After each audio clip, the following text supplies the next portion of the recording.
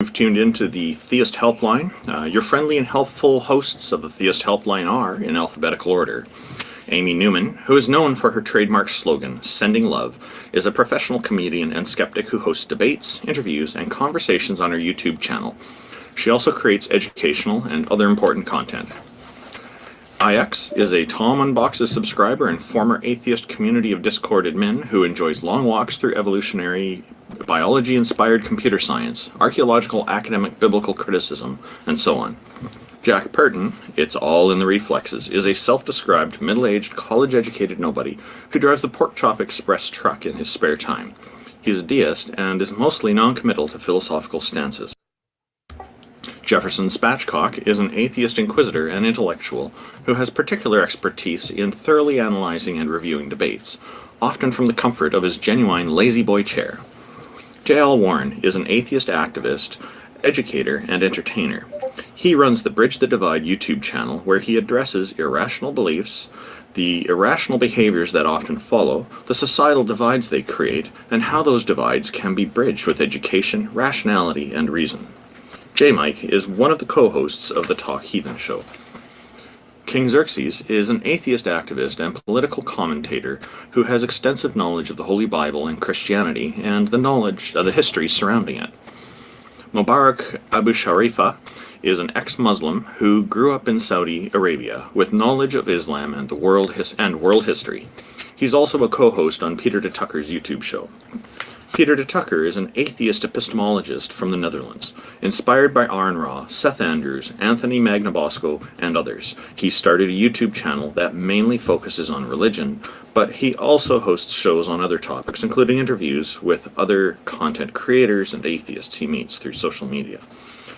The epistemological conversations with believers are loosely based on the atheist experience with a slightly different approach. The hosts engage with only one person per episode and endeavor to be non-confrontational. I'm Randolph Richardson. I'm an atheist activist. Oops. Advocating for fair justice, freedom, and critical thinking. I'm also the founding president of the Canadian Atheists, a national organization that promotes atheism and agnosticism as culturally common aspects of Canadian society.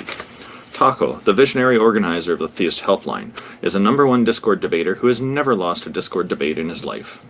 TJump, Tom Jump, is the founder of an atheist church called the Church of the Best Possible World, which is based on his model of objective morality.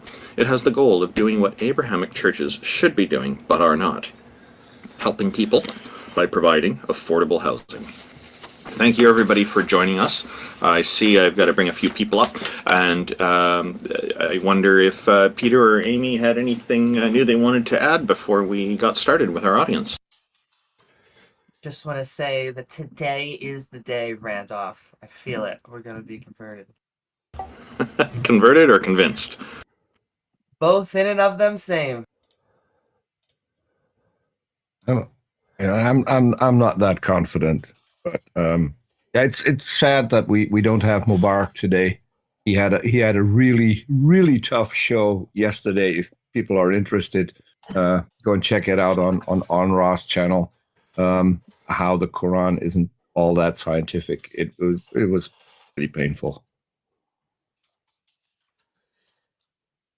Quran isn't scientific? So yeah, I'm going to have a chat with this guy. I think Mubarak invited him over. He's got some really new ideas considering science in the Quran. Things that I haven't heard before. So I'm looking forward to having a chat with this guy. And we can use cameras. We can use cameras for the first time. I didn't know that. So Skyfox, welcome. Thank you for having an interest. We'd love to hear your view on this. I've tried to invite you onto the stage, so I noticed that you entered the queue.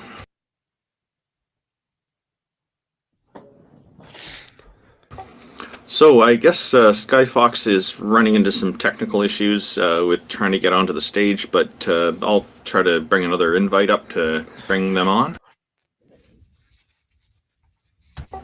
You're invited to join us. I guess recently on Twitter, the abortion topic seems to be coming up again and again, and one of the anti-abortion people has accused me of being biased toward reality, as if that's a bad thing. So I wrote back to him, guilty as charged. What about all of you? Are all of you biased to reality like me? Pretty much. By the way, Skyfox is back if you want to pull him up. Yeah, Skyfox, we'd love to hear from you. I do have a bias towards reality. Hopefully, we all do, but obviously, if you're thinking you're talking to a god, you should come on and talk to us. Hey, Peter, all the abortion controversy in the U.S. that's going on right now, is that having really much impact in the Netherlands? You're on a different continent, so I'm curious. We're on an entirely... Skyfox, by the way, has just indicated that they can't join us. Sorry, just a sec. Skyfox has just indicated they can't join us. Anybody who would like to join us, feel free. We'd love to have you up here. Sorry, go ahead, Peter. Yeah, so we're on a completely different plane, I think, when it comes to that. I mean, it's bodily autonomy, and we have that, and we have that also in euthanasia. So we're far ahead of what is currently going on in the U.S., and it's abhorrent to see the ramifications that it's having on people. Because if you have to have an abortion for medical reasons and you can't get one, that is pretty horrific. And I've seen some really awful cases already, and I'm really hoping that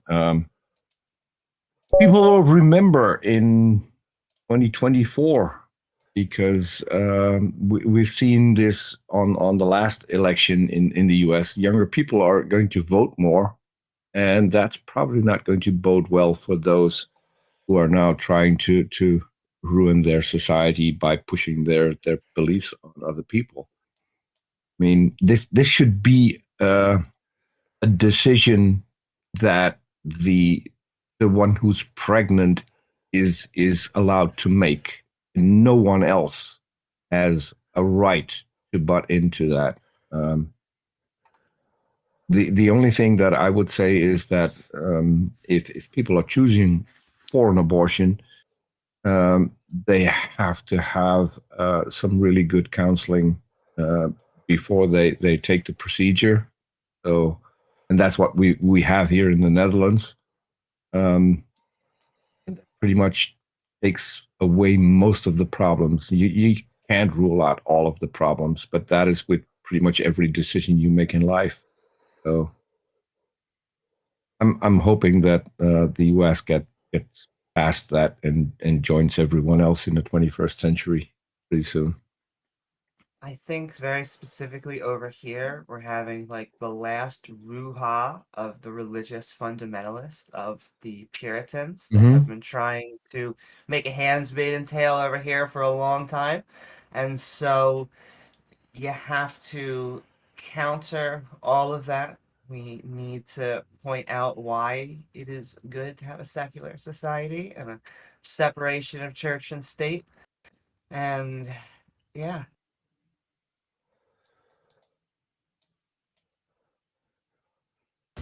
Yeah, here in Canada, it's never been outlawed. The conservative politicians want to, but even among people who identify as conservative in the voting, there's less than 40%. I was reading like 39% are in favor of abortion. So that means that 61% are not wanting that from the Conservative Party. So we're going to bring up Ricketic as soon as everybody else is finished. Good morning, Ix. We haven't heard from you.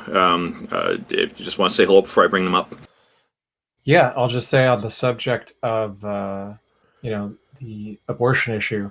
For anyone who thinks that it's like a core issue for your evangelical Christian faith to be against this, you might call this, historically irrelevant if you think your position is secularly justified now, but you should be interested to do some research into the fact that Jerry Falwell and several other evangelical mega preachers lost their ability to keep their segregated, white-only, racist charter schools funded by the government in the courts. They switched their focus to the issue of abortion because they teamed up with a mostly all Catholic movement called the New Right. And they promised to basically convince evangelicals that it wasn't just for Catholics to be pro or anti-abortion. And at that time, the Methodists and other congregations of evangelical Christians had no interest in blocking abortion. They even said that it should be considered not a sin to have abortions. It was considered a Catholic-only issue. But Jerry Falwell and others converted about 15% of the Republican base into far-right anti-abortion and culture war-focused voters, and that's the history of it. Look it up. The history of evangelical anti-abortion activism is the history of white segregationist racism, to go back far enough. Thank you, X. Rikatik, thank you for joining us. I hope I'm saying your name correctly. Yeah, that's fine. You can call me Rick as well. Yeah, I'm also from the Netherlands, like Peter, and I'm not a theist, so you don't need to help me.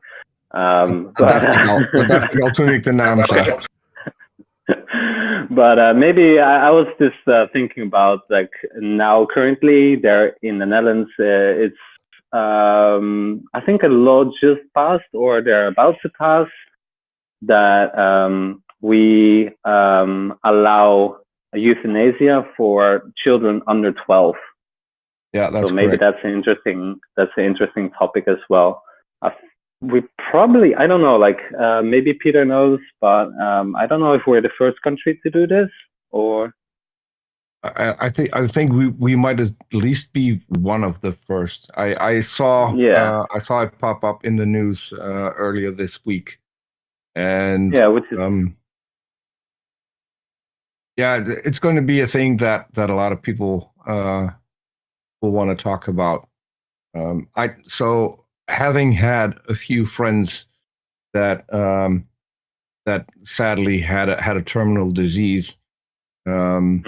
One of them was not under 12, but pretty young. I think, as I said, provided that you have good counsel, and that goes in when it comes to kids under 12, that means you need to have counsel for the entire family. But I still think it is a good thing. I mean, I've seen some of my friends suffer for a long it's only time. like it's only like a handful of cases each year that are so severe, and where this is sort of discussed as an option. It's not like, wow. I think like Americans, if they hear about this, or like conservative people, they kind of have an idea like, oh, they're just taking out kids. They will usually jump. They will usually jump to the most ridiculous scenario. So one of the arguments that I see coming is, well, so if a kid is depressed, then now they can have euthanasia. Yeah, that is not how this works, because that is probably not ever going to happen. No, but and the same for old people as well. Yeah, it's a tactic people that are against it are going to use, and so I'm already prepared for seeing those messages. As I said, I think it's a good thing, provided that obviously that there will be good counseling, and that there would be some psychological test going ahead of it by people who know what they're doing. So I don't know if there's a lot of like psychological tests that they're doing, but they do need a lot of consent from all parties that are involved. So you need consent, I think, from the doctor, you need consent from the parents, and you need consent from the child itself. Yeah, but I think that there's also should be at least some kind of evaluation of the situation and why they choose Oh yeah, yeah. to But have it. So that's the doctor's sort of Mhm. role in this. The doctor can actually make an assessment if this is like necessary or if this is a good thing. If it's even an option. Mhm. So I don't Yeah. think And like parents do- and kids can come with their own sort of like recommendations, like yeah, we want to off our kids. That's not how it works. So yeah, and I also think so. I have no clue what it's called in English, but we also have people who guide people that want to end their life, called stervensbegeleider. I don't know if you've heard yeah, about it, Rickety. yeah, and I One, think it's just end of life counselor. yeah, one of my friends who used to be a singer and a radio presenter is currently doing that line of work, which is extremely hard on a person. But Yeah, yeah. Unless you're a I don't serial know. killer. I don't know if you've heard. I don't know if you've heard of him. Ruud Hermans. He used to work for KRO Radio. He had a country show. I'm not that much into country or radio, so no. Sorry. Okay. Well, I will say this: I don't think that being a serial killer is is a really good criteria to use for that. People who are No, able but to at least switch off, people who are able to switch off their empathy would be probably better suited for that. well, yeah, yes. But thank you That was very only much. tongue in cheek. Yeah, I yeah. appreciate you coming I up. don't have a I don't have a good question for the call-in show now.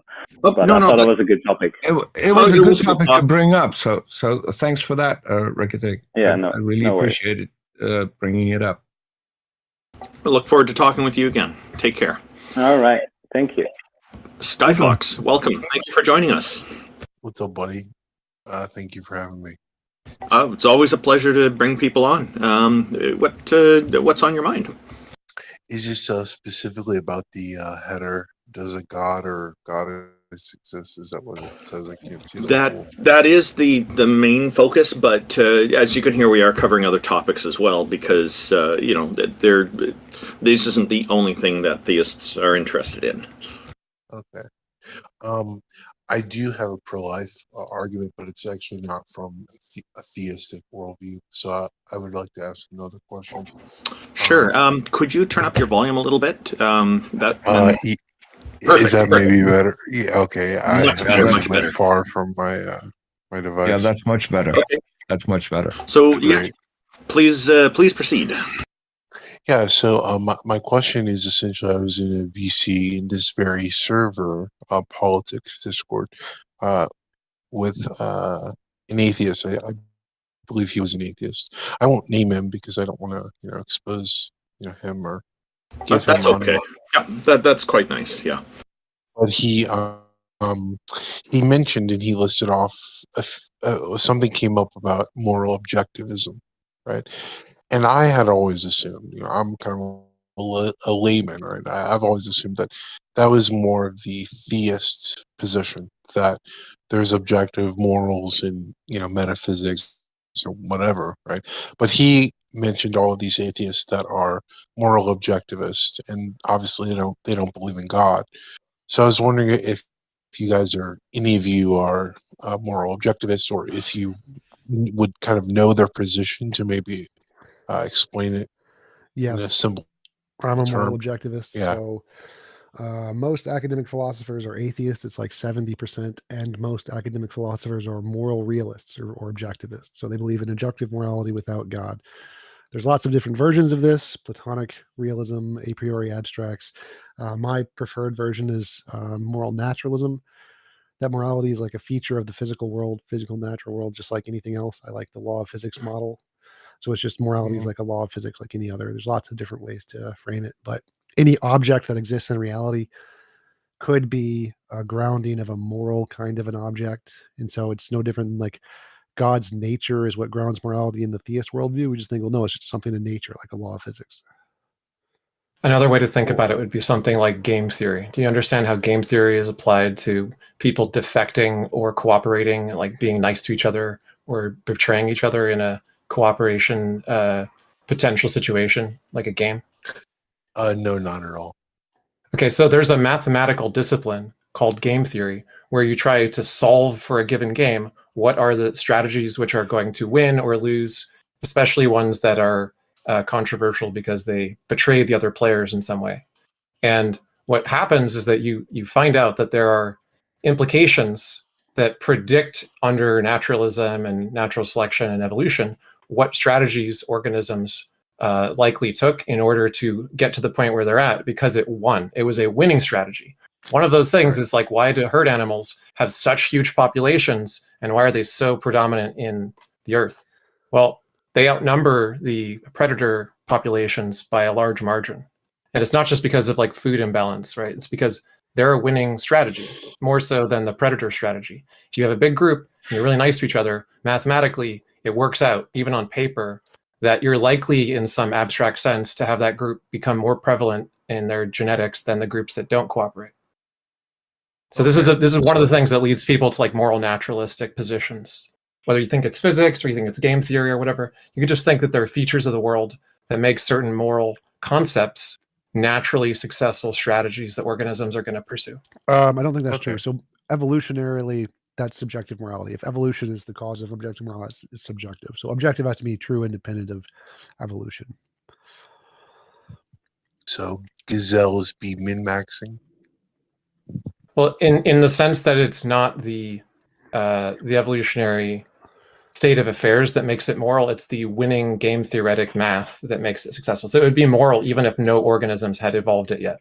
Like we could predict some moral strategy in the future that's better than any of the ones that are currently used, even if nothing had evolved that way to this date. I don't think that qualifies as moral naturalism. I think that's still subjectivism. That's still not, there is some objective truth of morality there. Okay. It also depends on whether or not you're going for an absolute definition. So some concepts of morality hold that there are some elements of morality which are naturalistic, like quasi-realism isn't saying that the entire moral statement is real, but it's saying that there's a large part of the statement which is real and the rest is projected to appear real. And if I could just say that you were asking, well, don't basically all atheists have to be subjective moralists?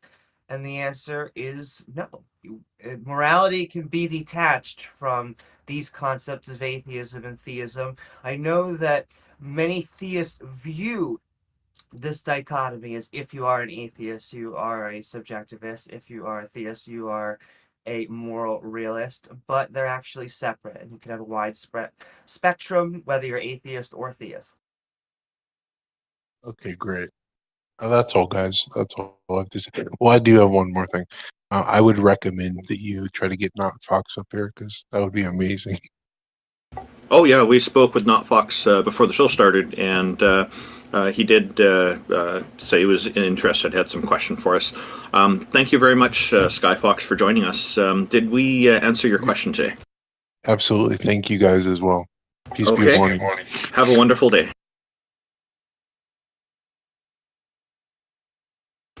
Hello, Seraphim. We're bringing you up. Thank you for taking an interest in this show. Welcome, and how are you today? You are muted.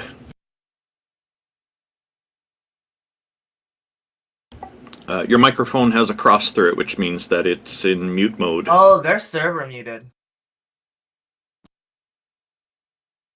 They cannot unmute themselves. They're Now they unmuted have- now. Try it now. Okay, yes, hello? Can you hear me? Yes, I just Bye. turned off the server mute function there. Alright, thank you. I just wanted to tell TJump to go to the gym and to let me know how much he can bench when he goes to the gym. Thank you. I do 225 for reps. How much reps? 225 for reps. 1 reps? No, like for reps, like 8 to 10. Oh, 4 rep. Okay, good. Alright, keep it up, bro. All atheists should go to the gym, okay? I'll cure your depression, guys. Thank you. No, gym Thank does you, not sir. cure depression. So actually, Of course it does. no, I went to the gym and I actually lost 200 pounds because I used to weigh 340. Did nothing for my depression. Had absolutely no effect. I had like jacked, ripped six-pack abs. I can max out the machine over 300 pounds on the ab machine. Did nothing for my depression. What cured my depression was sex with Instagram models. True story. Woohoo! I'm virgin gang, so no sex for me. I'm keeping myself clean till marriage. Hey, that's So- your lifestyle. You get to Why is choose that? that totally fine. Because I just think it's like better for me because I don't want to like. Well, I don't want to like treat women as like fuck girl, or the other thing is I don't want to end up like, having a girl pregnant and she has to get an abortion and murder a kid. Are you religious? Yes. Seraphim, you can Anyways. shower after sex. That probably does the trick. Anyways, that's all I wanted to ask. So thanks for letting me in. Yeah, no Hey, problem. one quick question. Oh, I was going to ask, but that's okay. We'll bring up our okay, Seraphim, come back up. I was just curious. Why do you think that exercise is a cure for depression? Well, I think gym is. So first of all, like I think gym is very good for self-confidence, and I think confidence can lead you into many things that will help cure your depression. That is A lot of very true. people, I think, a lot of people, I think the reason why they're depressed is because they're lonely, or they just don't know how to speak to people in general. And having that type of confidence by going to the gym will help them do so much things in their life that will actually help them to have a better social life. Like, I don't think it's a magic pill, right? But I think it's pretty freaking good to help you just have more confidence in yourself and therefore like have more things I to do. think you should look Okay. into the topic a bit more because Yeah. it's Well, no, not, he's right. He's just absolutely 100% loneliness. right. He's 100% right. It's That not most just people. It's not just loneliness that Well, he is didn't say it causing was depression. just loneliness. He said most. So he's right that It's a also not large most. portion of people with depression can be helped with exercise. Exercise releases endorphins. It does build confidence. And so a large percentage of the people with depression can be helped by doing exercise. It doesn't work for everybody. Like it did nothing for me. And so it's not a fix all. And as he said it wasn't the magic pill. He admitted that. And so that's very, very intellectually honest of him. But the research does show that exercise can help a large percentage of people with depression. And so it is good advice for people with depression to try and exercise because there is a better than random chance that it can help improve their lives, but it will not work for everyone. Yeah, That is think correct. that getting professional help is probably the best. I don't know. We're getting an echo from someone. I don't know who that is, but So, so yeah, I think professional help is still the best thing to go. Certainly. There is, that's my understanding is consistent with TJumps that this works for a large contingent of people who do have to cope with depression.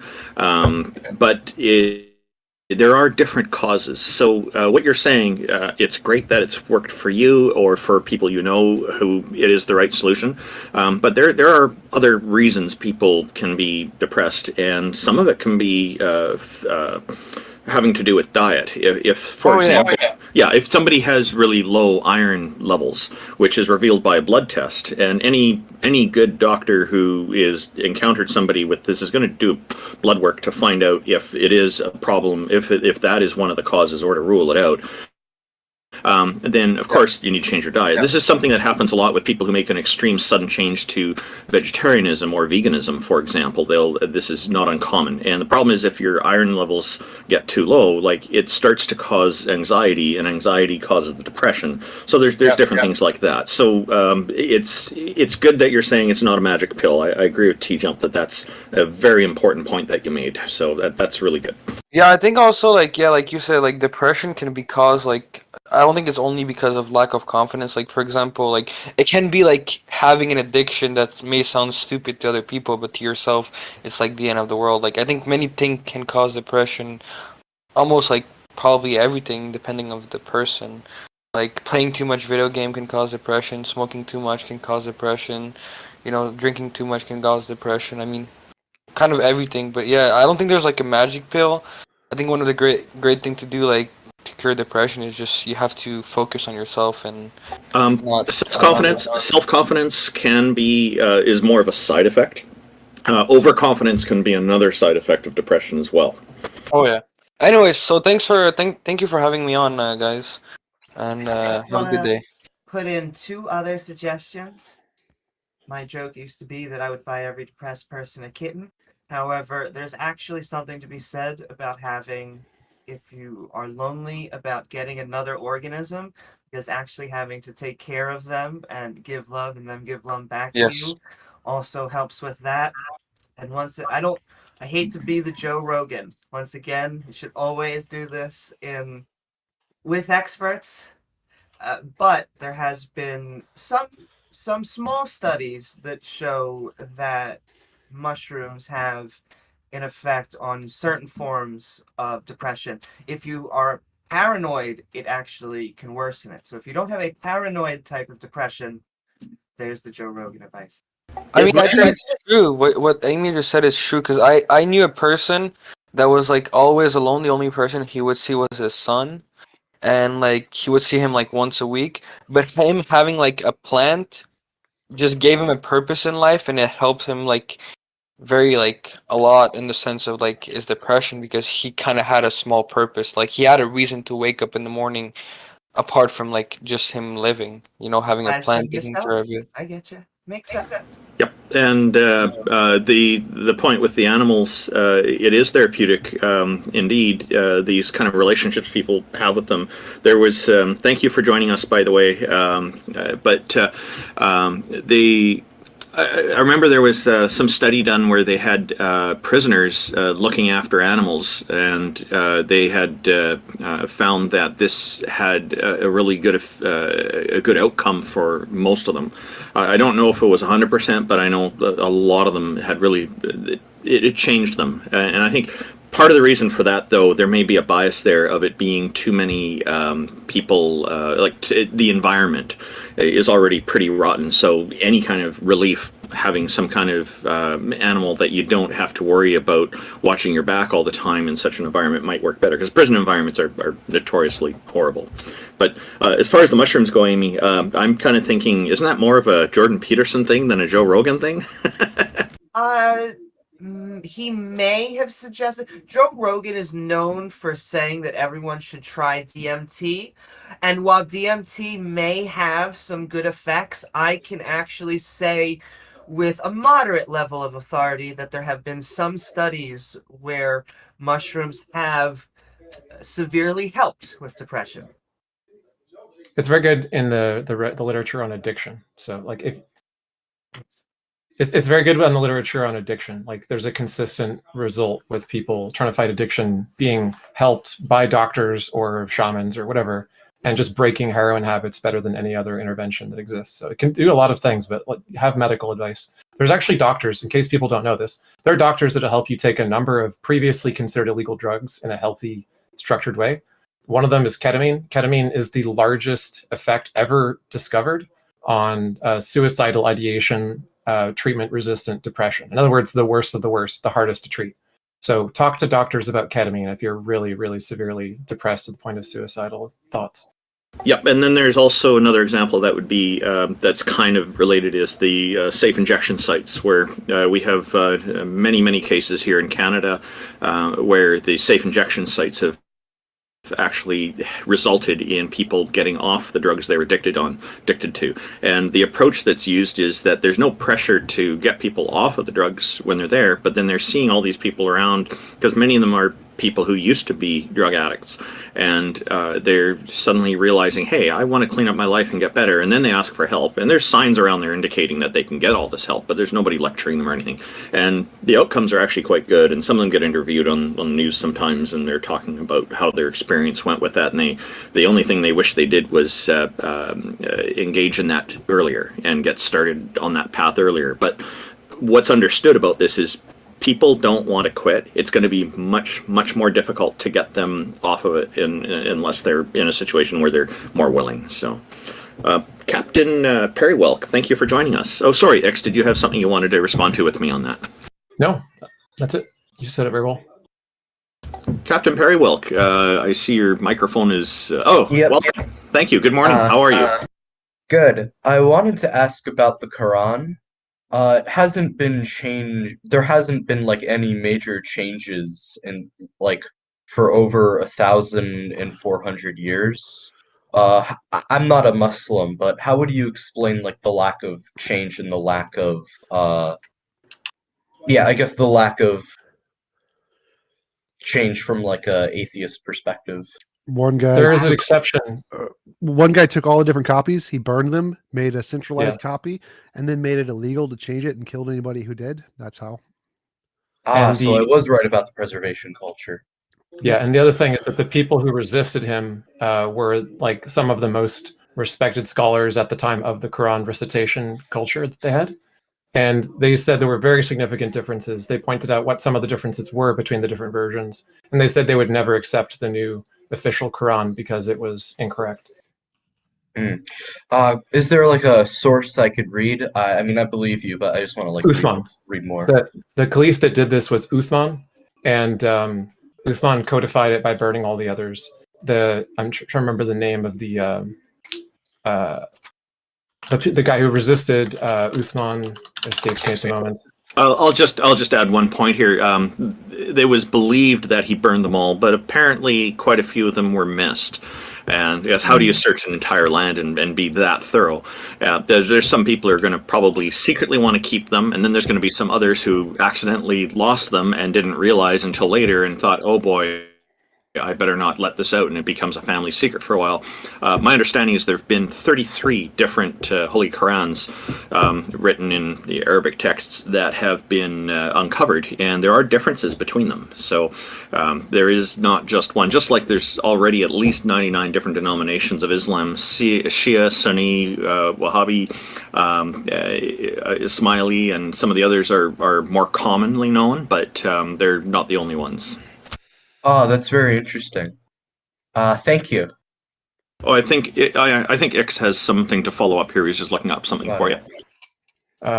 So giving up the Quran was controversial with a number of people who had other versions. And if you look into the history of it, you'll find several of them did resist. Also, there are copies on the backs of overwritten documents that we can recover of what some of the differences were. And they said that there was about a dozen things added in Uthman's version that are not supposed to be there in the original. Yeah. Thanks. Oh, you're welcome, and thank you for joining us. Appreciate, unless you had another question for us.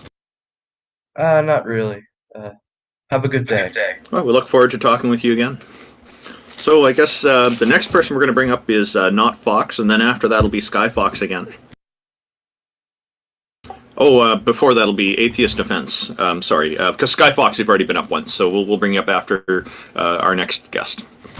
Hello, Not Fox. Welcome. It was good hearing from you earlier. What you're saying is we're turning into Fox News? What's going on, guys? Really good to see you all here. Hello, TJump. Nice to see you again. And everybody else from earlier, good to see you guys too. Thank you, Not Fox. Welcome. And what have you got for us today? Well, first, I think I've got a plug, which is my YouTube channel, Theist Experience. You can check that out. I hope you do. Maybe TJump will share it for me. We'll find out later whether he does that. Hey, but feel free. By the way, feel free to post the link to your YouTube channel in the Discord chat, and I'll save it on our YouTube. I'll share it with our YouTube audience as well. Okay, I'll have to do that once I finish the call with you guys. But I appreciate that. That will be fun. Okay, go ahead, sir. So obviously, I'm sure you guys know Darth Dawkins. I spent a lot of time with Darth and spoke to Darth a lot and tried to understand him as best as possible and learned a lot. Sorry, TJump. I said my condolences to your brain cells. Yeah, I like Darth, but he hates me now. So what can I do? Are you still Precept? I still believe that God exists, and I still believe that there's a necessary precondition to truth, in the way that it is in the world. So, yeah. So you still call yourself a presuppositionalist? I wouldn't say that we're the presuppositionalists. I'd say that atheists presuppose things, but we've got a revelational epistemology.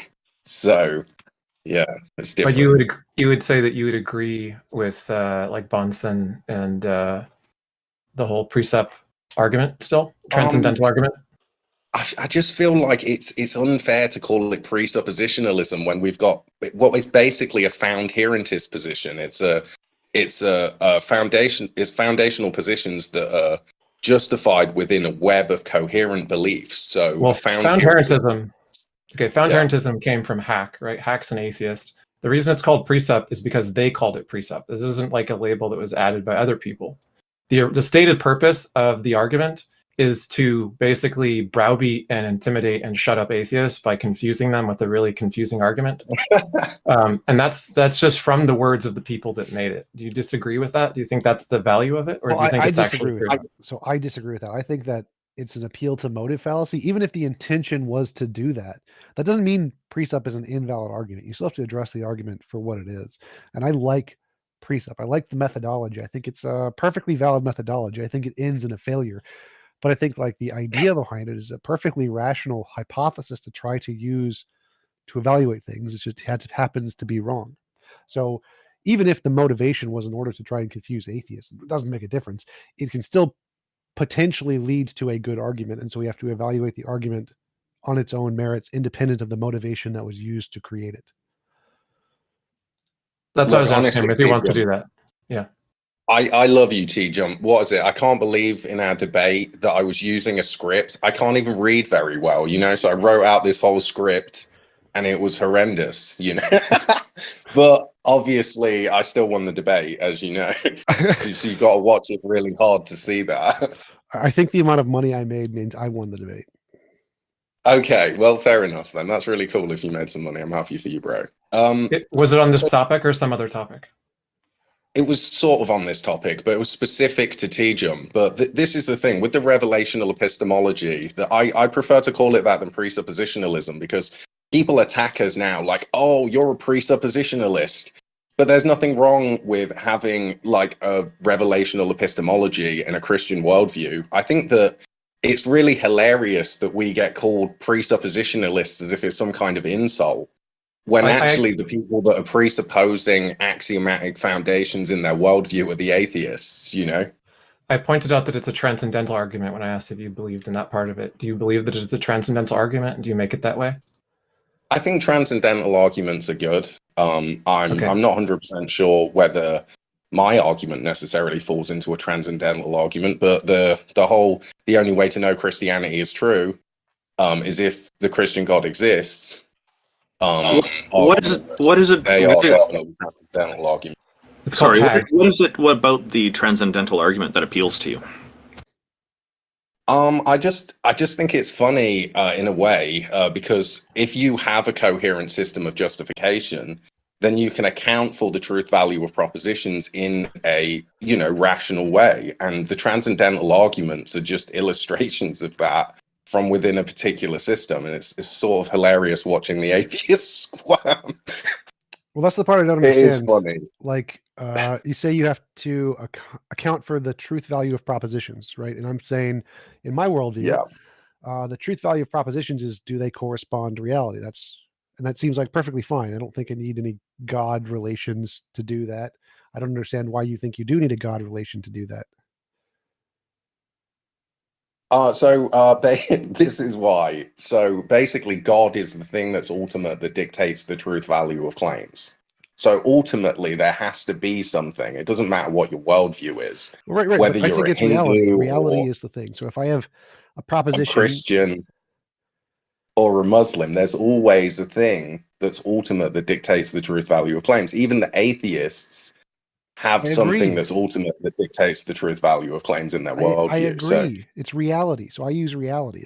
When I say the truth value of a proposition is correspondence to reality, reality is the thing that makes the propositions true. And so I don't understand why you think you need a God for that, because it can just be reality is the ultimate thing that does that. Well, I think that reality it's basically acting in a particular way. There's a framework by which the things in reality work. they're bound by certain logical laws, like the laws of logic and other things Yes, I agree. like that. I agree. And so the thing that's ultimate can't be dependent on its creation, essentially. I That agree. the idea that reality dictates the rule set by which reality is governed makes no sense. Yeah, it does. So there has to be something that transcends the reality, the material world that you speak of, that can account for truth in a Just to coherent respond to that way. quickly, and I want to let Randolph say whatever he was trying to say. God's nature determines what God is like, right? And so reality's nature determines what reality is like. And so if you want to say that God's nature is the ultimate thing that determines how God is, and it's not some external thing, that's fine. But we can just say the same thing about reality. Reality's nature is the thing that determines what reality is. So then I'd say that you're a pantheist, actually. You think that everything in reality is what makes up God. Okay, And so so if we're using my definition of God, then you would technically fall under that definition, I think. what I wanted to point out here is that TJump's definition of reality, I think, is excellent. Everything that exists. And I'm wondering if you agree with that definition or not. And the other point I wanted to make was I'm wondering, you seem to be talking about there being one single ultimate, being that God. And I'm wondering what your thoughts are on an alternative, being multiple deities. Like you got a group of goddesses and gods that, as a group, would be the ultimate. And perhaps why you would favor one over the other, a single one or multiple. Okay, so I mean, maybe we could start with the polytheist line, and I do think that like the idea of a pantheon's really interesting. You know, they've got all of these different gods, and they've all got different roles. But then there's this element of confusion, and I think that's what actually happened. You know, when people came out of, you know, people started disregarding Eastern philosophies because they couldn't account for truth. And it's because of this idea of a yin and yang, or some kind of, you know, contradictory forces that are working against each other. And the problem with that is that if you've got that sort of idea in your worldview, then you can't account for truth in any absolute way. So you're just in this position where you couldn't know anything, you couldn't know that you were a brain in a vat. And obviously, if you do a reductio ad absurdum, and you can discount ideas like that in a reasonable way. So can you show the impossibility of the contrary? I think that a reductio ad absurdum doesn't have to show the impossibility of the contrary. The thing that I like to show is that everybody has a system of truth. Everybody has a standard by which they're operating. And I refer to the ultimate thing in that standard that dictates the truth value of claims as God. And I think historically, even in the Bible, when it talks about Moloch worship and stuff like that, it's talking about, you know, God in a particular way. And so, yeah, people can deny God. They can say that God doesn't exist, but ultimately they have some kind of ultimate frame of reference, which they refer to in order to distinguish the truth from the lie. Sorry, just one quick question. Actually, it's a multi-part, and then we'll hear from Amy. You're mentioning that it sounds like you're saying that polytheism is absurd. Do you consider atheism, the absence of any deities, also absurd? And if you do think they're both absurd compared to just the one single God, do you think one of those is more absurd than the other, and why? And then you can hear from Amy after this. Yeah, I actually like the polytheists in a way because they've got these archetypal ideas, you know, the god of love, the god of war, and all of these different ideas. They're like the archetype, it's the blueprint, it's the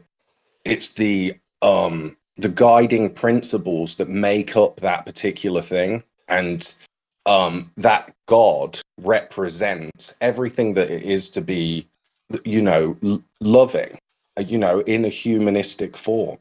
So humans like to project this humanistic idea onto concepts, and those sort of, you know, ideas have been represented through these gods. And so in some ways I respect those gods as the god of love. You know, when we're thinking about how to romance our partners, you know, then you look to the god of love as inspiration.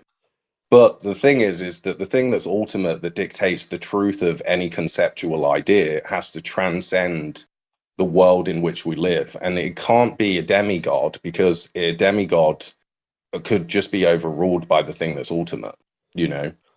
Atheists, I think they do believe in God, and in many cases they've made themselves God. They say that what they perceive is the truth of reality, and that they get to decide who's correct and who's not. When you look at you know, people's statements about their atheism and how they know things are true, they say, well, you know, I've got a perspective of reality, and even if my senses are fallible and the things that I perceive aren't necessarily in line with reality, I'm just going to believe what I want to believe anyway. So there's this hilarious sort of thing about the atheists and the agnostics, that they do have a God. They just refuse to accept God, you know? They just refuse to call it a God. I disagree with you on that point, but I do find the rest of your answer quite interesting. As an atheist, I don't believe any gods or goddesses, but Amy Newman had something to say, so I'm going to just pass it to her. Thank you. And I do want to answer one of the questions that you asked. Why do we use it as a pejorative? And it's because to us, when we hear that you are presupposing God, that you are just putting it in premise one and then building an argument, to us that's funny, because it tells us that you're not going to give us an argument that's going to convince us. You may have fancy ways of trying to get there, but I would love to know, can I ask, does God have a mind? Yeah, I think that one of the best arguments for why God would have a mind is the thing that's the primary thing that moved originally, the prime mover. It had to have moved of its own volition. So if you accept this idea of a cause and effect nature to reality, and you apply the same mathematical principles that predicted the Big Bang, then you can also justify a belief in a prime mover. And the thing about the prime mover is the prime mover can't have been influenced by anything external to itself. So the only way it could have moved is because of its own volition. Sure, which means that TJump's example of a god would not meet your example of God. In fact, many definitions of God would not actually meet your criteria of a god. So many people actually don't believe in God by your own definition. No, I think that they maybe there's a misunderstanding here, but even somebody like maybe you could make yourself into a god, even though you're obviously not a god. So if I can interrupt you for a second, we don't make ourselves into the gods. What happens is we are the only creators that we know of, humans, animals. And then the only things that we know of that are able to make judgments, to actually give judgments onto other people, are people. And so we have no evidences of a god being a creator or being a judge. And so we don't give this concept any authority to either. Or do you mind if I jump in for a little bit there? I think Sure. Amy brought up a phenomenal point there, that you seem to be equivocating the definition of a god here. So when I say reality is my god, or whatever you said, my definition of a god there is just the fundamental nature of what exists, which is quantum fields. No mind, no consciousness, no volition, no anything. And so you're wrong when you say that I believe in a god, because I don't believe in any volition, no volition. So you have this. I've heard recently. I'm glad to see that you're still making new arguments, TJump, and you're the one that makes the quantum flux argument. That's really funny. But well done again for trying to make atheist arguments, even though it's incredibly difficult. Huh? What is it? So the quantum flux, this idea of a quantum flux, if everything in the universe is essentially the thing that upholds and secures the truth value of propositions in the universe, then the idea of truth is essentially unattainable, because if me and you disagree about the truth value of claims, then at an ultimate level, your God contradicts itself, even though you don't like to refer to it as a God. No. So what reality is doesn't contradict. Whether or not we disagree about what we believe about reality is completely irrelevant to reality. So reality never contradicts itself, as far as I know. But that's different topic. So the topic I want to stick on here is, do I believe in a God? Based on your definition, the answer is no. You believe volition is required. I do not believe volition is required. I think volition is something that comes out of brains only. And so there are no brains in the quantum field, and so it has no volition. So by my definition of reality, I do not believe in a God. And so it's wrong for you Can to I say ask we you all this believe in God. question? Sure, go ahead. How do you know that reality isn't just a Bunsen brain? Why would that matter to my question? Because you're saying that it's not a mind. I believe it's not a mind. So you are making the claim that I believe in a God. Okay. And by God, you mean a thing with volition that is the fundamental nature of reality. I do not believe in a Well, thing with volition that's the fundamental nature of reality. Therefore, I do not believe in a God. So it's wrong for you to say atheists believe in a God. I think it would be only fair to say that I did actually say that other things like, you know, the gods of the pantheon are still gods, and they don't necessarily dictate the truth value of claims ultimately. They just do it basically in a particular way. They are the archetypal idea of a particular thing, and that's the guide that we refer to when trying to understand what it is to love. Obviously, now we've evolved, our religions have evolved past that, our understanding of religion and God's evolved past that to the point now where, you know, we've got this monotheistic creator God that is the thing that's ultimate, that Wait, I'm dictates the lost a little truth bit. I'm value of lost. claims. So the topic I was asking about is you claim atheists believe in a God. And Yeah. I claim, So no, I don't, because your definition of God is volition. I believe it has no volition. Now, whether or not you agree with my justification, my worldview does not believe there is any volition. Therefore, by your definition, I do not believe in a God, right? no, I was contesting the idea that it has to have volition. You can make a God out of something that's not real, in the same way that in the Bible, So there you're was a saying the certain definition of group a God doesn't require volition? of people, like obviously the gods in the Bible that people worship that weren't God, they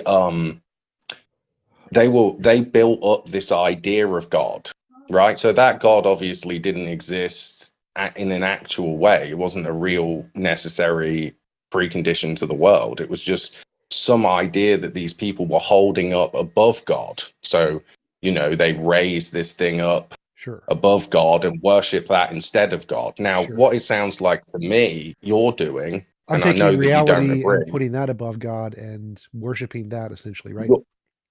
you're saying that reality is the thing that ultimately dictates the truth value of Yes, claims. You've absolutely. raised up pictures of birds, animals, and reptiles over God, and you know you'll receive the due penalty for your error. Well, sure. I would agree with that. I'd say I put reality above God, sure, but that doesn't mean I believe in a God, right? Those are two different claims. I think that's what I'm saying again, is that to me screams pantheism. So if reality That's is the the part I'm thing not that's understanding. So, like, dictating the truth value of claims, then that's just what a pantheist would believe, in my opinion. And you're talking about volition, but a pantheist, you know, obviously they think that the universe is God, but they don't necessarily think that the universe has any volition. It's right, maybe just absolutely. material Absolutely. things So connecting and colliding in a particular way. I'm a So naturalistic pantheist. So in that sense, I am a pantheist. Naturalistic pantheists just believe in the ontological commitments of science and nothing more than that. So they don't believe in any volition. But if you're saying that naturalistic pantheists believe in a God, they don't believe in any that volition. is their God. That's okay. You can say that, but is then their God God. has Their no God volition is, in that context. You're saying it's okay to define God with no volition. yeah, God's just the thing that's ultimate, that dictates the truth value of claims Okay, that's fine. in I'm the happy system. to grant Yeah, that for the sake of the argument. So excellent. we grant that there's a difference, though. You believe volition. I don't believe volition. And so Yeah, why do you think you said volition is required for it to like start or whatever to make a difference? That part doesn't seem to make any sense to me. That part seems to be completely ad hoc. So I think that some feature of the nature of the fundamental nature of reality can cause it to do things like quantum fluctuations without any volition whatsoever. There's lots of evidence these can exist outside of space-time. There's no evidence volition can exist outside of space-time. And so claiming that volition exists outside of space-time is like claiming pineapples exist outside of space-time. There's exactly the same amount of evidence that intentions can exist without spatiotemporal space as there is pineapples can exist without those things. Whereas there's lots of evidence quantum I don't, fluctuations can. because this is why pineapples wouldn't work, because they're a material thing, so they'd be bound So by are the intentions. physical laws. All of the evidence Lived. for pineapples being immaterial is the exact same for intentions being immaterial.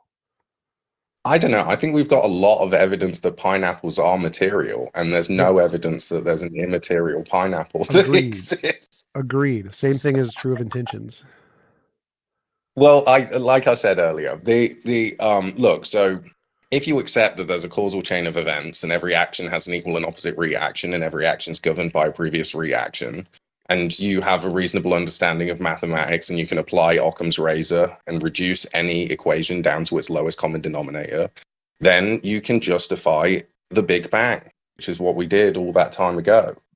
And the thing is that the same mathematical principles actually justify that there's a prime mover. Now, when you look to that idea, when you think of that conceptual idea of this prime mover, what would it have to be? What would it have to do? Well, it couldn't have moved because of some external thing that was influencing it. I agree. So it had to move of its own volition. Well, no, that seems to be a There's false no other dichotomy. explanation. Yeah, there is. It's quantum fluctuation. So a part of its own nature intrinsically has change, quantum fluctuations. So it has no volition, but there's a part of its nature which intrinsically causes change, like quantum fluctuations. There is evidence these things can exist outside of space-time. Space-time is emergent from quantum fields. There is no evidence volition can exist outside of space-time. Therefore, the better explanation is quantum fields. What you're calling the flux. Well, I didn't say flux. I've never said flux. What I would call fluctuations. The nature of God. You're just redefining God's nature as a flux for some reason. Well, in my definition, the fluctuations of quantum fields are a part of its nature, yes, but it has no mind, no volition. Okay, so how do you account for our ability to choose freely? And do you believe in a deterministic universe? What does that have to do with whether or not you need volition at the beginning of the universe? I mean, I feel like I've answered that reasonably clearly and well. I don't know if we should get stuck on just me repeating the same thing about volition and moving of its own accord without external intervention. Well, I don't think you have given an answer. So my question is there is lots of evidence quantum fluctuations can exist outside of space-time. Lots of it. Physics, that's the consensus. There is no evidence volition can do this. So why do you think volition is a better explanation than quantum fluctuations? Like I said, I sort of feel like I just explained exactly why you think that the thing that was primary moved of its own volition, because it couldn't have been influenced by any outside factors. And so it had to be an internal thing. So this particular thing has to... I agree there, but volition, it's its own nature. So there's no volition. Internally changed based on its own properties, not because of anything external to itself. Yes, agreed. The point is it wouldn't have a mind. Yeah, no mind. It's a force. Well, why doesn't it have a mind? So TJump because it could be a Bunsen brain. So you keep saying Bunsen brain, but I think you mean Boltzmann brain. Bunsen's a precept. I'm Boltzmann sorry, yeah, is what you're talking about. Okay, just to clarify. Okay, so to give a specific to what TJump is saying, here's from a paper called Spontaneous Creation of the Universe from Nothing. In this paper, we present a proof based on the analytic solutions of the Wheeler-DeWitt equations. Explicit solutions of Wheeler-DeWitt equations for special operating orders for the once a small true vacuum bubble is created by quantum fluctuations of the metastable false vacuum, which is something that we observe empirically. It's not just something we're making up. It can expand exponentially no matter whether the bubble is closed, flat, or open. The exponential expansion will end when the bubble becomes large, and thus the universe appears. With the de Broglie quantum Bohm equations, trajectory theory, we show explicitly it is the quantum potential that plays the role of the cosmological constant, provides the power for the exponential expansion of the true vacuum bubble. It is clear the birth of the early universe completely depends on the quantum nature of the theory. Do you want me to send that to you? I can send you the paper.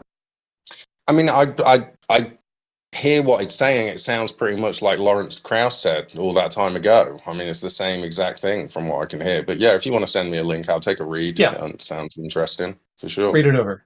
So what he's saying is that thing that he's referring to, that quantum fluctuation, has no mind, but it can pre-exist all the things that emerge from it. So we think some things are emergent and some things are fundamental.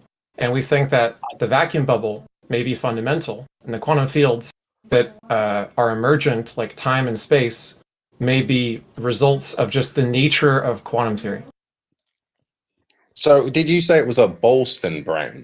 Boltzmann. The word you were imagining is What's a the correct Boltzmann brain. pronunciation? Because I've been Boltzmann. Just look up Boltzmann brain. Boltzmann. Boltz. Yeah, I've looked It's a it thing. up before. It's a Obviously, cosmology thing. Yeah. I've And the just other forgot thing, what the exact name of it oh, was. I wanted to point out one other thing, and then I'll pass it over to Amy because she had something she Okay. wanted to say. But one other thing that I took issue with is you said that presuppositionalism was found herentist, or that your version of it is found herentist.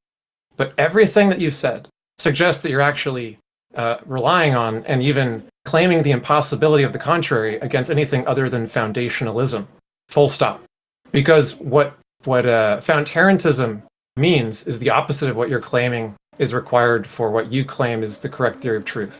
So just as a precursor question, just quickly, do you know how to solve a crossword puzzle? Obviously. Okay. And do you know enough about found herentism to know what my next question is?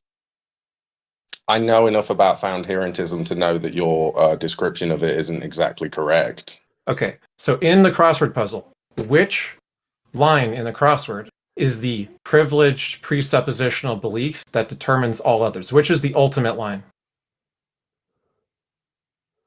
I don't really understand that question. Okay, so the answer is there is none, because you don't solve a crossword by knowing one thing absolutely and then figuring everything from that. You solve each part of the crossword, and when you find a part that you're not very sure about, which is contradicted by one that you're more sure about, you deductively cancel out the one you're less sure about and stick with the one you're more sure about.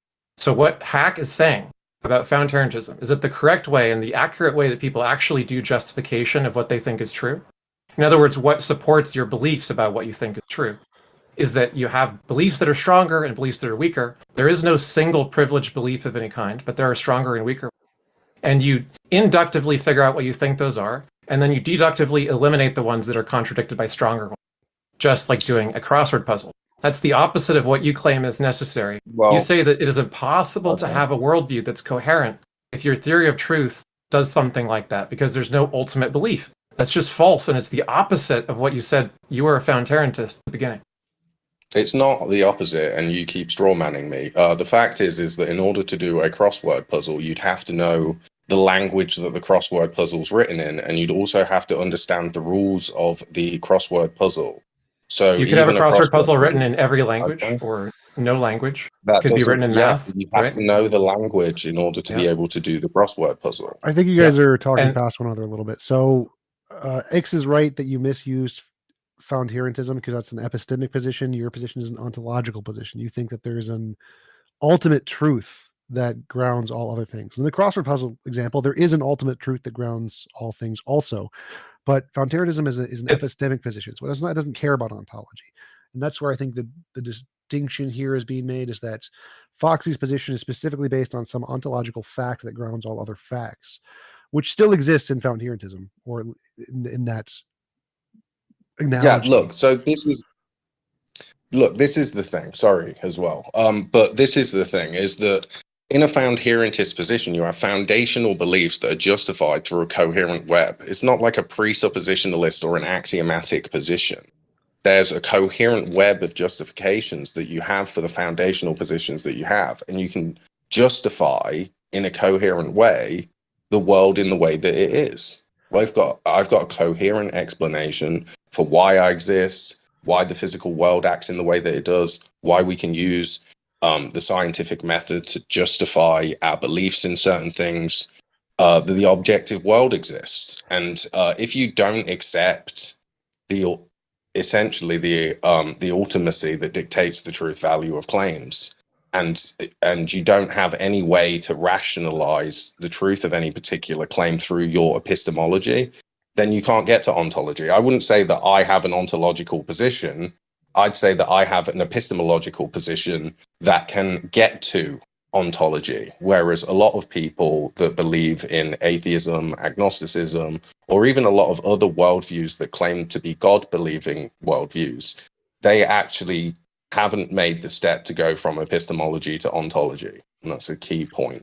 I think that rational. That seems like that's where the confusion is occurring. that seems like you can say you're solving the word puzzle, the crossword puzzle, and the solution is God, and so you don't start with God. Isn't like a requirement of the crossword puzzle. It's the solution of the crossword puzzle.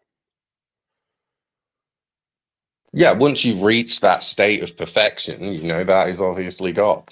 So, But the claim, so one of the claims of precept is reformed epistemology, right? You're claiming that your epistemology works and everyone else's doesn't because of the secret truth of God that everyone else is denying or whatever. And so the yeah, problem they're is like suppressing the truth in their righteousness. So right. they The essentially, and rather than accept the truth of reality, what they do is they say, no, there's no way that you could know anything about reality. I could be a brain in a vat, you know, a fish in a bowl that's gone belly up. I could be a dinosaur in a bed with a tinfoil hat on. But those are right. And I just precepts. can't distinguish a dream from reality. That's the position of most people that are non-God believers, in my opinion. But if you accept found terratist epistemology and you argue that you can somehow get within found terratist epistemology being acceptable to precept, the possibility of the contrary thing seems really hard to support, right? Because I can just say, look, I think reality is whatever turns out to be the non-contradictory solution of all investigation. And the best picture of it at any given time is the most justified epistemological conclusions that we have. That I don't need an ultimacy of any kind. There might be one, but I don't need it to reason accurately about the world. Well, how would you be able to reason accurately if you didn't have any kind of understanding of the thing that was ultimate that dictates the truth value of claims?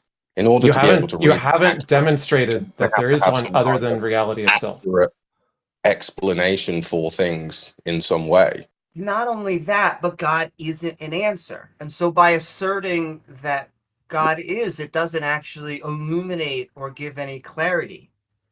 I want to do illuminate clarity, however, on the word that you're using for change and prime mover, because this has been like 3 different usages. We, as animals, we move throughout the landscape. We also sometimes, a little bit more meta, we change, as in, I want to be a better person. I'm going to change. But then there are natural laws, like physics and gravity, which has no arbitrary basis, no mind basis. And to once again go back around, quantum fluctuations do not have a mind.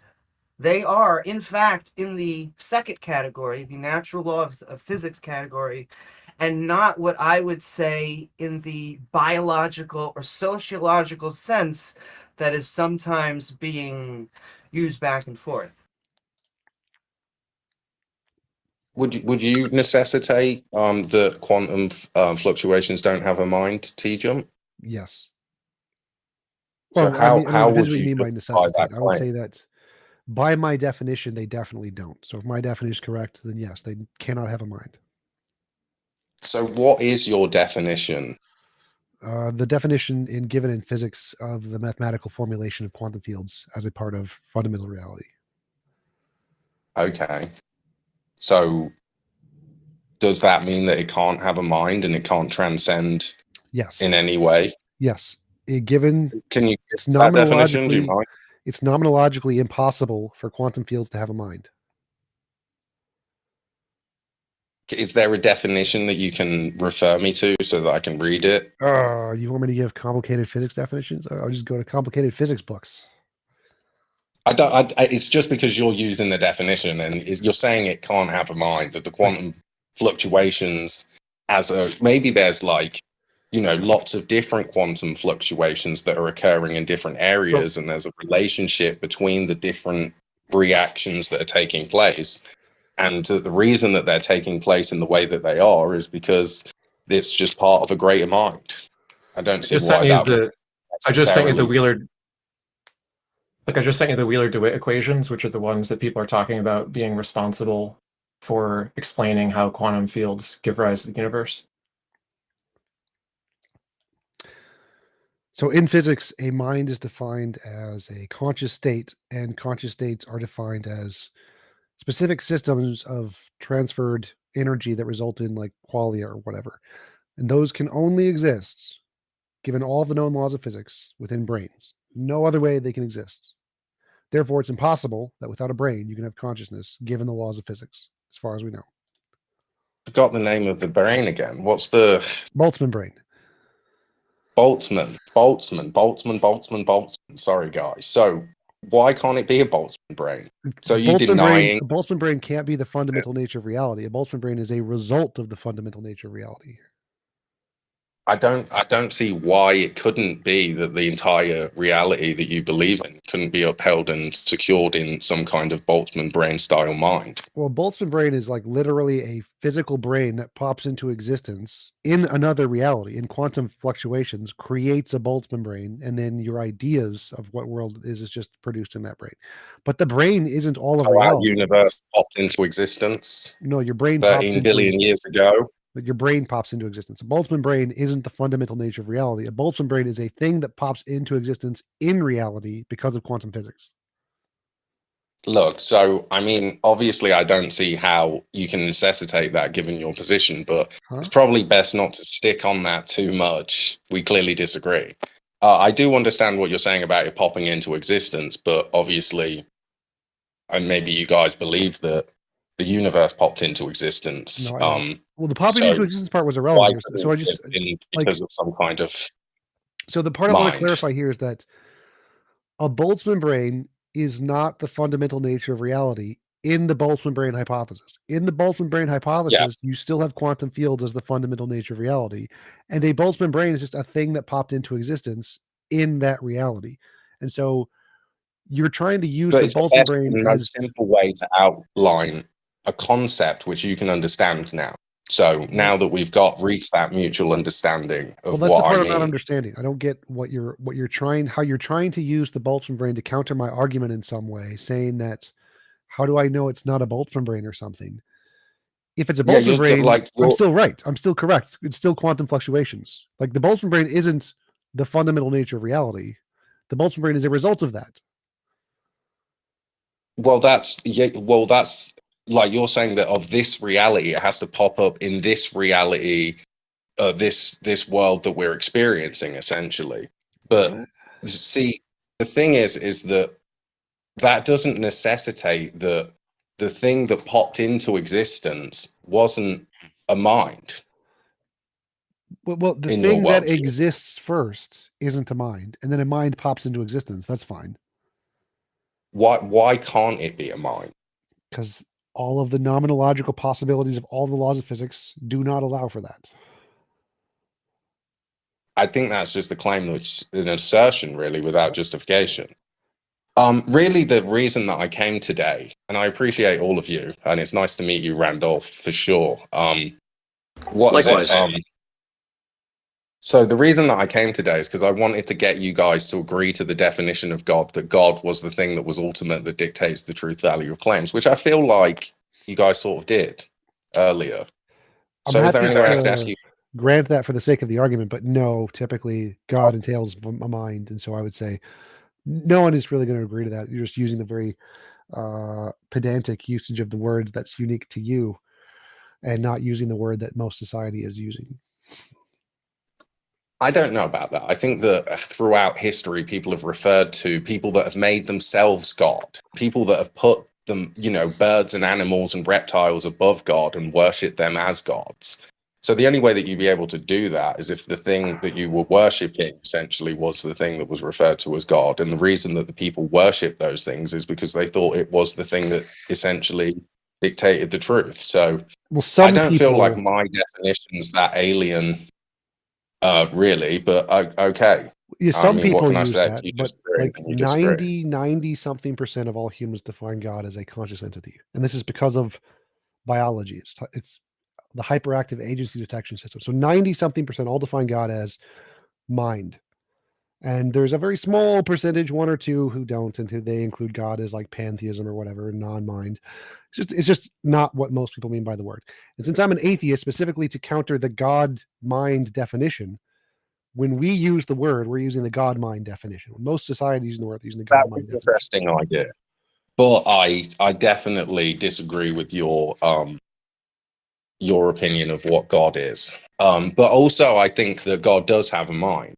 It's just the thing is that people have referred to other things that aren't necessarily they don't have like a mind in the way that the Christian God is a mind, as gods also. So I mean, I don't feel like my definition is really that bad. But anyway, so this is it, right? maybe I can run a little syllogism for you, and you guys can break it down.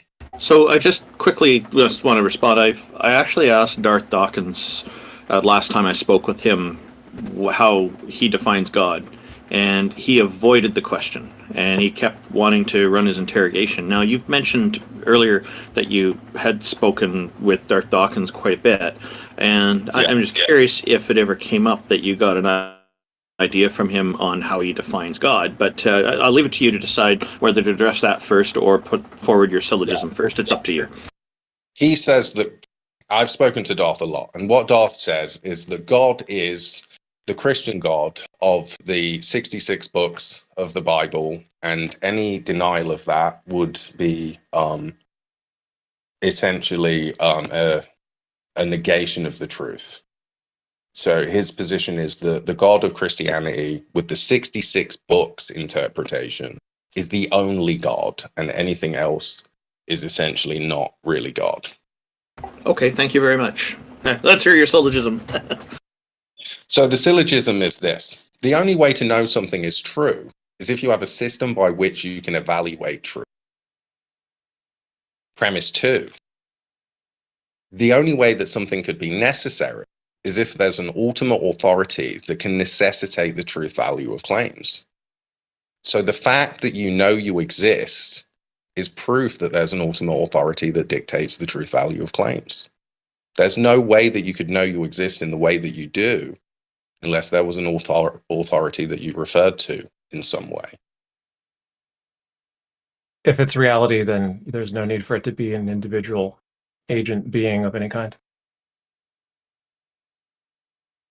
I mean, that's just another claim. But anyway, I feel like I'm asking you to present an argument that's not contrary to that. Tell me why you think. Me on the theist experience. I don't mind sitting up here on the stage if you guys don't mind. Maybe a couple of guys in the audience want to ask me a question too. But it's been really great talking to you guys. And unless you guys have got more questions for me, good talking to you too. One thing I will say is I will probably be interested in your show when it stops being the precept experience. And I'm glad you didn't name it that. Like the precept experience would be a short-lived show when you realize it's a flawed position. So good luck with that. Well, I would say I'm not a presuppositionalist. And the other thing is that the theist experience is going to have Bible studies, Quran reading sessions. We're going to do studies of Eastern philosophies and Hinduism and stuff like that. And also the call-in part of the show, which I'm sure you guys will love. I'm looking forward to it. I did send you a private message so you can put me on the list of people to notify when you've got things running. And feel free to share your YouTube channel in our Heathen Hangout chat. I'll share that with our YouTube audience. Thank you very much, Not Fox. Appreciate your time, and I'd be interested in getting more into your syllogism, but sounds like you're running out of time. And it was nice meeting you, Not Fox. Good to see you guys. Thank you again for the opportunity. It's been great. And again, if you guys want to see the face reveal, I'm actually on camera on my YouTube channel, so you can check that out. I've got a really lovely beard, and yeah, that's me. Nice to meet you all. Good to see you finally as well. And if there's one more thing, I just want to say this, because Darth might watch this. I love Darth. Darth is so unruly and difficult to work with that it made it impossible, essentially, for us to build the theist experience. And so I would love Darth to come back and have a time slot between 8 and 12 American time to some degree. And I don't think that he will, and he's blocked me, but I would love for him to come at a certain time every day, and we could make an excellent show out of it. And I'm sure that everybody here would really enjoy that. And so if you guys don't mind, put out the message. And I'm calling out other theists, whether they're Muslim or Christian, or even if they just believe in some kind of other worldview, like that has a coherent justification for truth, to come to the show and join the panel, because we want to learn about your religion and your views, and we want to have a great time together and build a community. So I appreciate everybody again. And yeah, I'll just mute myself and maybe talk to you guys later. And I just want to say that if Gary is watching, I want to tell his mom I said hi. And thank you, Not Fox, and I'll just say, add on to that, hello from Canada, Darth Dawkins. Randolph, can you get get a new mic to fix the echoing? You It just always needs have the headphones. echoing. If you have headphones, you won't have echo.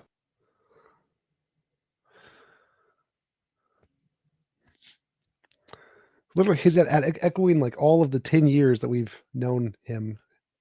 I'm assuming he's not using headphones, though. Probably. I have no idea why it's happening. It could Amy, just be like... Amy, just a quick heads up. If you want to send a message to Darth, you might need some kind of psychic, because sadly she passed away last year. Okay, that wasn't really relevant. Anyway, next speaker, maybe? Atheist Defender, welcome. I see that you have a conflicting avatar with TJump. Fortunately, the colors make it easy to tell people apart along with the name tags. What have you got for us today, sir? So I wanted to ask you guys a question. You can usually normally skip that and just go straight to the question. You don't need to tell us you're going to ask us a question because we already presumed you were going to do my that. apologies. What's on your mind? So I'm aware you guys are atheists, but I was wondering how does a theist prove God Novel and make a testable convincing predictions. argument? Novel testable predictions. Yep. Okay. Can you provide us an example of a novel testable prediction, or do you think that's somebody else's job? Oh, yeah, sure, absolutely. So if the Sky Daddy Bob exists, when I pray to him, he will generate a gold brick every single time I pray to him. A gold brick appears every single time. That would be evidence of the God Sky Daddy Bob. And that would be good convincing evidence of a God? Absolutely. It's a novel testable prediction. If something in reality can be predicted only by a hypothesis of a God and it works, and it's the only one that works, that's evidence of a God. Awesome. Thank you. That's concise and clear and makes total sense. Did you have any other questions for us, Atheist Defender?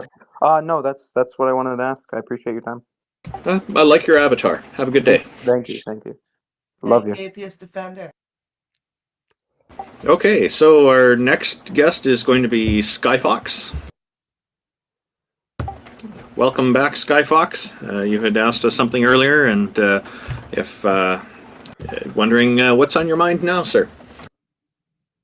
Oh yeah, sorry guys. I was just gonna ask if TJump has a debate tomorrow. I don't think so. Tomorrow's Monday, right? I don't think so. Okay, I thought who's his name? Who's just up here is gonna debate you? Who? Not Fox. Who? I thought Not Fox was debating you on Monday. I don't see anything in my calendar. But if anybody wanted to pay me to do a debate, $75 and I'll just hop in. Okay, man. What's your denomination of atheism? The correct one. There are no denominations, but thank you very much. Well, that's not true. There are lots of denominations of atheism. New atheism, atheism plus, spiritual atheism. There's tons of them. Oh, okay. There are atheists who believe in ghosts and spirits and things, but they're still atheists. Because there's no belief Do you in God. believe in ghosts? No. Okay. All right, guys. I don't either.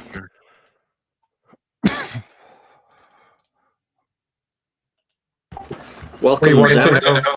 Oh, just go a quick ahead. question. If Skyfox was trying to find out when you do your other events, TJump, maybe not tomorrow, but you have some other show stuff that you do. Maybe tell him what that is. Wait, what? Don't you do some other show kind of things on a regular basis? I used to, but I lost my scheduler guy, so I don't have any regular conversations anymore. Don't think I have anything planned for like 2-3 weeks.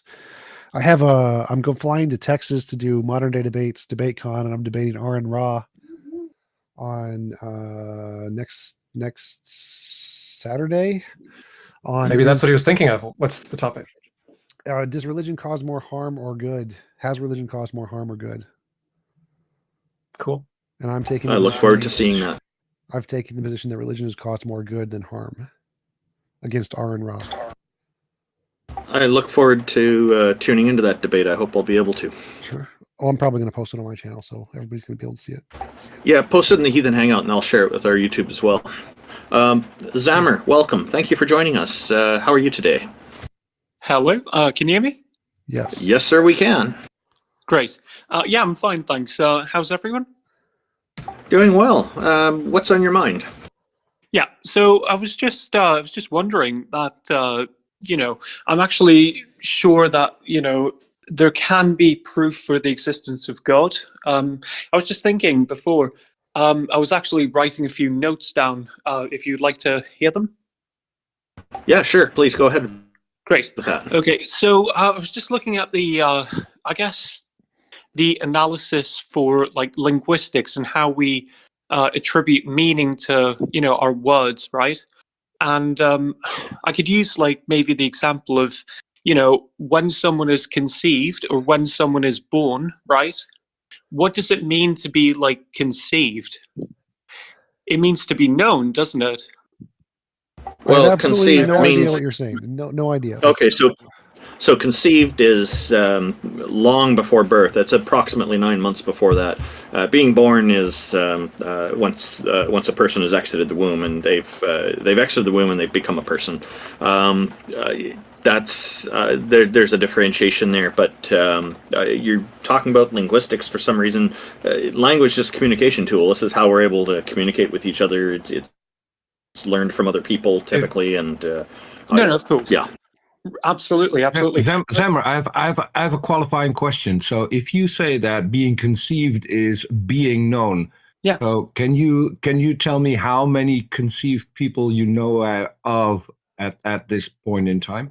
Well, they were born, right? We know that everyone was born. No. They were Hold on. known at some point, right? To be conceived is to be known. It's kind of like to be conceived. What I'm trying to point out is that to be conceived, of course it is. apparently is not to be known, because you started with a defense without even trying to list one recently conceived and therefore known entity. I want to jump in a little bit. Right. I'll ask you the question. I'll ask you the question again. I'll ask you the question again. Go ahead. Yep. Because I think you're trying to slip something in that I find dishonest, and I don't know. Not really. Wrong, actually, please, it's more so. Mute your mic. I have. So, how many conceived people do you know about? I just want to jump in here and say the conceived literally is quite a relevant. few, and anyone who exists is conceived. We know that they were born, right? It's quite simple. So if you look at the etymology, that is what we know. Please stop. Please stop. That is Stop. that is Please no. stop. Please stop. TJump, shut the fuck up. God. Stop talking. Conceived doesn't matter. Shut the fuck up. The word conceived is irrelevant. Stop. TJump, if you don't let me finish, I will just mute you and continue my conversation. Peter, shut up. Thank you. I will mute you. Okay, I don't care what you have to say. Shut up. What I'm trying to ask. Okay, guys. Hey, guys. I'll mute both of you if we don't stop. Hey. Okay. TJump, please let Peter finish, and then we'll hear what TJump has to say. Go ahead, Peter. Absolutely not. So I want to make a point here. The So, word conceived doesn't matter. Zammer, listen, what you said is that to be conceived is to be known. Yeah, exactly. So here's another question, right? If you want kind of the proof for God's existence. Oh, come on, dude. Yes.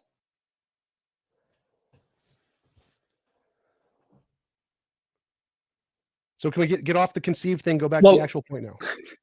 Yeah, okay, great. Thank you. Well, when you think about it, existence is kind of like a form of a statement, isn't it? It is a statement of such, right? Okay, everything necessarily exists, but that also ties into... Great. Great.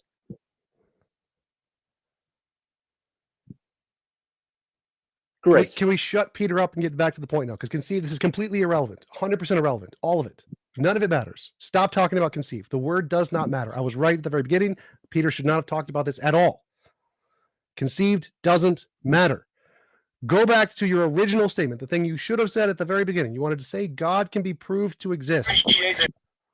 Hey, guys. Hey, just a sec. TJump. How long do you need to make your point? Is it just like 10 seconds? Yes.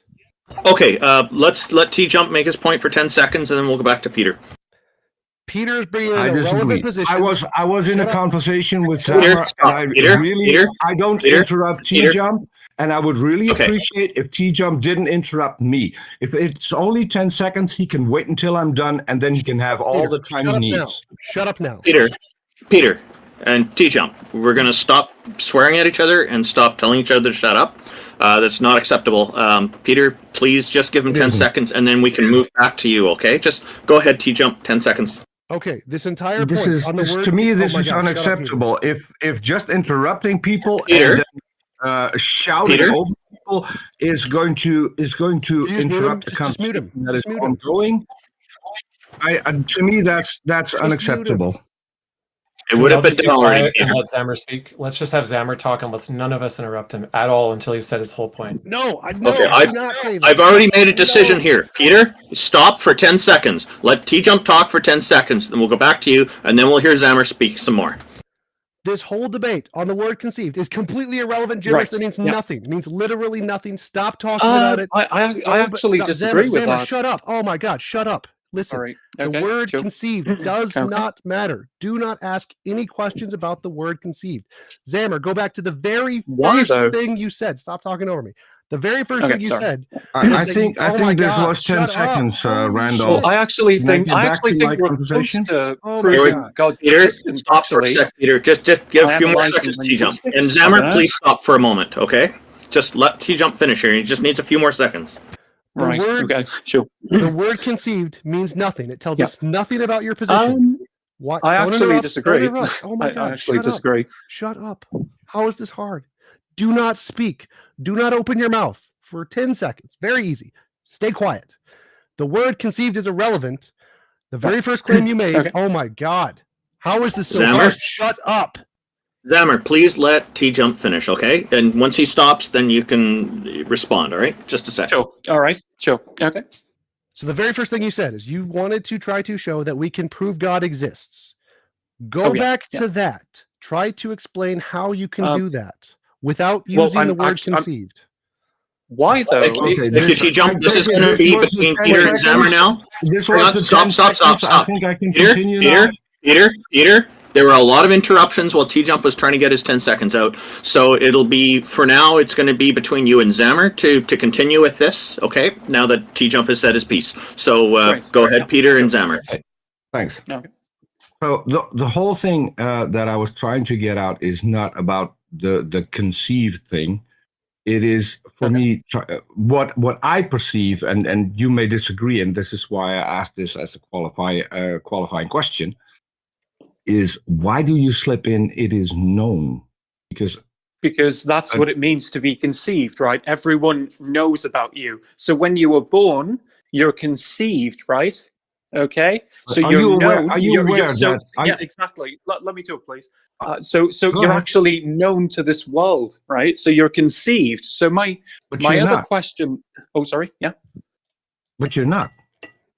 So are you aware wait. that a lot of conceived entities don't even make it into being born, and Yes, people will never know of them because they're not apparent.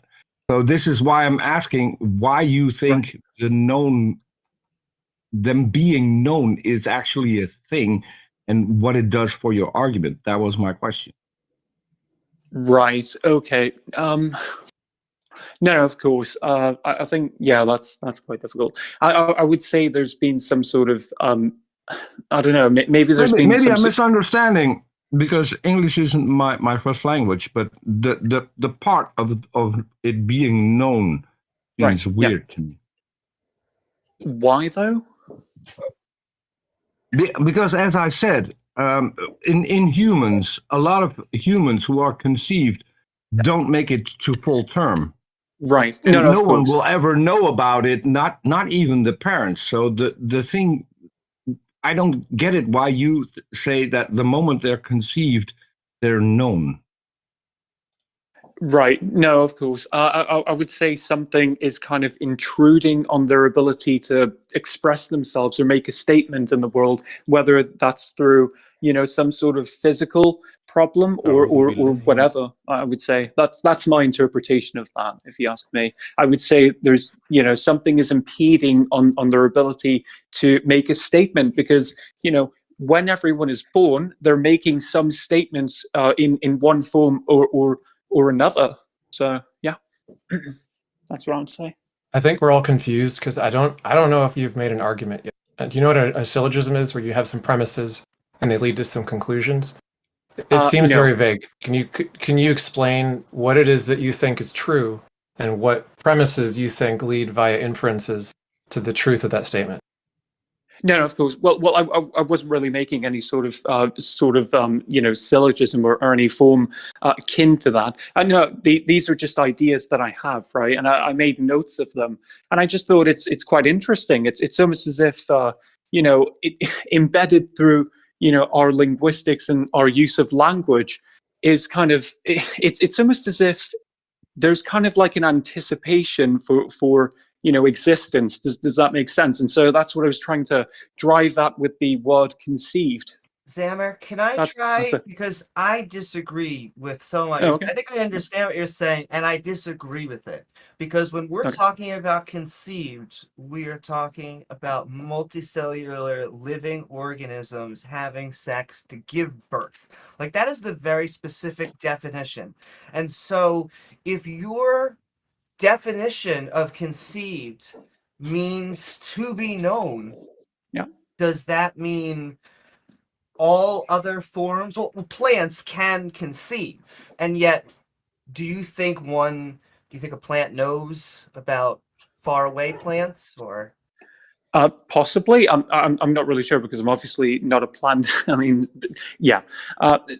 Honestly, I would say that it ties into, because I am a Christian. It's just interesting, right? It's kind of like you could look at or interpret the word, God's word, as being like the statement of all statements. So like the existence of all existence. And that's another note I wrote down as well. Just something interesting there. Existence of all existence. Or the statement of all statements. Can I jump in now? Sorry? Can you elaborate on that? Because that doesn't say anything.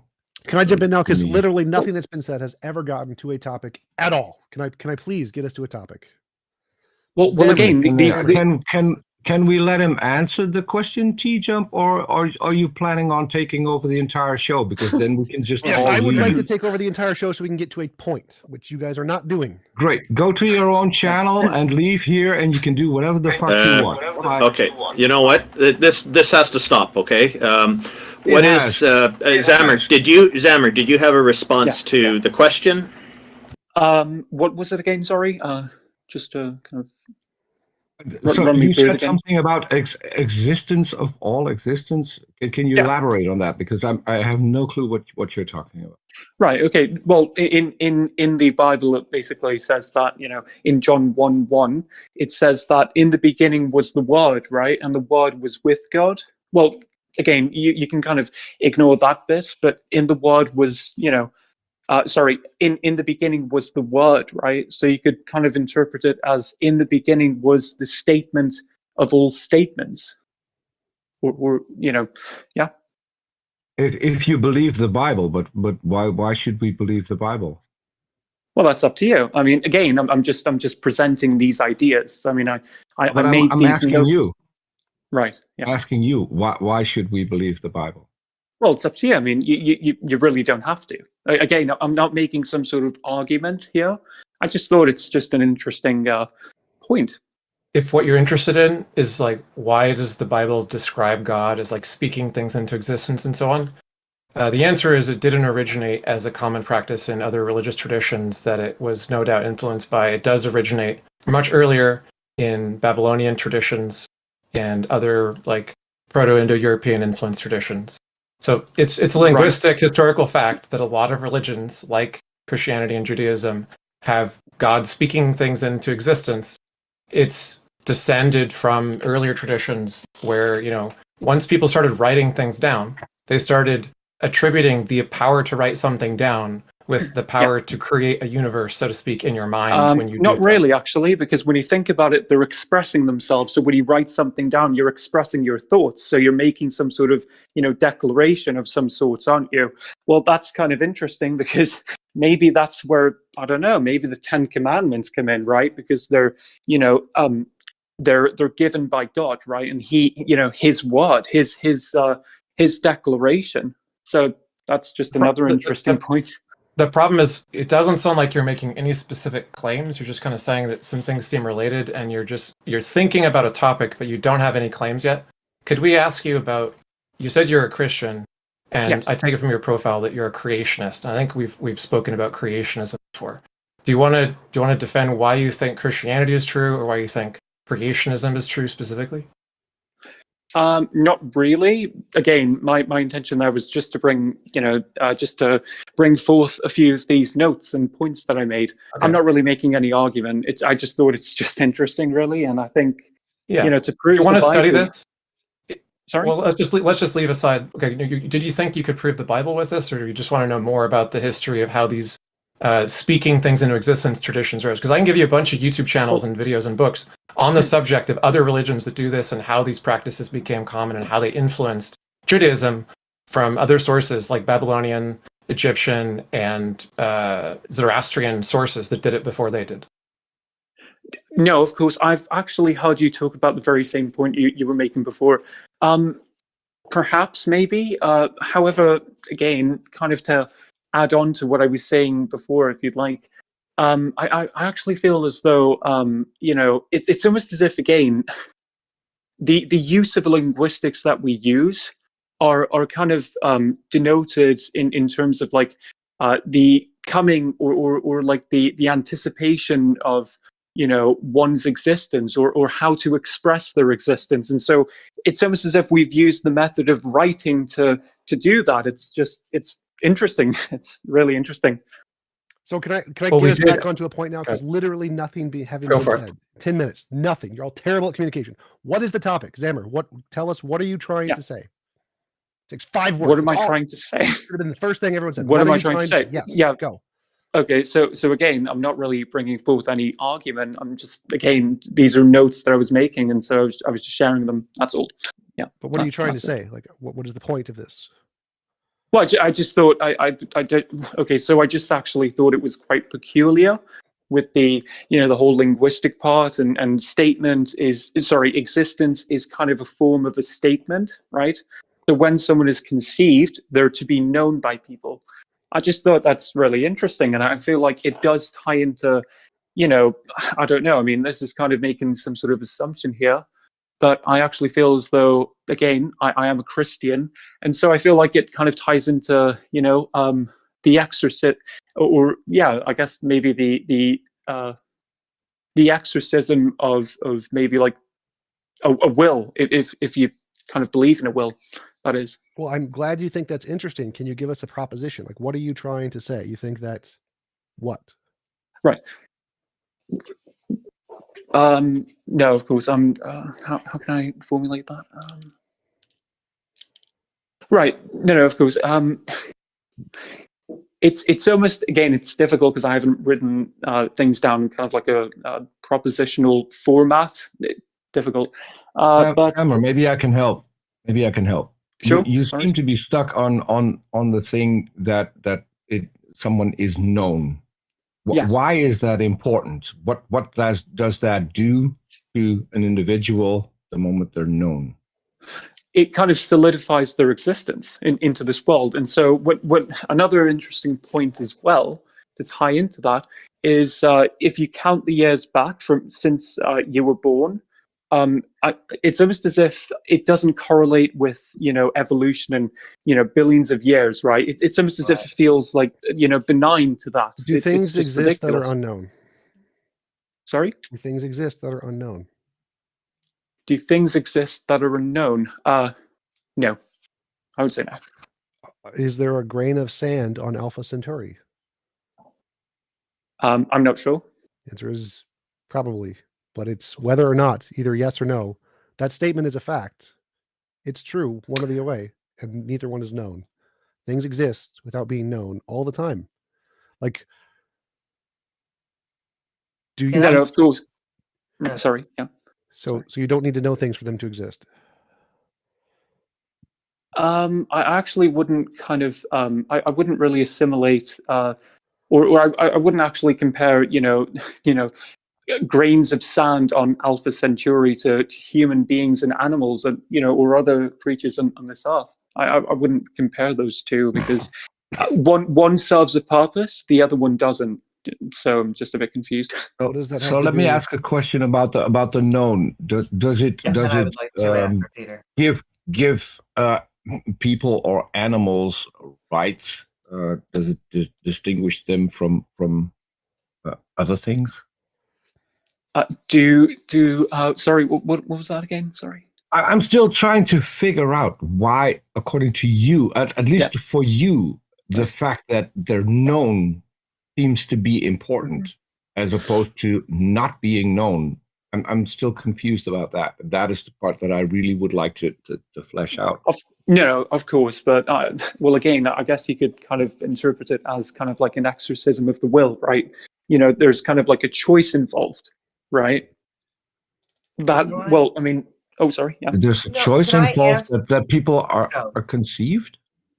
Well, yeah, okay, no, well, obviously not by them, but by the people who can, you know, brought them forth, who gave Obviously. birth to them.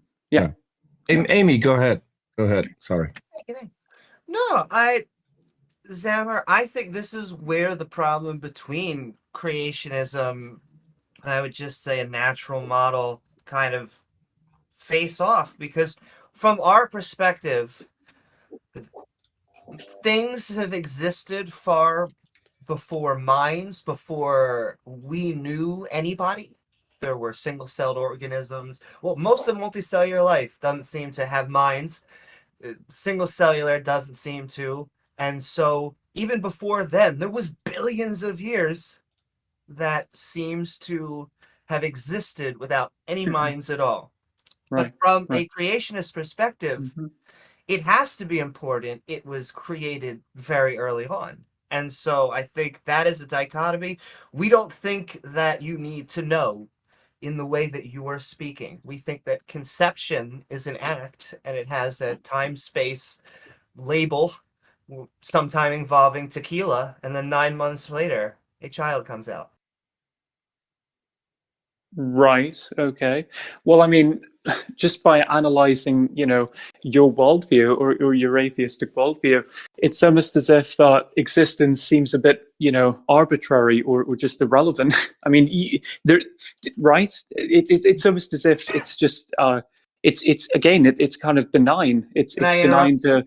Oh, sure. Yeah. Because arbitrary means by a mind, that is the exact opposite of what I think me and a lot of people are saying is, or naturalists are saying, is that it doesn't depend on a mind. Is that a rock is a rock on the planet, whether we exist or whether we all got eliminated or didn't exist ever at all, the rock would still be a rock. I think you're operating under the assumption of evolution kind of, you know, being responsible for kind of organizing life or forming life even. I think that's your presupposition. It's easy to kind of knock down because, again, okay, so do you think that existence is kind of just arbitrary and it's just irrelevant? Because you would have to if you take that approach. Do you kind of see where I'm getting at there? Interrupt you. That is the exact opposite of what I'm saying. I'm saying that I'm saying your definition is arbitrary and ours is objective. It doesn't seem like it. Why is that the case? Because yours is dependent on a mind. Literally, that is what arbitrary means, to be based on minds. Another mind has to know. It's to use a word, it's extremely arbitrary. But ours, it is a physical event. You either had sex and a baby is forming and then you have a conception, or it didn't. You can't be like, did this person over to the left, did they not get born? No, they're here. We have a point. No, of course. Yeah, I know that somewhat makes sense.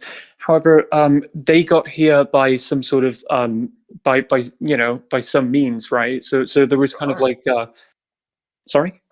Oh no, sure. Keep going. I'm sorry. Yeah, sorry.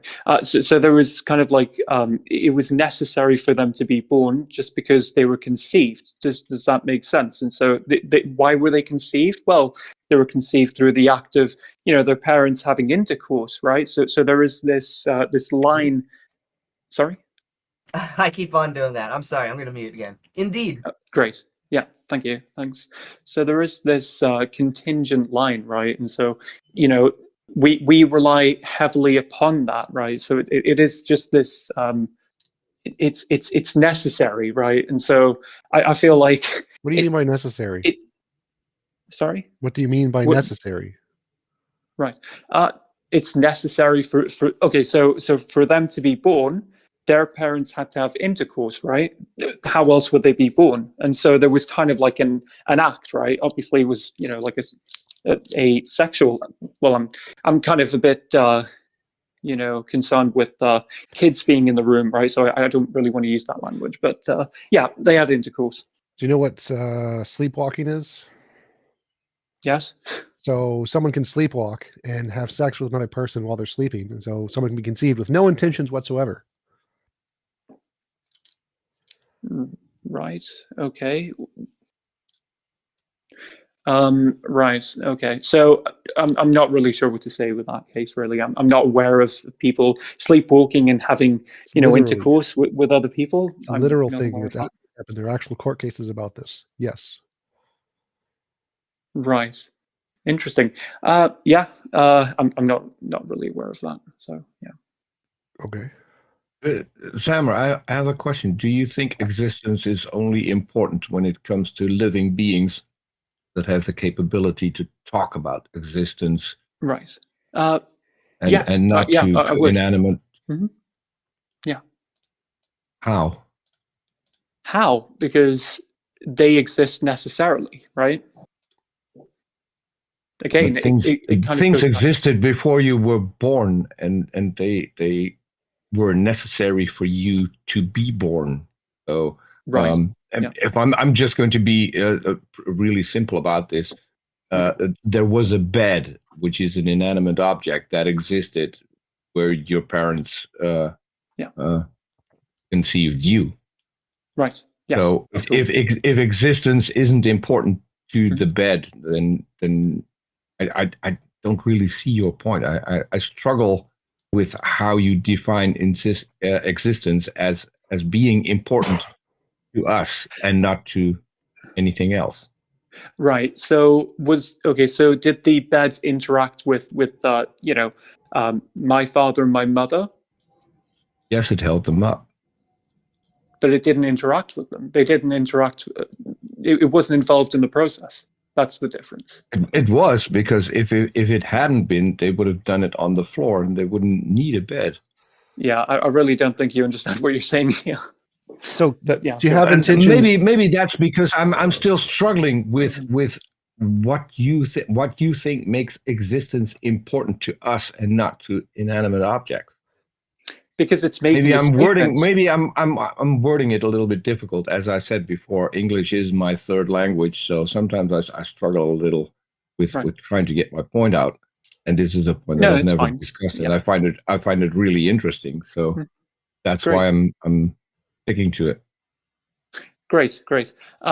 Yeah, no, I actually feel like existence is, again, it's making a statement, right? Whether that's, you know, and so you could use kind of like different tools to say, like, you know, a pen or a pencil or writing or different forms, right? You know, talking as well and gesturing. You know, there's many forms of making yourself known and kind of expressing yourself, right? Obviously, there might be some sort of inhibition of that. Say if someone has kind of like an issue with any of those things, that's true, but they could find other ways to do it. So maybe, like, I don't know, if you're hiking and you're not paying really good attention to where you're going, and you kick your feet into a rock that's laying on the floor, right? So therefore the rock is making itself known that it's there. Right. Right. It doesn't make a statement, though. Does it? Who cares? Why would it need a statement? Why would a statement be important? Because it can't choose. There's no choice involved. Who cares? Why would you need a choice? But it still exists, and you just interacted with it, and it interacted back with you by hurting your foot. Right. No, of course. Maybe I'm not understanding the whole thing, but I'm trying to understand, which is why I'm asking these questions. Honestly, truth be told, I'm actually trying to understand your point there as well. But yeah. You don't need I'd consciousness. love to have a lengthy conversation with you on this, if possible. I would really like to have you on my show and flesh this out a bit more. Maybe with someone who better understands it than I do. Yeah, sure. I find it really interesting that Thank you you. brought it up. Great. Thank you. All right. Well, Zammer, thank you very much. I think X may have had something to say. Go ahead, X. Yeah, I just want to say, if you do want to discuss with us your reasons for thinking that God exists or why you think creationism is true, by all means, that'd be a great discussion to have. I sent you links to documentaries and videos on the subject of the origin of the God speaks things into existence tradition from other traditions that it was influenced by. And I sent you some stuff on both the Proto-Indo-European and the Babylonian influence. Do you have any questions about any of that stuff? Do you want to know more about that? Because you're interested in like your linguistic analysis of what you think the word or the way we use it means. But it seems like any study of linguistics is going to start with the way that linguistic usage came into being and the context in which it was originally meant at the time. Right. Yeah, no, of course. I'm not really sure. I'm quite skeptical of any sort of document prior to the Bible, because again, I am. You don't Christian. think they existed, right? You don't think Sorry? any documents existed prior to the Bible? Is that right? Well, if you want the truth, I actually feel like God is directly testing us. I feel like that correlates with one of the commandments where you shall have no gods before me. It's almost as if God has kind of laid this framework out for us to choose Him always. And that kind of makes sense as well. But that's a whole nother idea and topic. But yeah. But the historical, archaeological, and like literary traditions that are discovered through that process, that evidence far precedes all versions of the Bible. And the versions of the story that it uses, that it is most closely associated with, have versions that precede those. There's like a dozen versions before the Babylonian version gets into the Bible. Or sorry, the Akkadian version, because it went through Sumeria, went through Babylon, it went through Acadia. 3 whole cultures had changed the story around before the Bible version changed it some more, right? We have all the different versions in texts that we have uncovered. So do you just think that all the archaeology is wrong and like radiocarbon dating and other dating methods are all wrong and the world is only 6,000 years old? Is that still your belief? No, I actually think that's a straw man. I never said it was 6,000 years old, did I? But yeah, sure. Okay. Okay, well, if you want to discuss it sometime, I'd love to do that. Yeah, perhaps. Great. Okay. Thank you, Zammer. Appreciate you coming up and presenting your ideas. All right, then. Thank you. Thanks. Bye. Bye. Our next guest is Painterly. Hello, Painterly. Welcome. Thank you for joining us. It's a pleasure to have you here. Oh, I'm not gonna lie. I did not realize my hand was still raised. Oh, that's okay. It's nice to meet you. Did you write in the chat that you recently left religion? No, I reverted. I was an agnostic theist until very recently. Oh, and then you got back into it. Okay, I don't want to put you on the spot. If you don't want to talk about it, it's okay. I'm curious, what changed your mind to get back into religion then? It's gonna sound silly.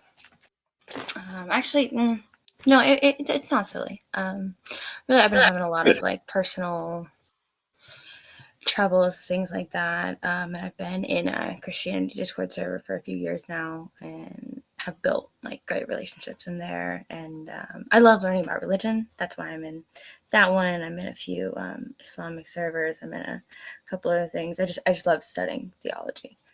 But with certain things going on in my life very recently, some struggles with addiction, stuff like that, I decided to kind of take up a hobby. Basically. Well, you know, actually, it's quite a good approach to use when getting rid of an addiction, to replace it with a different hobby or habit. And a mistake I find a lot of people make when they're trying to get rid of an addiction is they don't replace it with something else. Most people need to replace it with something else. So, I think that's a perfectly good approach to kind of keeping that addiction out. And as long as you can probably keep that going for more than 6 months, you will hopefully have no problem never going back to it. I agree with everything Randolph said. I just had to ask, you didn't say at the very end Wahhabism, did you? No. A hobby. A hobby. A hobby. Got you. Yeah, the original plan was go to a bunch of different churches, and I did try a few different ones. I still want to go to like a Sikh temple, a mosque, a synagogue, stuff like that. But got you searching. Did I miss which religion you have decided that you think you fit into? Yeah, I've kind of, I vibe with Catholicism. I was baptized Catholic, and I don't know. I had a moment. For me, it's very like personal, very subjective. I'm not one to argue it. Like I'll still find myself arguing on the side of being agnostic because I can't argue that. Like that's arguable. Is it something you want to investigate? Like, let's just say you don't want to debate it face to face with somebody else, but you want to be able to do your own research and look into the matters, both to know more about the faith, if you decide to get more deeply into it, or to know about alternative explanations that might actually be a different way to find the connection or whatever it is that you need that would work better for you. If either of those things are interesting to you to explore, would you like some suggestions for things to look into? Yeah, I also just really like. I like mythology. I can relate to that. Saying that, yeah.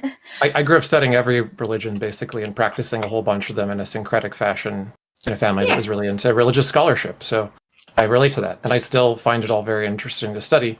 I just don't think that most of these claims are true, and I take the genre that the Bible is to be historical fiction. It has so many literary elements that don't coincide with the way we write history, even by the standards of the time, but they do line up with the way that people legendized stories that had a couple elements that were historical into legends that were larger than life. That's my take, and a lot of scholars, in fact, the majority of religious scholars who study the Bible, who are biblical scholars that don't have a true statement that says they must believe in the perfect word of God to have a job, or they get fired from their university. The majority of the researchers who study the Bible who don't work somewhere like that think that it is largely historically fictional. Yeah, and I absolutely, I honestly agree with that as well. I'd like to give you. I'd like to give you some assurance because you mentioned about agnosticism. You sounded a little bit, I guess, sheepish or shy about bringing that up. One of my friends. Many years ago, we were talking about religion. Most of the time, my friends and I don't talk about to have other things to discuss, but we were kind of getting into some of the terminology and whatnot. And he told me that because he was curious about why I'm an atheist and stuff. So then I'm asking him, and he said the conclusion that he came from our conversation is that he is definitely a theist because he believes in the God. He's a Catholic, but he's agnostic. But he's agnostic because he doesn't know for certain that God exists. What I'm trying to say is, it's okay to be both. You can be. There's nothing illogical about having these two different positions. The positions themselves may have some logical issues, but there's no conflict to say that you're agnostic and believing in the God at the same time. Yeah, I feel like I'll find out when I die. It's kind of what all of us can say. And I just want to put out there that if you lapsed before, I believe in you. You can lapse again. I love it. Yeah, because once you're baptized, you're like elapsed. Like you're always Catholic. Once Catholic, always Catholic. At least in Ireland. If you say you're an atheist in Ireland, they're like, yeah, but are you a Catholic atheist or a Protestant atheist? Because they just care about which side of the conflict you're on. Right. Well, I don't know if I can do the accent right now. Dang, you got me at a bad time. Well, we really appreciate you coming up and talking with us for a bit. Thank you very much. Unless there was something else you wanted to ask or cover. No, thanks guys. It's cool. Was a pleasure. Okay, so thank you. Have a wonderful day, and we'll bring up our next guest, Taven. Hello, Taven. Maybe Taven is away from the computer. I did notice that Mods Are Losers also was interested in joining us, but they've put their hand down, so they've exited the queue. I'll DM Taven. He's great. Okay. Did anybody have any thoughts on... Okay, hello, Taven. Welcome. Thank you for joining us. Oh, hey. Yeah, thank you for having me. Hold on. Okay, yeah, sorry about that. I just got the whole... I was wondering why you guys were calling me up and I wasn't joining. I don't know why. Yeah. No problem. So, well, you might not know this, but I am an atheist. So, well, I mean, I call myself an atheist for all intents and purposes. Okay. But recently I've been sort of kind of confused about the terms, right? So, well, I mean, it's a two-part question, really. Would you consider deism to be a kind of theism, or theism to be a kind of, this separate thing, and deism to be this sort of separate thing? You're almost I put it on the... I think you were right the first time. Deism I consider to be a subset of theism. It has some specific characteristics about the deities that are unique to it. That either the deity, the god, usually people refer to as a male deity, the god is created everything and then has died off and is no longer involved. Or the other camp that's very common in deism is that the god created everything and just lost interest in us and is on to other things for whatever reason. So that's the thing. There is that belief that there was a deity, so it does qualify, in my view, as theism, and it is still somehow relevant to the current world because the current world is created by this deity. I think the positions are distinct in the literature. Like, the distinction between deism and theism is whether God intervenes. Theism is usually defined in the literature as God still actively engages. Deism is defined as God does not.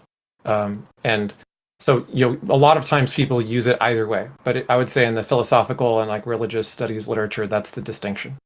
I agree with that distinction. The common denominator there is that they still both hold that belief in at least one God. Yeah.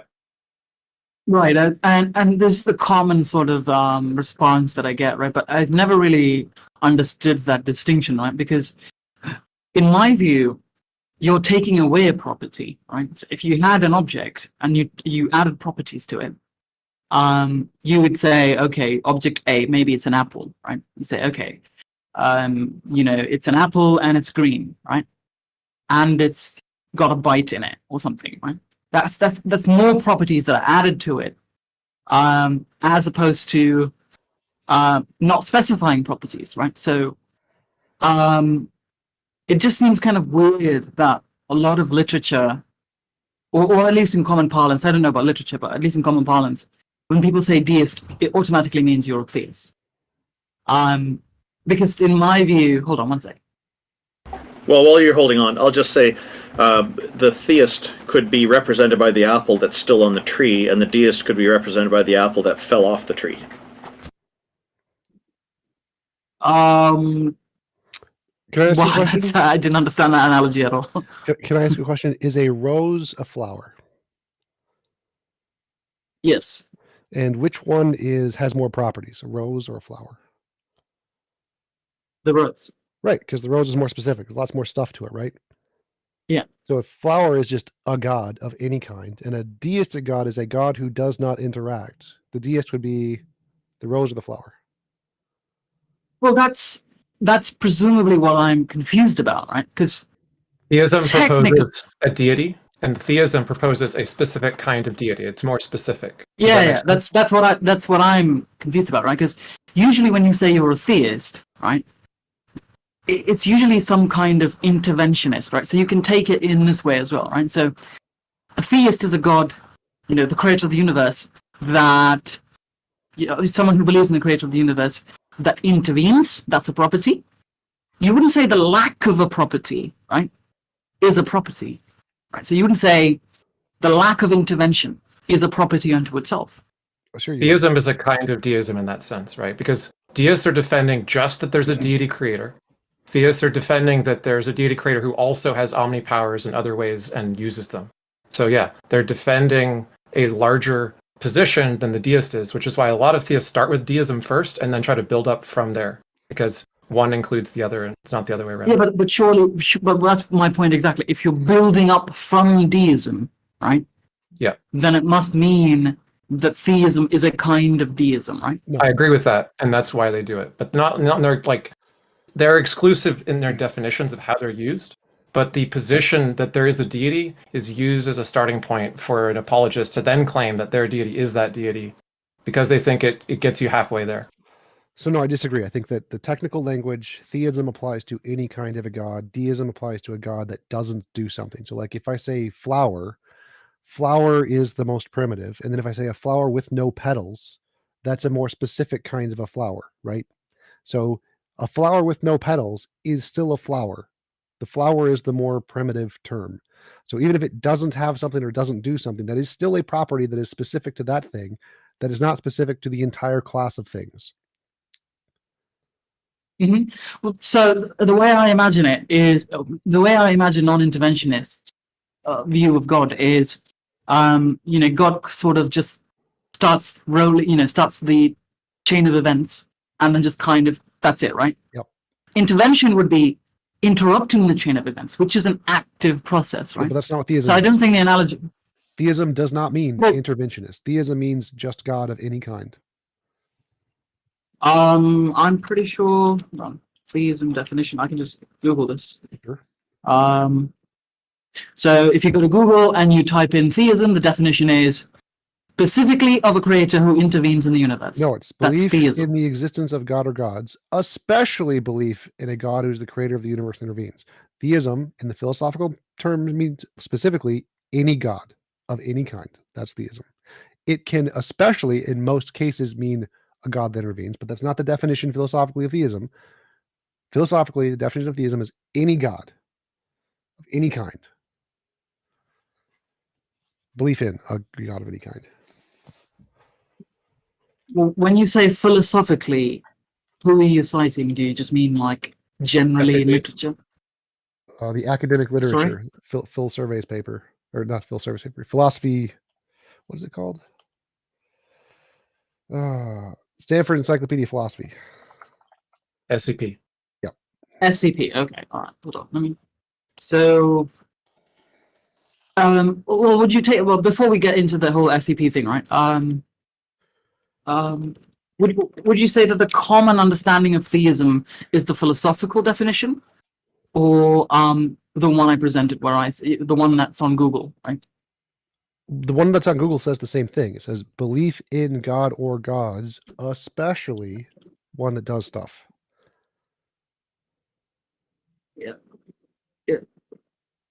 I don't know what you're seeing. So I Google. If you Google theism, the first thing that comes up is dictionary, Oxford Languages, theism, noun, belief in the existence of a god or gods, comma, especially. Depending on which definition you use, it says comma intervening in and sustaining personal relations to his creatures. Like, we could do some research on this to see who's right, but I think that the point is theism is almost always used with the interventionary kind of God and not the other kind. That's what I was under the impression as well, right? Because incorrect. No. I could be wrong. We could look into it. Well, the reason I'm saying is I distinctly remember Christopher Hitchens making the distinction. Right? He's him saying you can get yourself all the way to deism, but you can't get yourself to theism. That presumably means there's an added-on property for theism, right? No, but what is your point here? And also, I would love it if you'd said anything other than just no. So that's just not how the words work. The etymology of the words is theism refers to literally any god. Most of history refers to specific gods that do things because of our evolutionary biases. Completely irrelevant to the etymology of the word. Who cares? What is your point about the etymology of the word? I'm not talking about the etymology of the word. I mean, I'm talking about the usage of the word. Who cares? Why? What is the point? Well, I already made the point, which was that I'm confused about whether or not to use the word deist when I'm talking about myself, and whether or not deism is compatible with atheism, which I think it is, which is my argument. Wait, right? wait, what? You said deism is compatible with atheism? Yeah. How? Atheism is the position there is no God. Yeah. Well, so there's two definitions of atheism, right? One of them is the knowledge version, and the other one is the belief version. Right? If you take the belief version of atheism, so if you say, I'm an atheist in the sense that I don't believe there's a God, right, as opposed to I know there's no God, then I would say that it is compatible with deism for the same reason as to a belief that there's no God does not imply the negation of the existence of God, right? Sure, but neither does. So, like, if you take the soft atheist position that I have no reason to believe in a God, that's consistent with a God existing. There could be a God who does interact, who is purely theistic and does a whole bunch of stuff. We just can't detect it, and that would be consistent with the soft definition of atheism too. So it would make it would be no distinction there between deism or theism. Both could be consistent with the soft definition of atheism. Well, what would you call someone who thinks that there's no specific God, right? What? Like, I What don't does know, that like, mean? well, when I say specific, I mean like, Like a pantheist? no. I shouldn't have said specific. I should have said an interventionist God, right? So someone who thinks there is no interventionist God, but there is probably a non-interventionist God. Deism. What would deist okay. That's a deist. Yeah. In fact, you sound like an agnostic deist. An agnostic what? An agnostic deist. So you lack the knowledge, thus the agnostic, but you believe a non-interventionist God exists. I don't personally believe in deism. I'm just wondering because I'm confused about the term. Right? I'm a hardcore atheist. Okay. The other point that the other thing I wanted to talk about was and I don't know if you guys have the time for this, but I wanted to discuss like some of the more complicated and cutting edge arguments for God's existence. Sure. And whether you think that there are any good refutations for them, right? So which ones do you think? One of the arguments. The obvious one would be Gödel's ontological argument, right? So so the modal arguments would be, I would say, is very cutting edge because they rely on principles of logic, right? And they're not purely sort of just wishy-washy stuff like the teleological arguments or anything like that, right? Well, have you guys come across Gödel's argument, yes, or yeah, have you read Oppie's response to it? I didn't hear what you said. Oppie's response? Is that what? Like Graham Oppie is one of the best at steel manning all the different arguments and summarizing the literature on the responses, and some of his books I'm a big fan of Oppie. Yeah. Yeah, I know we've talked about Oppie before. So if you've read his response to the argument and how he summarizes the argument, I think he does a pretty good job of it. I can send it to you. Right. So, sure. I am familiar with his response. I think the conclusion is something along the lines of it doesn't really imply a specific God, right? And I think that's fair.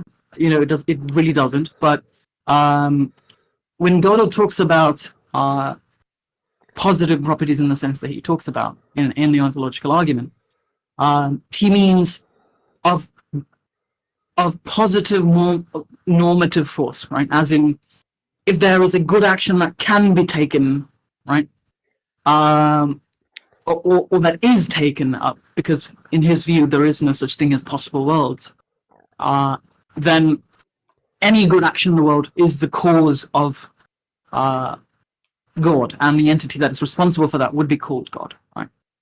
And he thinks that the premises of the argument allow you to construct parallel arguments that show the opposite conclusion is true. And it's a mistake in assuming that the inferences follow to only the conclusion that's claimed by Gödel's argument.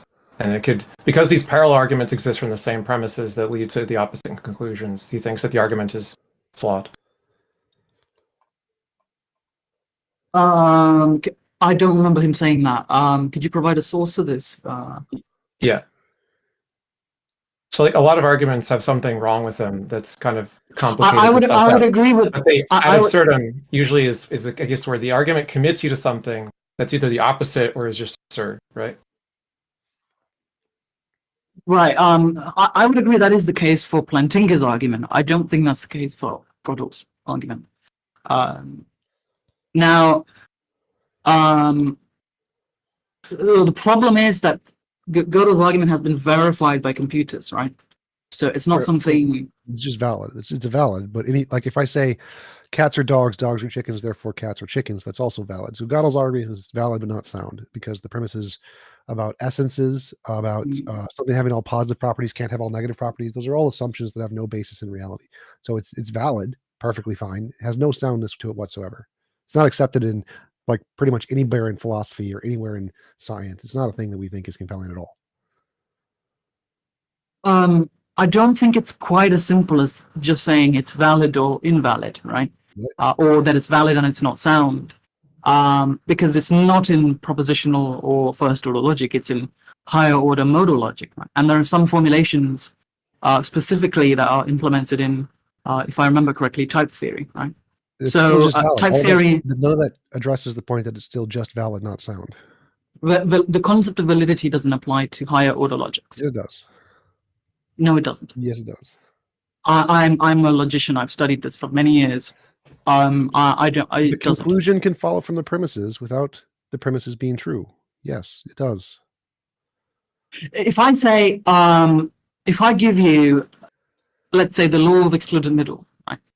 So if I say P or not P, right? So and then I give you,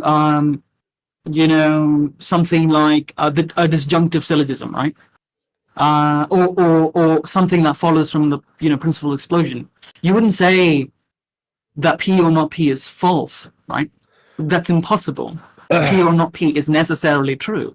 Right. You just so the argument must be which means the same thing as saying it's invalid or unsound. Are you saying excluded middle is false? Well, no. But I could. So if one of the things I wanted to do to address the argument to say it was unsound is I could doubt the axiom. I could say if I say that axiom is false, that is the same as saying that is unsound.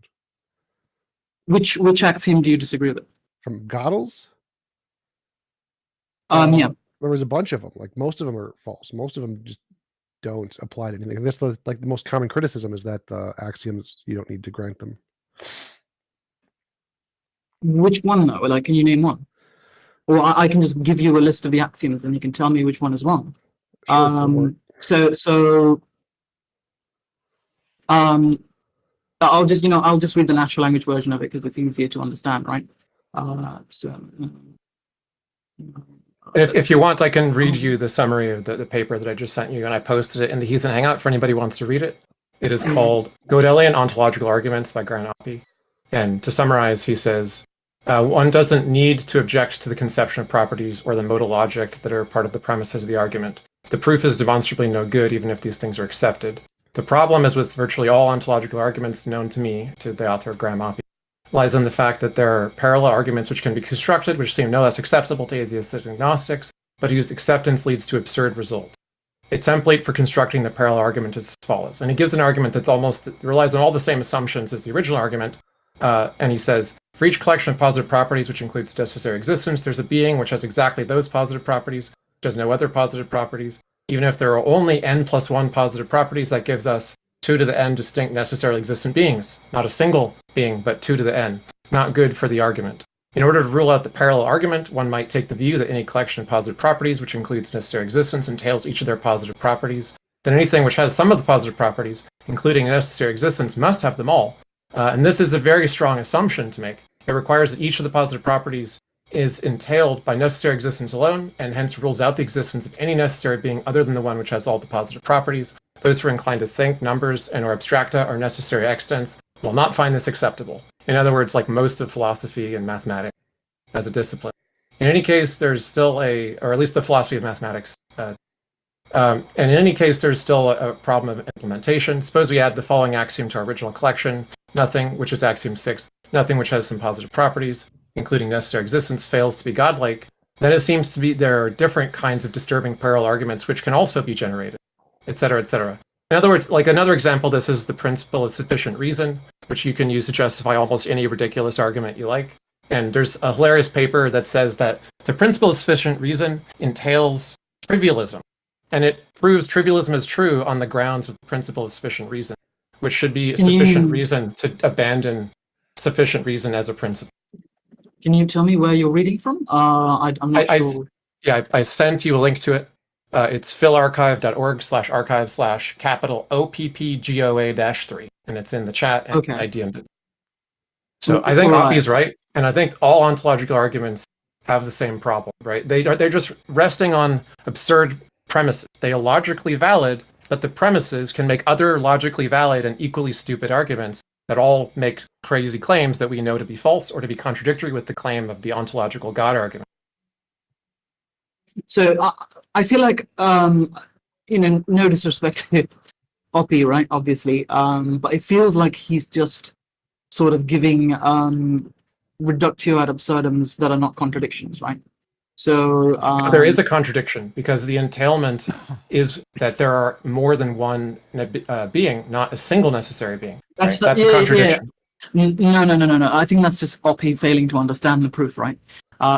Well, first off, the reason he fails to understand that proof, right, is because Gödel admits, right, I think in his discussion with Dana Scott, right, that the whole thing about was him failing at proving there was only one God, right?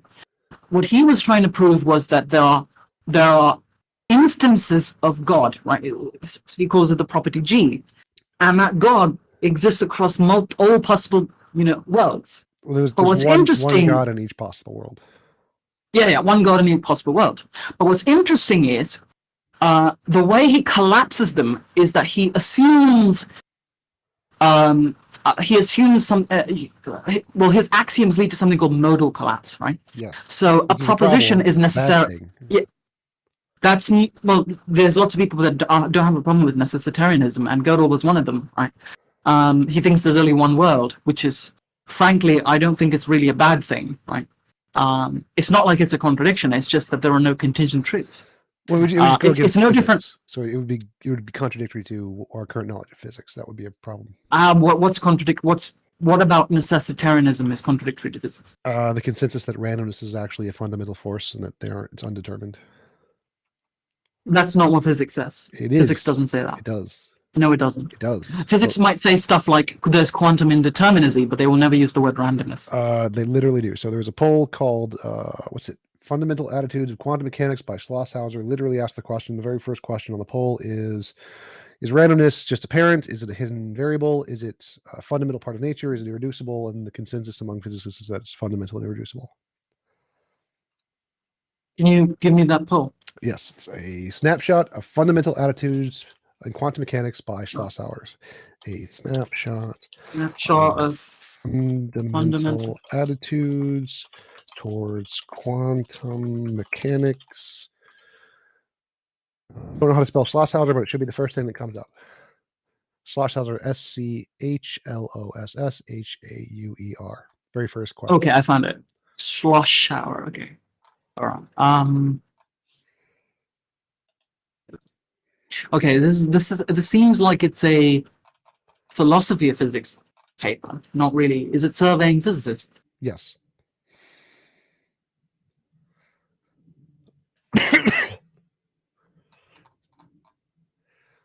The very first question, or second question? No, it's the first question. Is the results. Number 2, results.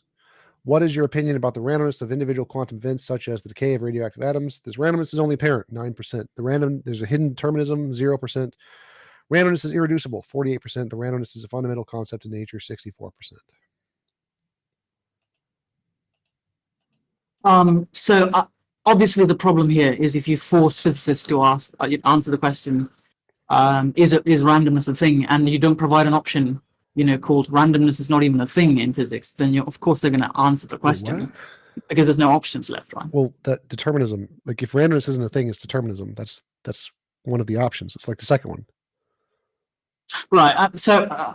Yeah, obviously they're just using randomness here as indeterminacy, right? Randomness, I don't even know what randomness means, but if they just mean indeterminacy or like non-determinism, sure, right? But and that's the opposite of necessitarianism. The opposite of necessitarianism would be modality, right? Modal realism. No. Just say, like, that's one possible alternative, like saying there's multiple worlds, or like modal ontic realism. But like just to say that multiple worlds is a subset of modal realism. Yes, but you don't need that. So like in order to reject necessitarianism, you can just say there are random things that happen randomly that are not necessary. It is not necessarily the only way it could be. There are other ways it could be. Whether or not they do happen to occur is irrelevant. But if randomness being an actual fundamental force would debunk necessitarianism because it's not necessary that there's an easy way to debunk this whole randomness thing, right? Is we know what randomness looks like, right? If you do a probability distribution, right, for random events, what you would expect is a uniform distribution, right? You wouldn't expect a Gaussian distribution. You wouldn't expect like a ZipF distribution. Wait, what? You wouldn't expect a logistic distribution. You would expect a uniform distribution. And that's not what we see when we do like any sort of randomness tests in quantum mechanics. But that's sort of digressing, right? I don't see why that would be relevant. I don't. Like if there's any randomness, if there's any point of it that is indeterministic, whether that affects the probability of it going from 1% to 2%, who cares? If there's any amount of that debunks necessitarianism. It is not necessary that this happens. I'm sorry, I didn't follow that. So if there is some random percent chance that something happens to any degree, if randomness is a real thing, it doesn't matter how much the randomness affects things. It doesn't need to be exactly 50-50 or perfectly a random nondescript thing. It can be like a 99%, but 1% is some random things happen. But any amount will show necessitarianism is false, because if anything happens to any amount that is non-determined, that is not necessary, it could have been otherwise, necessitarianism is false. I still don't follow. Can somebody else explain it? I didn't really understand the argument. If anybody else understood the argument, I'd love it if you presented what he said, what TJump said, in a more, well, I'm not saying he wasn't clear, maybe he was. I just didn't really understand it. Necessitarianism is the metaphysical position that denies mere possibility, right? I think you might be thinking of modal realism. Like he is? Like he's trying to... So you agree necessitarianism is the position that denies mere possibility, right? There is exactly one way the world can be. That's what necessitarianism means. Yes. So if there's multiple ways the world can be, necessitarianism is false. There is not exactly one way the world to be. Yeah, that's correct, yeah. So if randomness is a thing, then there are multiple ways the world could be. By definition. Sure. I wouldn't use the word random if I'd use the word non-deterministic, but okay. Well, those are synonyms, literally synonyms. But so that means necessitarianism is false. But you haven't proved that non-determinism is a thing. Well, you're right, I didn't prove it. This is just the consensus among physicists of the evidence. So it would go against the evidence. The consensus of the physicists is that non-determinism is a thing. Yes. I thought it was that local realism wasn't true, not that non-determinism wasn't a thing. No, the consensus is non-determinism is a thing. There are interpretations like multiverse or something that try to accommodate that, but the consensus is like, yeah, indeterminism is true. It's a real thing. Okay. I don't know if that's a thing. I don't know if that's actually what physicists hold. I think if you look this up, Taven, you will find many people making this statement, and you might think that a form of like the Bohm interpretation of quantum mechanics or something like does away with multiple universes or indeterminism or something. But the current consensus is that physicists hold determinism is false.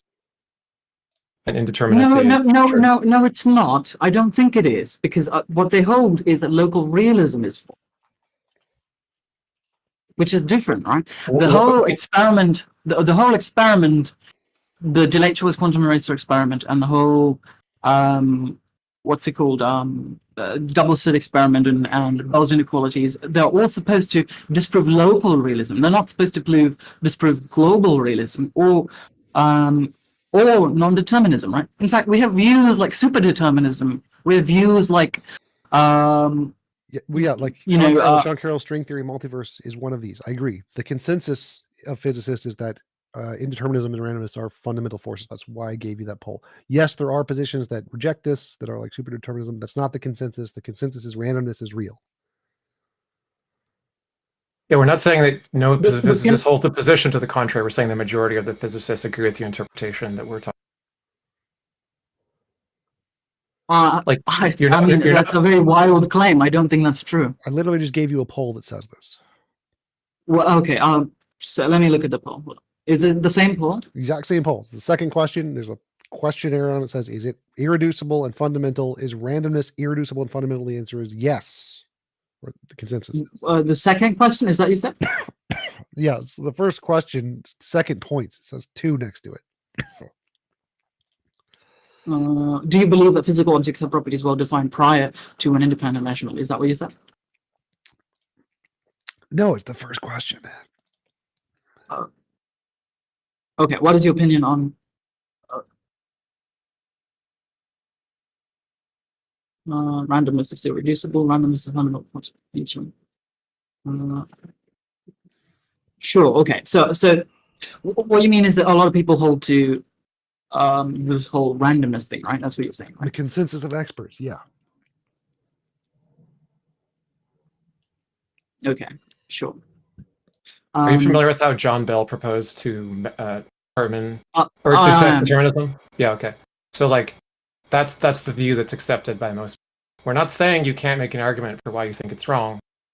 This question is somewhat underdetermined, but enough people think that it is the consensus. I mean, it's not that interesting to argue about what the majority of people think. We've presented empirical data, but it's like if you just agree with it, you can just make an argument about why you think they're all wrong. But let's move on. You can. The problem here is that this paper is sort of asking very leading questions, right? It's asking questions like, the question itself doesn't make any sense, right? What? Like, why would you presuppose randomness? Why not just use the technical term that's used in, those are synonyms in the field. Those are literally synonyms. It doesn't presuppose anything. The question is very specific. For the experts, indeterminism and randomness are the same thing. The question is what causes the indeterminacy? Is it unknown, or is it literal absolute force of randomness? That's why it's using the word, because indeterminacy the reason I'm saying they're not the same thing is because if you've taken any formal sort of course on complexity theory or basically anything to do with mathematics, the term non-deterministic means something completely different, right? I agree. So indeterminacy is just the fact that we can't predict why this is happening. The question is why? Is that actually caused by some hidden variable? Like, is something determining that we just can't see yet? The answer is most people say no. Or is it really the case that they are really, truly, indeterminately random as like a brute fact? And the way you express that in the word is randomness fundamental and irreducible, which is exactly what it asks. Is randomness fundamental? Which question was that? Question number 2, I guess. And you understand the conclusion of Bell's experiment, right? Like he measured quantum states of particles emitted by radioactive decay. It's been reproduced many times. Determinism about radioactive decay is not the case, at least. So there's at least one thing which is not deterministic. And it's held by the way that quantum information works and by all the experiments that tell us things about how quantum information can be measured and understood to behave, that it's not just that we don't know, like you said, a hidden variable. It's that it is fundamental to the nature of the thing itself that there is nothing in it that could determine it. There's no information that is just missing. Information cannot play a role in something like this? Specifically, only local hidden variables. It doesn't rule out global hidden variables.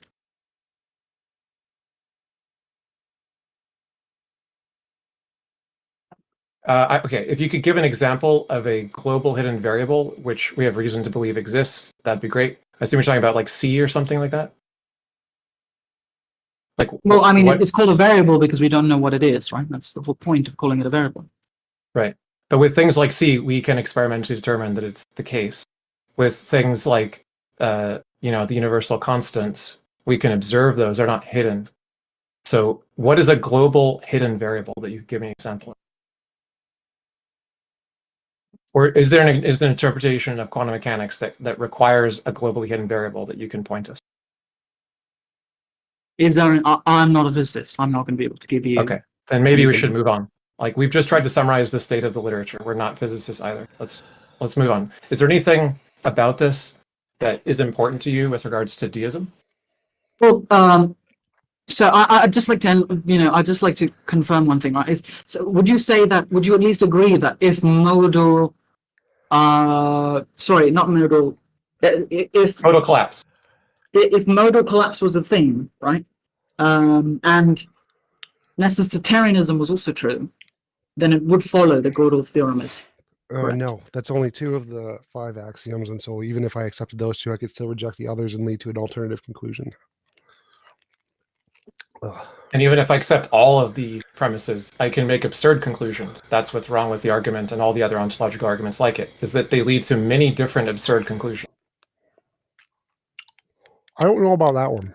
Like, That's RP's response, right? Yeah, and like I said, I sent it to you. Feel free to read it. We could discuss it if you want. That's the one with the op GOA, right?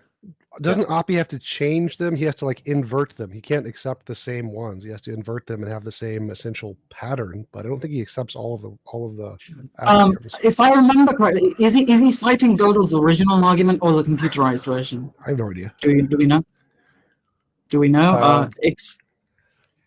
I don't know the difference between the two. This is in my area of expertise, but he the always difference presents is the strongest argument in its most recent form, not just some original version. That's sort of how he does that. I mean, there's an easy way to verify this, right? When was this paper published? Hold on a second.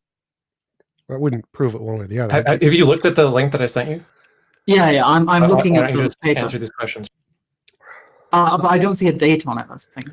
Well, the date wouldn't make a difference. Even if he published it yesterday, it still could be either one that he could be using. No, I'm saying if it was published before the 2014 paper. True. Then there's no way he could have known about the proof, right? But does it actually say in the paper, and can't you identify from his argument? 1996. RP publishes in 1996. Yeah. Yeah, then there's no way. That's not a response to the computerized version. Okay, so if you want to tell us about the computerized version and we can research that and talk about it some more, we can do that. Sure. I'll put a link to the paper in. Like, I'm happy to look into this more, and we could come back and discuss it once we've had a time to look into it. The problem is that the paper is fairly technical, right?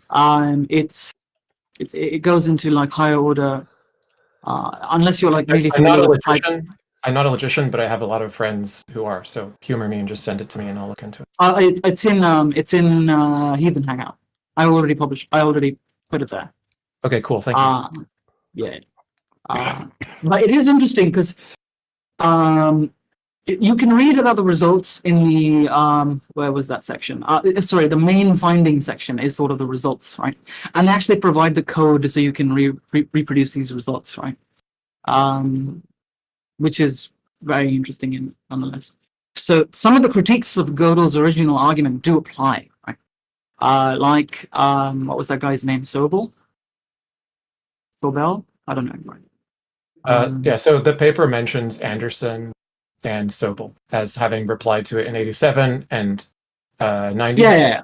And Adam in 1995. And what he said is he wanted to draw attention to the objections to their argument. Because what he's trying to do is not like, oh, here's like an easy like dunk on like atheist bros or theist bros. He's saying, look, these arguments had objections subsequently.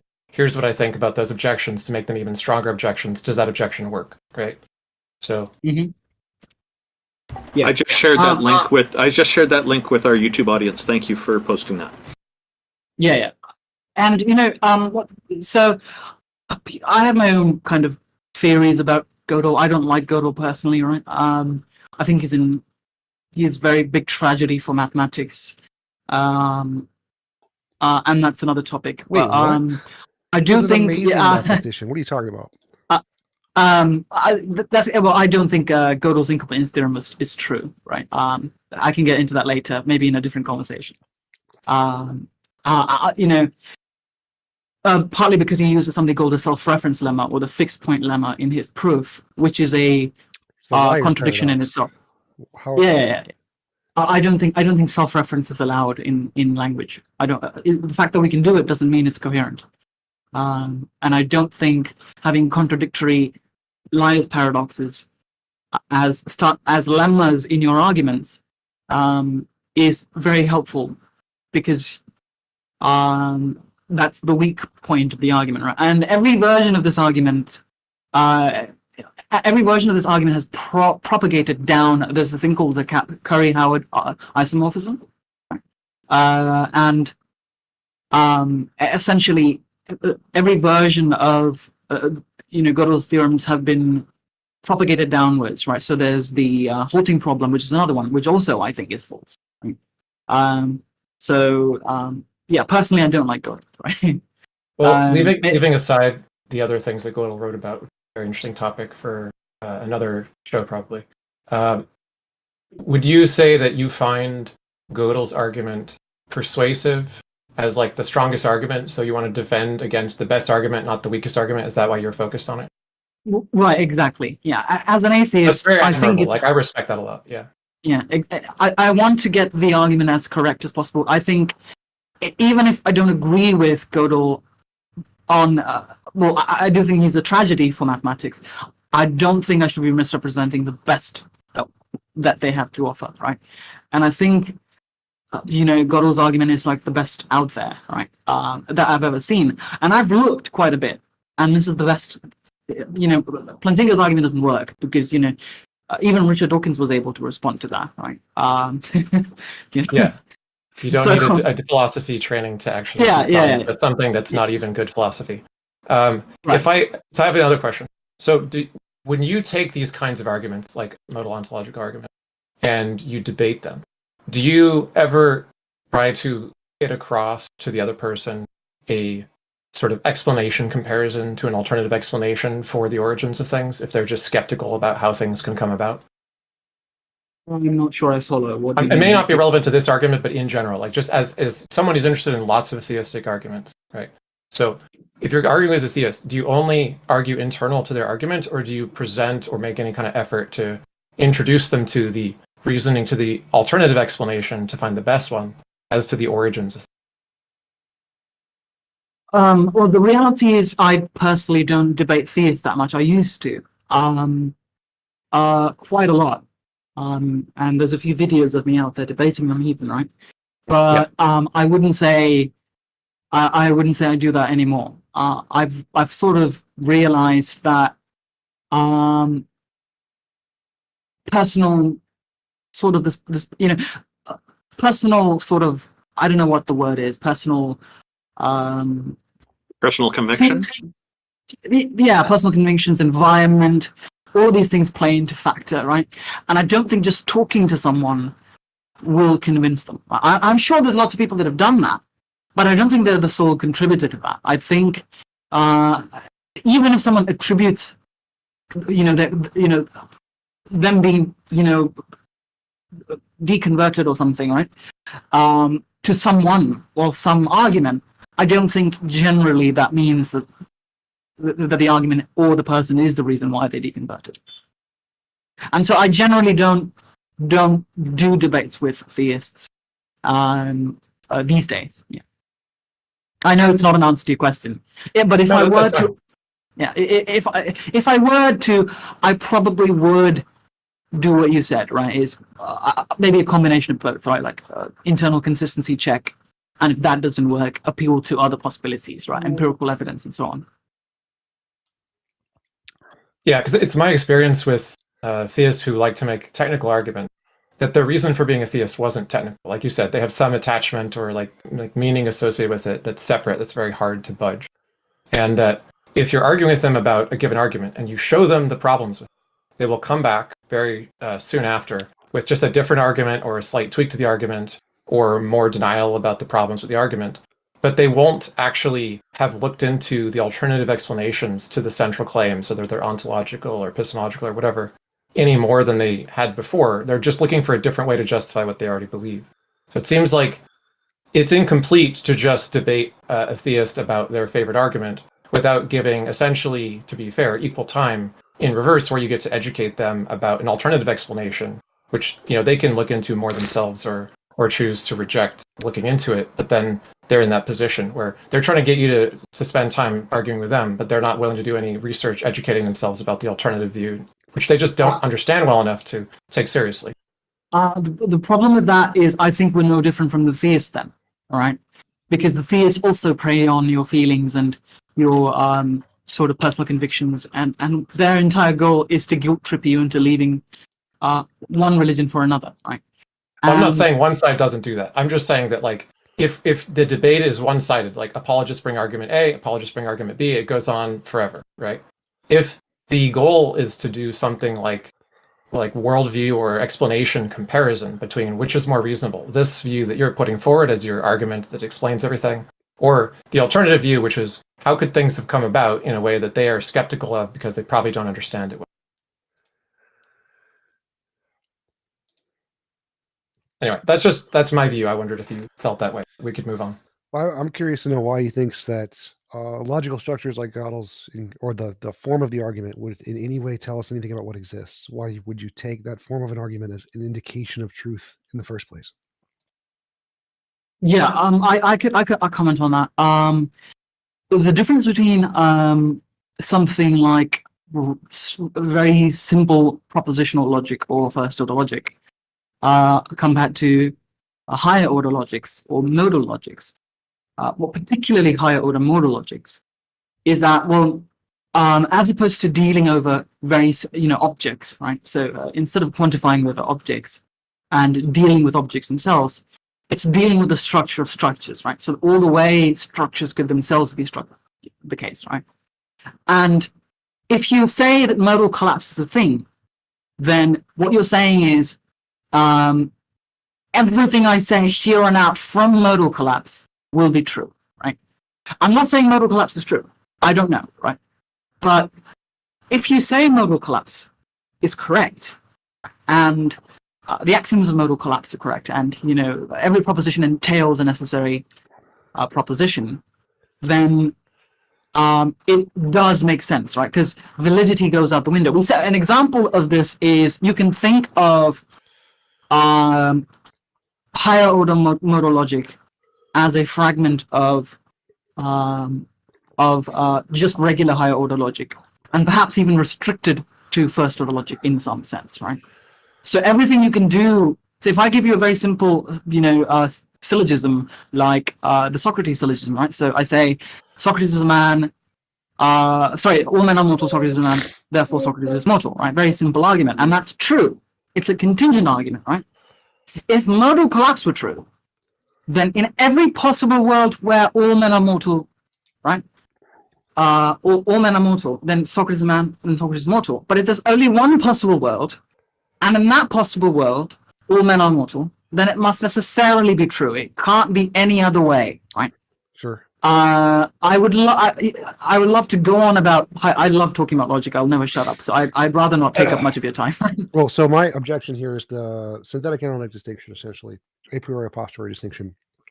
That given any kind of modal logic, it's true that if there are some fundamental relations, anything that is entailed in those fundamental relations is true. If modal collapse is true, but when you try to make an inference from some kind of pattern to some kind of like concrete thing, properties or whatever, that seems to necessarily be arbitrary, analytic synthetic distinction. So where all of these arguments seem to fail is the fact where like Gödel goes from this pattern that he's discovered to this pattern indicates some specific set of properties that seems arbitrary. You can switch out whatever set of properties you want to any other set of properties, and it's going to be equally as valid. So why do you think his system can tell us anything about real properties in the real world, not just some analytic system he's made up? That's a very good point. That's entirely possible, right? But in order to do that, you'd have to reject higher order model logic, which is which is fine. You can reject modal logic. There's nothing wrong with that. But personally, I think modal logic is just another way of formalizing what we already do with first order logic, right? Well, When we do this first again, order I'm logic, granting modal logic. So I'm granting modal logic, saying it's true, but I'm saying there's a point in Gödel's argument where he goes from using modal logic and just the analytic truths, and he skips to some synthetic truths with no basis, just arbitrarily. And this seems to happen in all these cases of these complicated. Oh, okay, I get what you mean. Right, yeah. So, Gödel doesn't deal with, in a sense, some of his axioms are sort of what are called model theoretic, right? So, you can think of it as, let's say an object has a finite number of properties, right? And you kind of divide objects into properties, and then he cites Leibniz's law of indiscernibles and such, so on, right? And that's evidence for the fact that he's using some sort of model theory, right? And what model theory does is it takes a way the world could be, right? So a way the world could be structured, right? So instead of identifying what the structure is, there's a proton here, there's an atom here, right? Whatever. What he does is he says, I don't know what they are, but I'll assign something called a predicate or property to that thing. And I'll quantify over all properties of that object, right? So I'll say, a very good example of this is I can do analytic reasoning over objects and make inferences about objects when you would think that you would need to have some sort of synthetic understanding of an object to do reasoning about objects, but you don't. The classic example of this is no two objects can share the same space at the same time, the same coordinates, right? So because that would violate Leibniz's law of indiscernibles, and that's a law of identity, right? And that's an interpretation of the law of identity. And yes, it's purely analytic, but in a way, what it's doing is it's saying, here, if we had something synthetic, here's what synthetic would look like in analytic form, right? Well, let me skip to the end of this. What properties does Gödel say God has? Gödel specifically says he has moral properties that are moral properties that are positive, right? What else? So he says that anything in the universe that results in what we attribute to as morally good, right? So he doesn't specify what they are. He says whatever they are, right? Morally good, right? Morally, well, if it's moral, it's good. Right, two things there. One is you can reject objective morality, say it's just false. That's one way to reject it. But let's say we grant objective morality. Why can't it be a natural phenomenon with no mind? Well, or multiple objects. A natural phenomenon. Well, he's saying it's a necessary existence. That's what he's saying. Right. That's what the Gödel's proof is saying. It's not an assumption. It's an inference.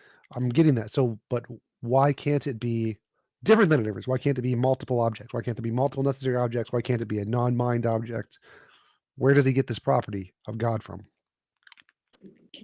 The property is an assumption, yeah. So you can just the property is out to anything else, right?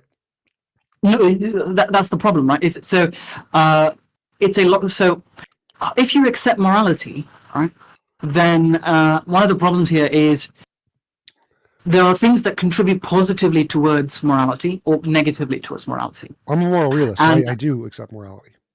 Okay, great. So if you accept that, then what follows from that is, even if you flip it, right? If you flip it and say, it's the negation of, that, right? So you say, flip that property with the negation of that.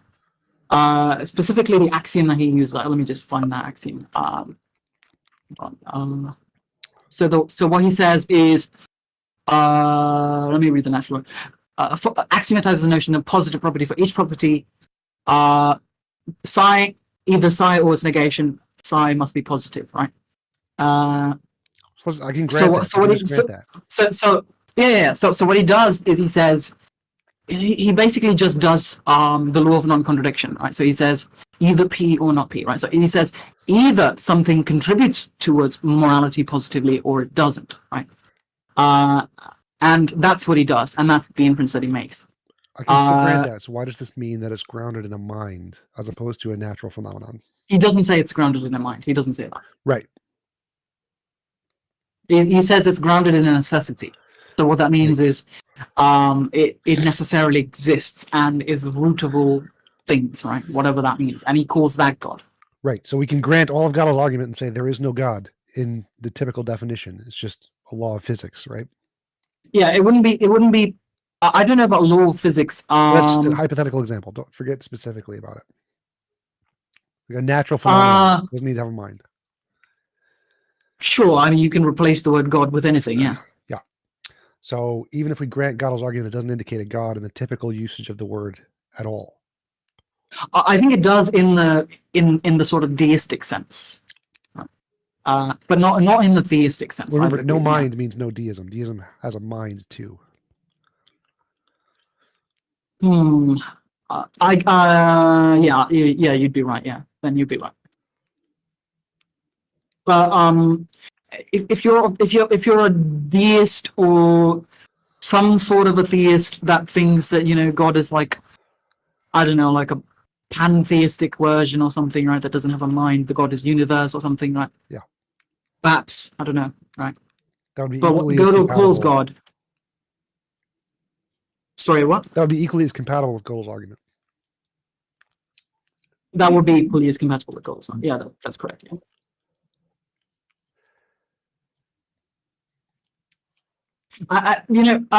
There are flaws with Gödel's argument. My point with that was that this is, if you wanted to try to counter a theist who brought up this argument, that would do it. Yeah, obviously. Yeah. I just don't want people to be using this argument to kind of use it as a stepping stone, right? So they say something like, Gödel's ontological argument holds true, therefore let's move on to the next conversation, right? Personally, I think there are some people who focus on the overly technical things like this, but it's also kind of, I don't know what the word is, but it's kind of, a lot of people get scared by the formalism of the argument, I think, and so will turn away from it, right? And I think there needs to be more education on this, and there's a lot of foundations that are promoting this argument, right? And I think the Templeton Foundation even. I don't think I would agree there. I think as a philosophical concept, any ideology is going to make, as their arguments are debunked, they're going to make their arguments more and more complicated to make it harder to debunk them. And so even if you learn more and more about it, they're just going to make their proofs more and more complicated until you can't. So it's an infinite regress of saying that as they make them more complicated, you need to become more educated. And that would just lead to infinite attempts to try to be educated and infinite attempts to making it more complicated. I think that's what Ix brought up earlier, that because they're trying to make an argument make God work, they're always just going to add complexity to it to make it harder to understand. And so it's not a justification for having to be educated. It's a justification for their argument's garbage, and they need to make it simpler. Like Einstein's argument that you can't explain it as if you would for a fifth grader, you don't understand it, kind of a thing. Can I ask a question about that in particular? When you make the claim that the computational one is better and the 96 refutation doesn't work, are you specifically talking about the version that is different than Gödel's original argument, since they found Gödel's original argument had its own inconsistency that was missed by previous philosophers when they did Yeah. Okay, so you think the corrected version is the one which is the one that ought be criticized and held up as the steelhead? Yeah. Okay, just quickly, what about the ones that try to evade modal collapse? Because there's two other versions that Christians don't like modal collapse, because modal collapse makes punishing you in Yeah. hell horrific, right? Free will. The Christian evasion versions that deny modal collapse with a modification. Do you care about those? Do you want me to read those? Which version do you want me to look at? Oh, Just so the slight modification that still entails modal collapse? yeah. So I have looked into those. I'll link the paper for that. Those have already been debunked. So I'll Okay, just. so that's a different problem. So you think Dana Scott's version is like the strong version since it was theoretically provable computationally? Yeah. As a valid, right? Okay. So can you summarize, maybe when we have a chance to talk about this later, we don't have to go into it now, but can you summarize for me so we can have a meaningful discourse what the differences are between Dana's version and the original? I'll look through the paper and figure it out myself, but it would help if you thought about that too. I haven't looked into the. Sorry. Do you mean the difference between what did Dana Scott change? The ones that evade, or the ones that don't? No, forget those since you think those have other problems. Although I want to know what those problems are. If you can send me to something about that. But I want to know what it is that is changed in Dana Scott's. I mean, I'm going to read through this and figure it out. But if you could also look, then we can discuss it, what that difference is. Because we can find out if that difference changes anything about what Oppie said, right? Like, Oppie hasn't I haven't found response by Oppie to this, but that may just be because Oppie doesn't think it significantly differs in any meaningful way from the criticism that he made. So, I see. Yeah, I get what you mean. Yeah. So if there's like any sort of, if the premise he's changed and he's like criticizing something different, right? Yeah. I think we could just talk about this offline and go into it in more detail because I do want to study this, and I think you're right that as people trying to steelman theistic arguments, we shouldn't just focus on the goofy ones. We should focus on the strongest one. I want to learn more about this. So thanks for bringing it up. Yeah. Sorry, I didn't mean to interrupt TJump if you wanted to continue. All right then. I think we should let someone else in, right? Tim, I'll just say thanks for those links. I just shared that link with our YouTube audience as well. So that's great. I hope you found this conversation interesting. Did you have any final thoughts on our conversation today? Yeah, it was a very interesting conversation. Yeah. It's rare that I get to talk about these kinds of things, right? I mean, even amongst theists, right? It's very rare. I've heard very, very weird arguments, right? Like over the years. And this happens to be one of them, right? And it's rarely brought up, but it is brought up. And the whole deism-theism confusion was also a big problem for me, right? And I think it's sort of changed my perspective on, the whole TJump saying, the Rose example, I think has changed my perspective a little bit, yeah. So thank you to TJump for that as well.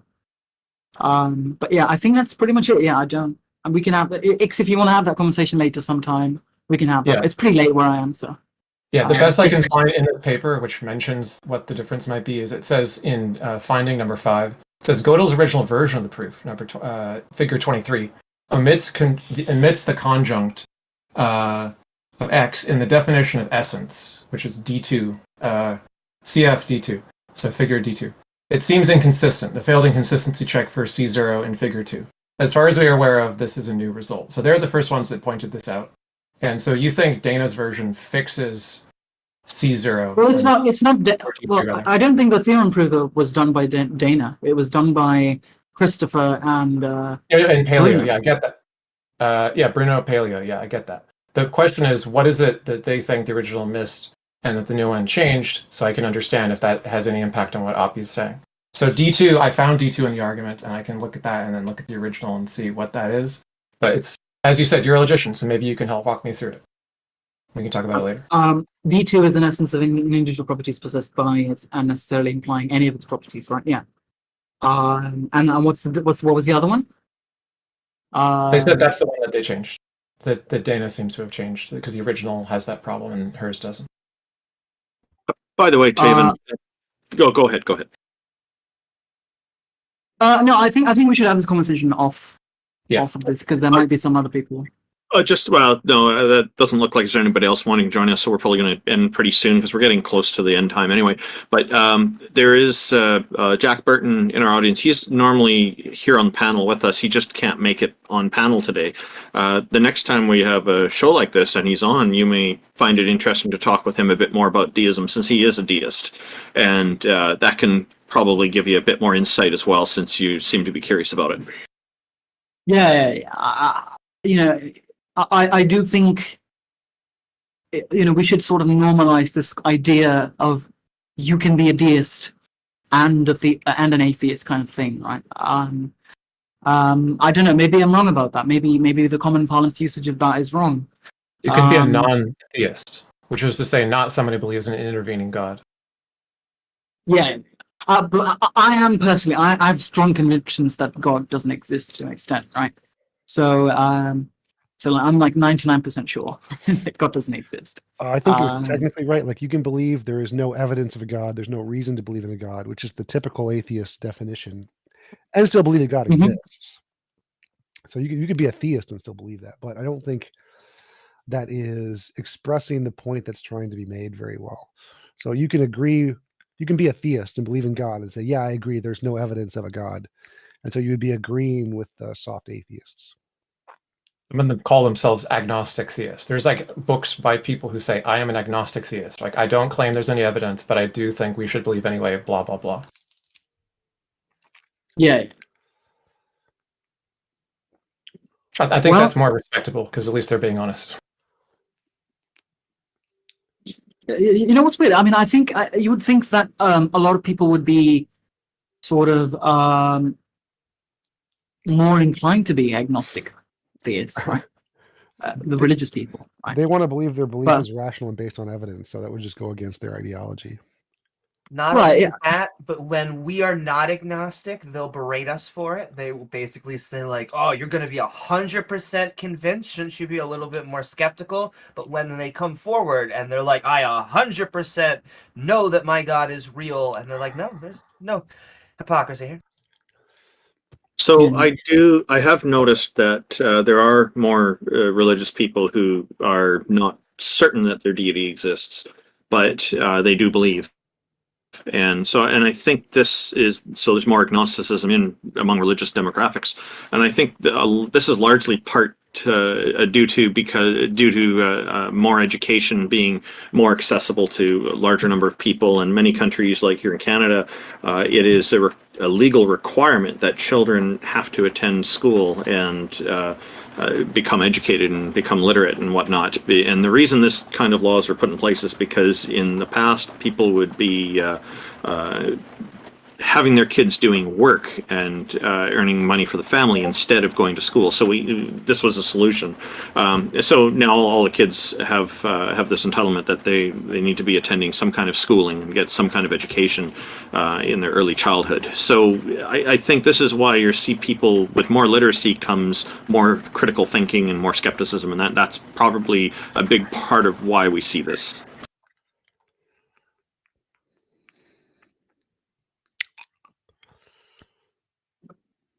All right. I'm just going to take some time to respond to some of these. Some people are making a big fuss about the fact that I said God was incoherent false. Yeah, sure. Feel free. Go ahead. I think you need to go on. Go ahead, Ix. I was just going to say, I think you need to go on the math and physics discords and like get stoned to death for saying that. But that's a different show. Yeah, I concur. I think that's kind of a ridiculous claim that God is incompleteness theorem is wrong. Like, it seems pretty basic. I understand from what you said that you just reject self-referential statements, which would then explain why you don't think it's true, but I don't see why you would reject self-referential statements. I could go on about that, but this is a different one, right? Because like that would then invalidate the P and NP problem. It would invalidate the stop P problem. Like, all of those problems are just self-referential problems. It's the same thing, but that's the whole point, is that epistemically you're going to need to have some kind of self-referential thing of some foundationalism in order to have any kind of rationality. And that's the ultimate problem with knowledge, and most problems in philosophy are just that. And so if you just reject that, like, I can give a quick answer to this because I don't want to go into like deep length. I can go on for hours, and I've done this for hours, right? The problem, if you take the correspondence theorem, right, then you have this thing called the halting problem, right, which I also think is false.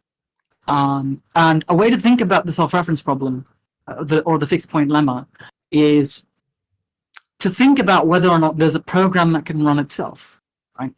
I'm not talking about a program that can feed into itself, right? So, like feed its source code into itself, as in take the memory, right, of itself, right? So its own memory, right? Its own code, its own abstract syntax tree, and plug it into itself. That's not a thing that happens in reality, right? In fact, that's never a thing that's happened in reality. And what, Alan Turing does is he shows that he takes a program that can take it into itself, which was the faulty assumption. There are programs that can. There's no such program. There isn't such. If you can show me a program that can do that, right, then I will accept the halting problem.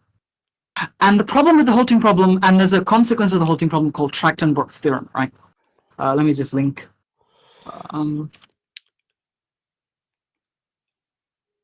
I spelled that wrong.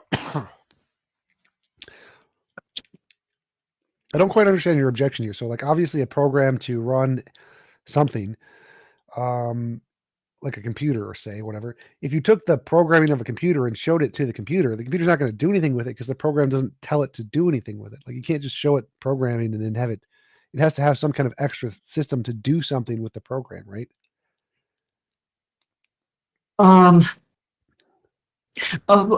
The issue is what the halting problem is doing is they're saying so they do something, they prove something called undecidability. Undecidability is this technical term that means a program will never terminate, right? Yeah.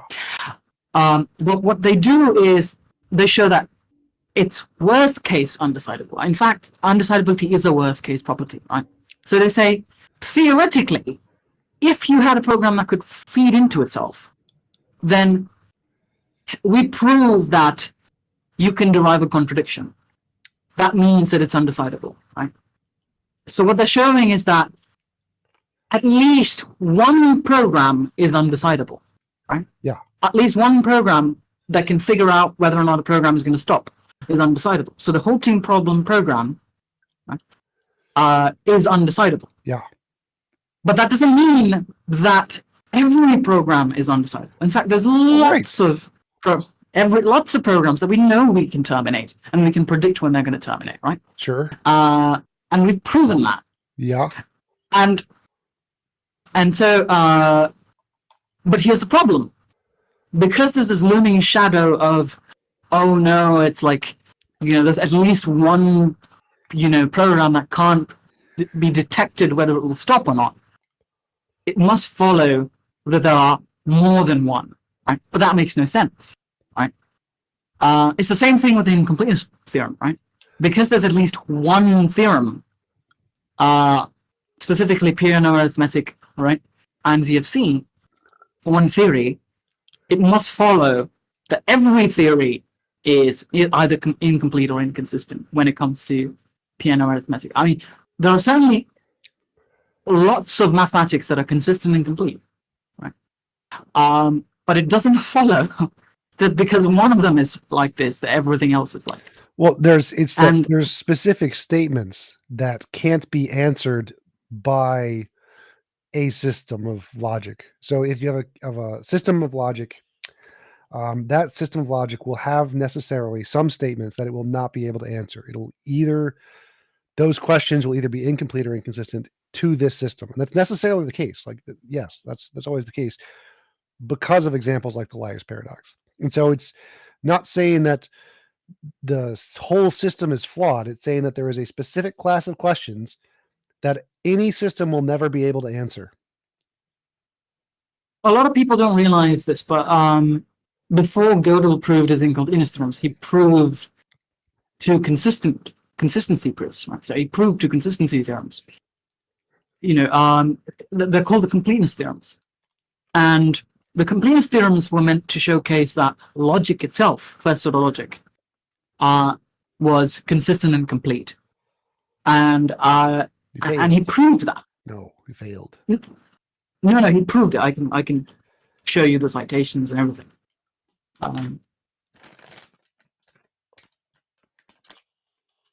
This is what a lot of people don't realize, right?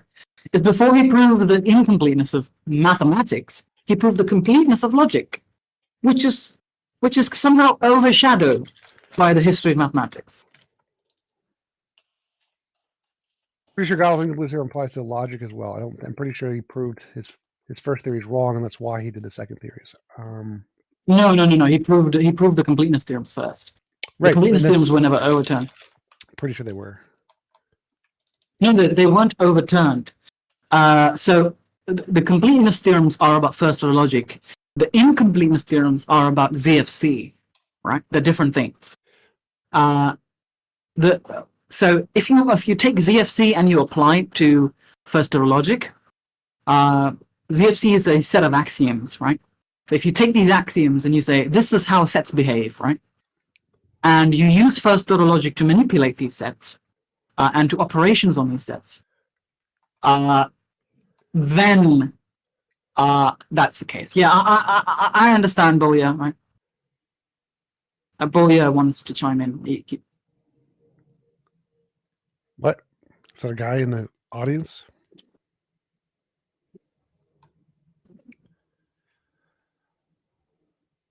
Anyway, yeah. So there's a guy in the audience, right? He's saying that first order logic can't represent arithmetic, and that's correct. It can't, right? So you can't use logic to create the real numbers or the complex numbers, for instance, right?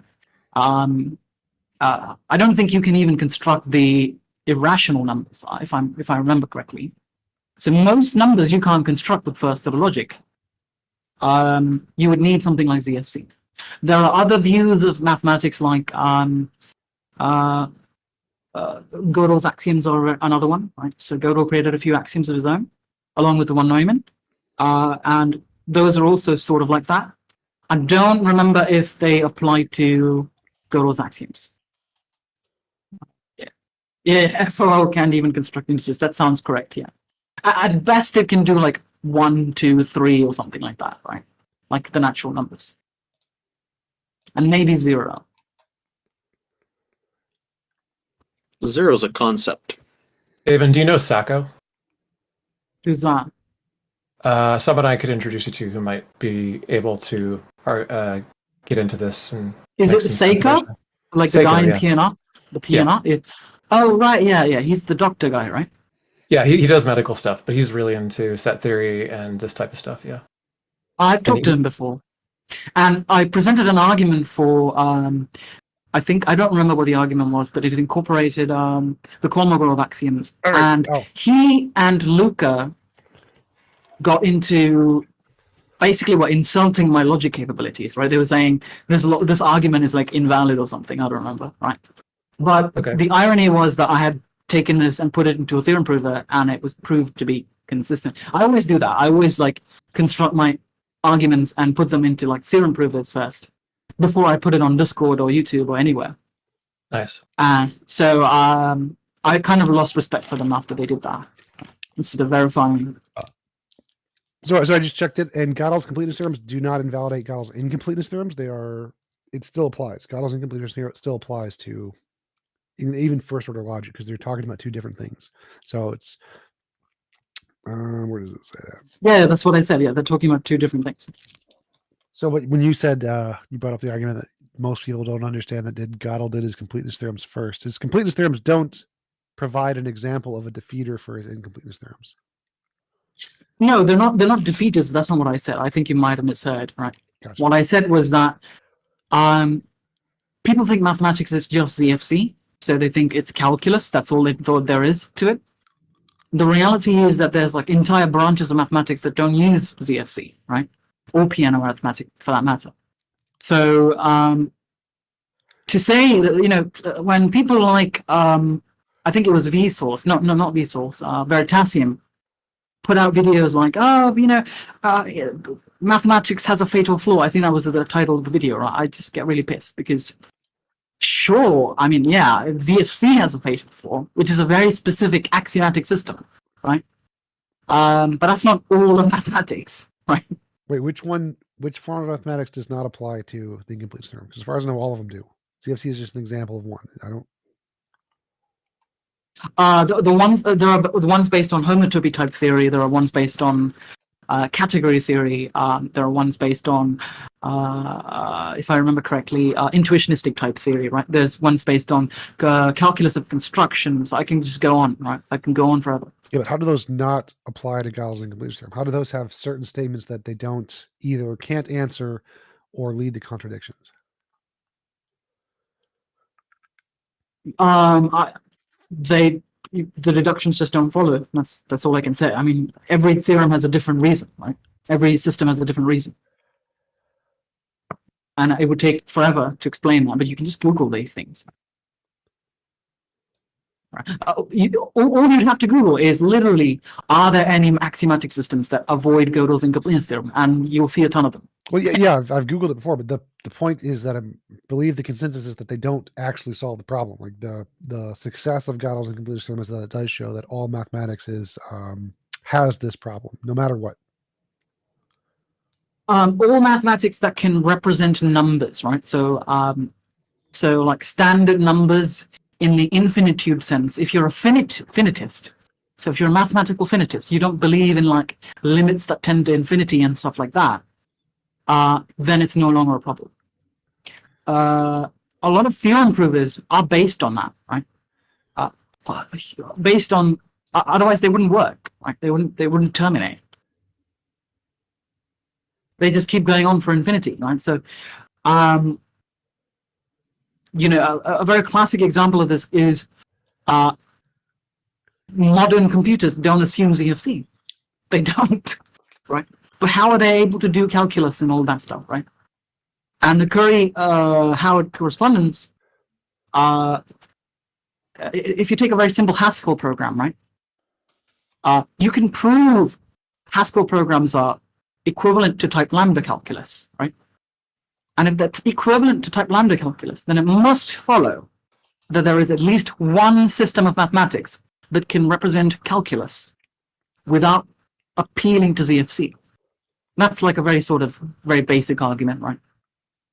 Well, there's lots of other models than ZFC. ZFC is just a collection of like 4 or 5 like assumptions or whatever. You can just get rid of any of those and you have non-ZFC. Like ZFC was like the addition of the universality or whatever. Like there's tons of the other alternatives to ZFC. I don't know why you keep bringing up ZFC. It doesn't matter. Well, the ZFC is the traditional one that people use when you're taught like a real analysis. Yeah, but it doesn't matter to Gödel's incompleteness theorem. It doesn't care about ZFC. It cares about all mathematical models. ZFC is just an example. Yeah. But Gödel's incompleteness theorem doesn't apply to all mathematical models. Yeah, it just doesn't. It categorically doesn't, as someone who has studied this, right? So the theorems are widely but not universally interpreted as showing that Hilbert's program to find the complete and consistent set of axioms for all mathematics is impossible. All mathematics.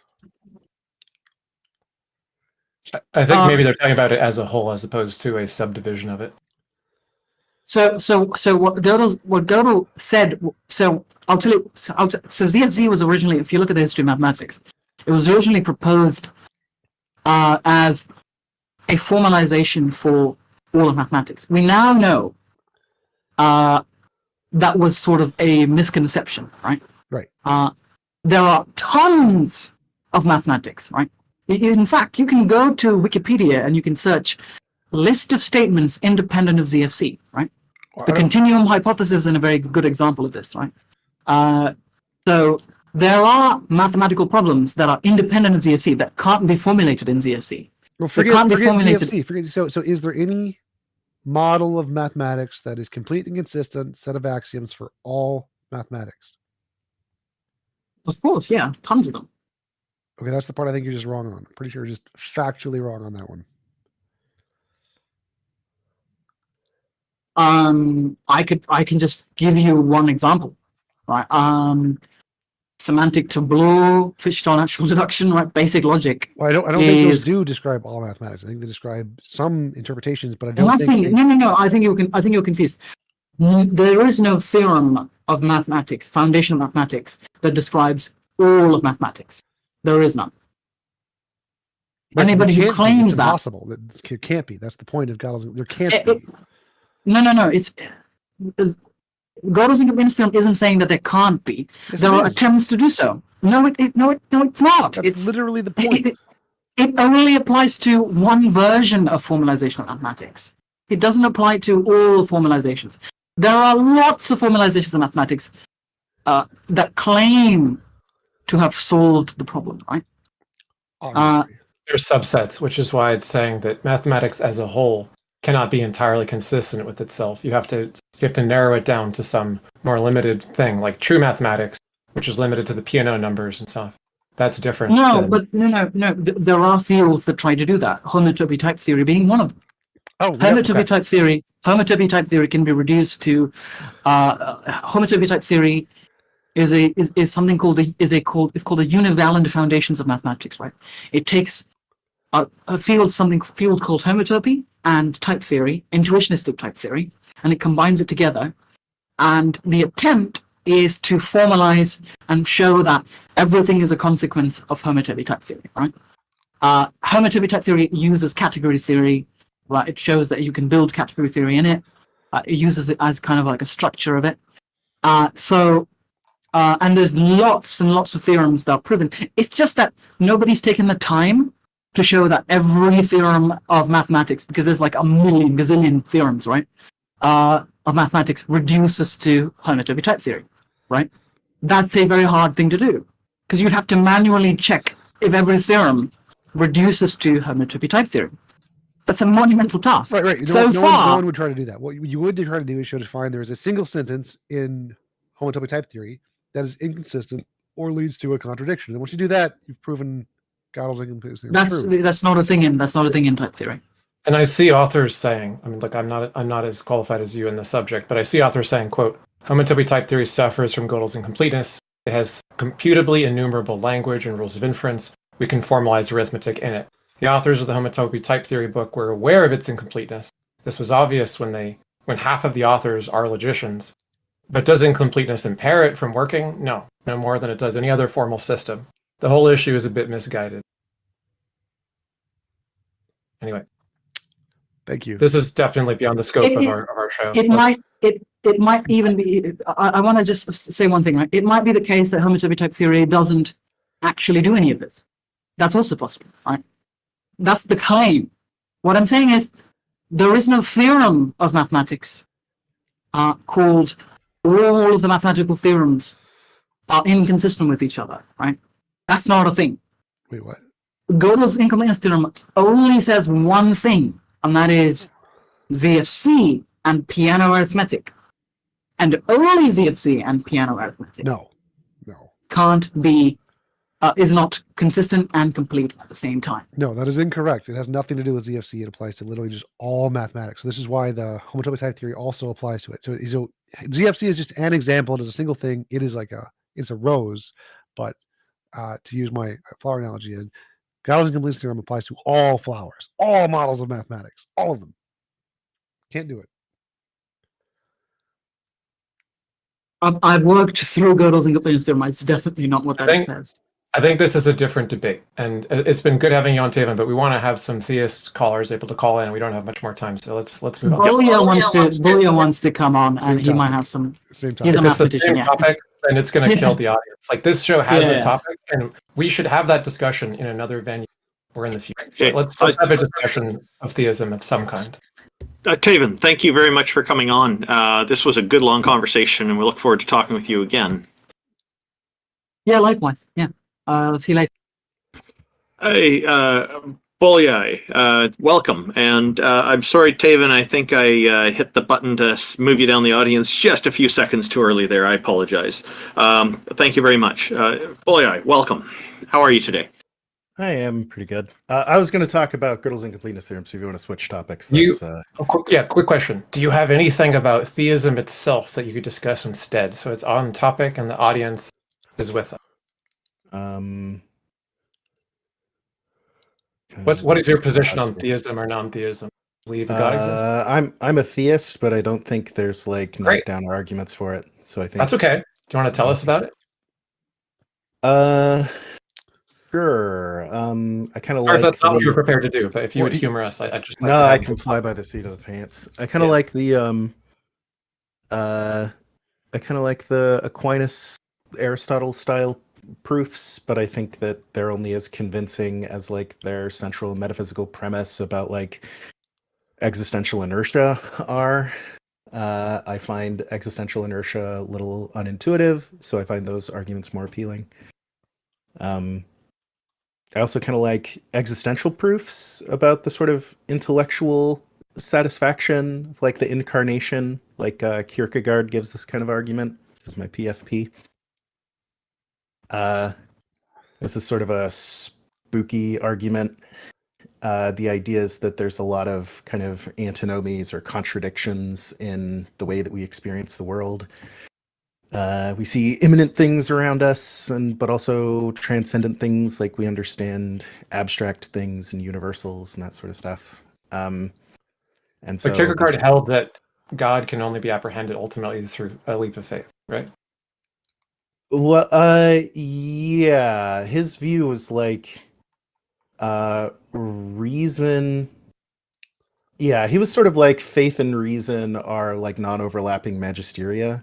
Oh, I But hate like that you could like check all the reason boxes and it wouldn't like commit you to worshiping God or recognizing that God exists. I kind of agree with that. Like I don't think atheists are irrational. I actually If we tend to agree with that too. are assuming like a minimal version of rationality, yeah. Could you Sorry, give us go an ahead, TJ. example of an argument that you think indicates the existence of God or like increases the probability to any degree whatsoever? Yeah, the like actualizing one. Could you give the like argument? yeah, I can try to represent it. So it goes something like this: change happens. Whenever change happens, it's a potential becoming actualized. That can only happen. Potential can only be actualized by something that's already actual.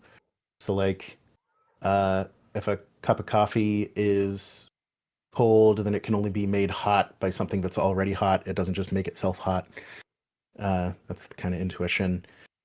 And then this is sort of where the argument moves pretty quickly.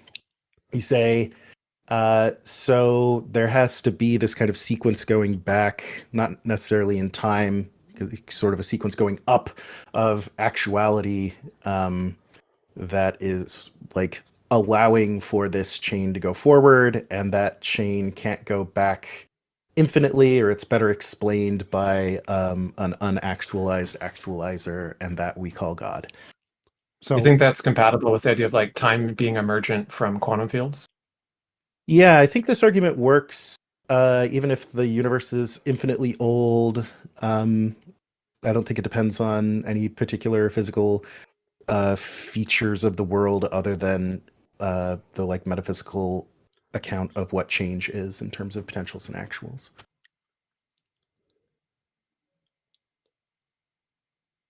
Do you have more questions, Dix? I felt like I was interrupting you because I get that one. Go ahead. Okay, so one possible interpretation is potentials and actuals are actual ontological categories, but there's other possible interpretations like potentials and actuals are not. So like there could be this idea of pure actuality could just simply be false. There is no such thing. There is a thing that exists, and that thing that exists has this property of being actual, but there is no such thing as pure actuality. Like there's a thing that exists that could be tall or have mass, but there's no such thing as this concept of pure mass, right? Things have mass. Mass is a property of things, but there's no pure essence of mass. The same thing could be true of actuality. So actuality we have no reason based on this argument to believe there is pure actuality as opposed to it being a property of things that exist, right? Right, I agree with that. Yeah. So what reason do we have to believe? Because God is pure actuality. That's the whole point of the conclusion of the argument. But that doesn't seem to follow from the argument because it doesn't just delineate between actuality being a property of things and actuality being the fundamental essence of things, and it doesn't seem that the argument gives us a reason to prefer one over the other. Yeah, I take your point. I think you could modify the argument to, instead of concluding that there's this like pure actuality, like some form of actuality or something like that, to just say that there's something that is fully actual, that like all of the potentials are actualized. There's no like unactualized potentials. And in that case, it wouldn't be it wouldn't be pure actuality. It would just be like a maximally actual thing, like a thing with the most actuality you could possibly have. Sure, So absolutely. even if actuality only comes in degrees. Right. Yeah. I would just call that reality, of course. And so why do you think that this argument indicates God as opposed to like just materialism or whatever? Yeah. So I think I might reformulate your question as like, why think that this entity, this like fully actualized actualizer, why think that it has the divine attributes? Is that a fair way to gloss your question? Sure. Well, what Yeah. do you mean by divine attributes? By divine attributes, you mean like consciousness? Omnipotence, Yeah, omniscience, that sort of stuff. Yeah, so the arguments I've heard here, I mean, this is going to be very hand wavy. The argument I've heard is like, so omniscience is a good example. You say like, so God doesn't actually, so this entity doesn't necessarily actually have a mind in the way that like we think of humans as a mind. So it's like an analogical property. And the analogy is to intelligence, where what intelligence is where you can like internally have a model of something. You can model something in your head, and that's what it is to like intellectually grasp it.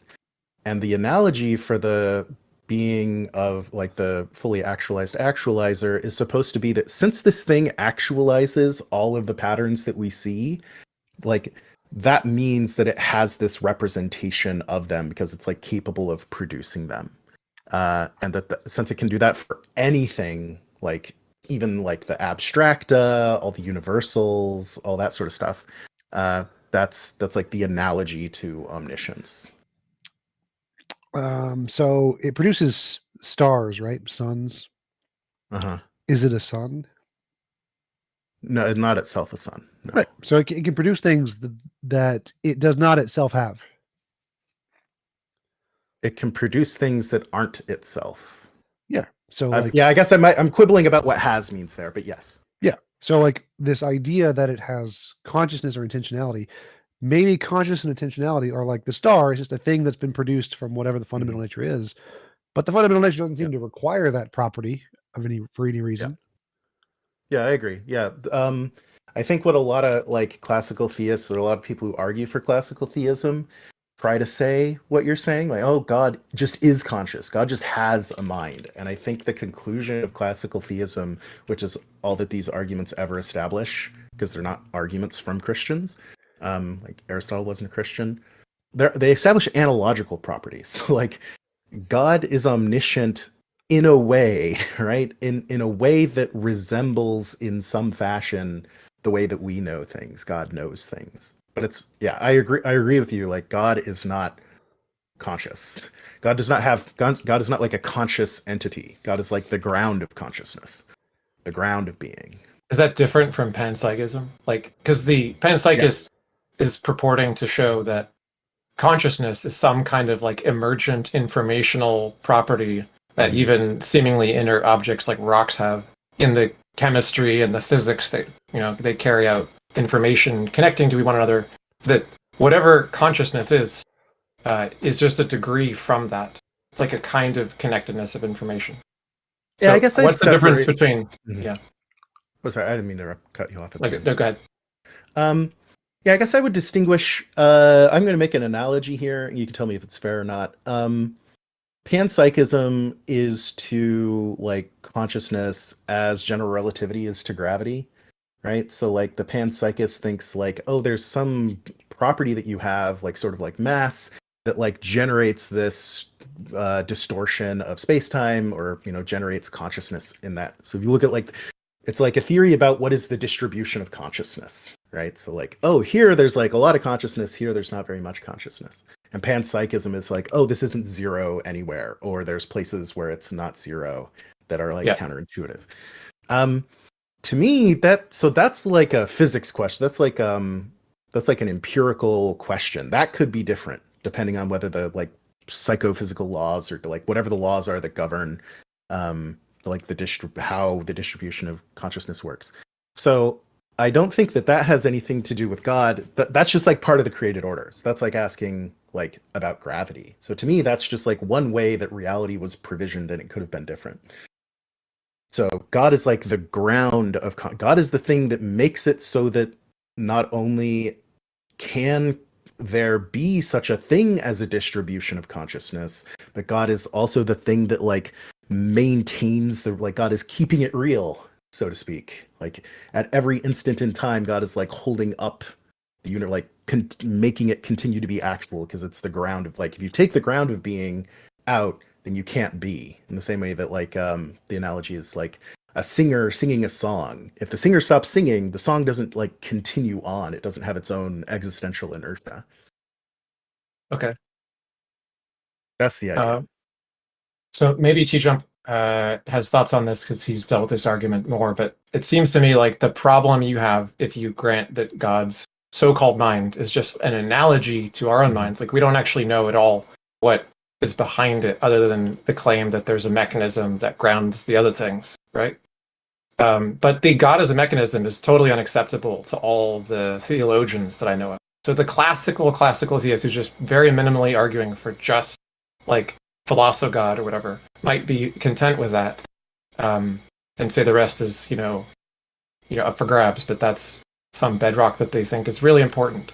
But what is that? What you're doing? Are you a classical theist more than are you like a Christian or any kind of particular belief, or are you just classical theist, minimal ground of being kind of guy?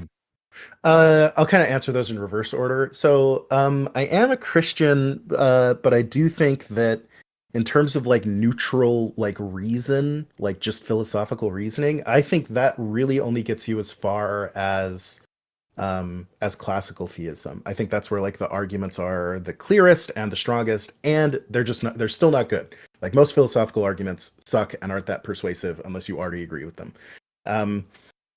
So I do think like, yeah, sort of like a pyramid, like classical theism, the best arguments. Above that, like Christianity and the incarnation, right? Like, okay, the arguments get like spookier. They're not as convincing. They're not as like provisioned by general reason. You need like experience, or like you have to agree with the way you experience the world. So those are like less convincing. And then on top of that, you maybe have like debates about biblical inerrancy and like how much should we trust the Bible, like doctrines of inspiration. And I think those are like you have like the least confidence in those. Okay. And do you take there to be a difference between your kind of classical theism and deism? Yes. Deism, well, it depends on the form of deism. So there could probably be people who call themselves deists who'd agree with everything I said and say, yeah, like the clockmaker, he still like supports the clock. Versions of deism that say, yeah, classical theism is true, but it doesn't have a mind, it doesn't have this analogical thing, or there is existential inertia, so God like turns on the lights, and then there's like God doesn't play any further role in like being a sustaining cause of the universe. Yeah, as a Christian, it sounds like you're committed to God being an intervener, but it could just be you're like a cultural Christian who thinks it's actually something like deism, but you like Christianity a lot. No, I hate cultural Christianity. I think that's really stupid. So to me, like Christianity is much more about existential stuff. How should you live your life? Like, what should like ignite your passion? What should your state of ultimate concern be centered around, right? Like what is like an adequate principle that you organize your life and your activities around? To me, that's like what Christianity takes you like classical theism doesn't tell you anything like that. Christianity tells you something. Do you think that the resurrection of Christ for the salvation, intercessory salvation of our sins to take the place of Second Temple Judaism after the loss of the temple and everything, you think that is the most important theological thing for all beings to contemplate, and that the resurrection definitely happened? You defend historicity of the resurrection or some minimal fact thing? Like, where are you at? I mean, I believe that it happened. I don't know that like I mean, I like look at historians, right? If this is like a historical fact, consult the experts. Like the only ones who think it happened are the people who are religious. I don't know. Maybe there's some like reversal of causality. Like if you did Yeah, believe it, it would make you but that's religious. not their whole. They're not. Their argument is more than that, right? The argument is not just, well, we didn't believe, so we just don't accept that it happened. The Yeah. argument No, is, yeah, I don't like, think the there's good evidence is super historical weak. evidence The, for the it. evidence for fabrication is super strong. The amount of fabrication is what's debated, not whether some things were fabricated. So that whether it's a legend or a total myth, etc., is debated. And most people side with legend as opposed to complete myth. Like there's some Jesus probably, but almost all the historical claims about him are so dubious that we all know almost nothing that's really defendable about him that's reliable. That's the general consensus of scholarship, right? It's like a muddy, it's a muddy mess. It's a muddy mess of some guy, but we're not sure who. Yeah, and it sounds like you probably know more about it than I do. I will say that I'm familiar with a little bit with the like historical Jesus debate, and from what I know, you're representing it correctly. That like, people kind of abandon the like the Christ myth theory. It's not abandoned. It's just it's the weaker position. But there are still a lot of minority arguments. position. Yeah. Like, and if you watch something like Myth Vision, the YouTube channel, like it started with interest in the mythicist position, but half the people that they interview are Christians or legendists, partial mythicists, like Bart Ehrman, and like New Testament scholars that are Christians, Catholics are part of their expert. So they don't just only have on their own people, so to speak, because they think that these are Bart all Ehrman really is good. not a Christian. Yeah, but he is a historian. He yeah, debates, sorry, I thought you were folding them in, but yeah, he's on there. Like he's on Ehrman their debates side of Carrier, or no, he won't debate Carrier, I should say, but he debated other mythicists. So the point is, there is a debate about the degree of fabrication and like fictionalization among Well, I scholarship. think a lot of that. Yeah, I think my response to that is to just point out that a lot of what you consider reasonable is going to be based on your background beliefs about like how plausible are miracles, how plausible is this sort of thing, and that like if you have independent reason to believe in God or a God who's an intervener, that could like change the Bayesian calculus. I'll just say that. Okay, but do you think that you were acquainted with enough priors to have a good Bayesian calculus if you don't research the historicity No, part? I'm not like an expert in the field. No, I mean I have my belief, but it's not like a 95% like, oh, I'm William Lane Craig. I'm gonna give you a number that is like I put a number on. I think those arguments are like very dubious. Okay, so if you did more research and you came to the conclusion that the case for the historical Christ depicted in the Gospels being the actual story of whatever figure existed was weak, would you just lapse to being a classical theist at that point or something like that?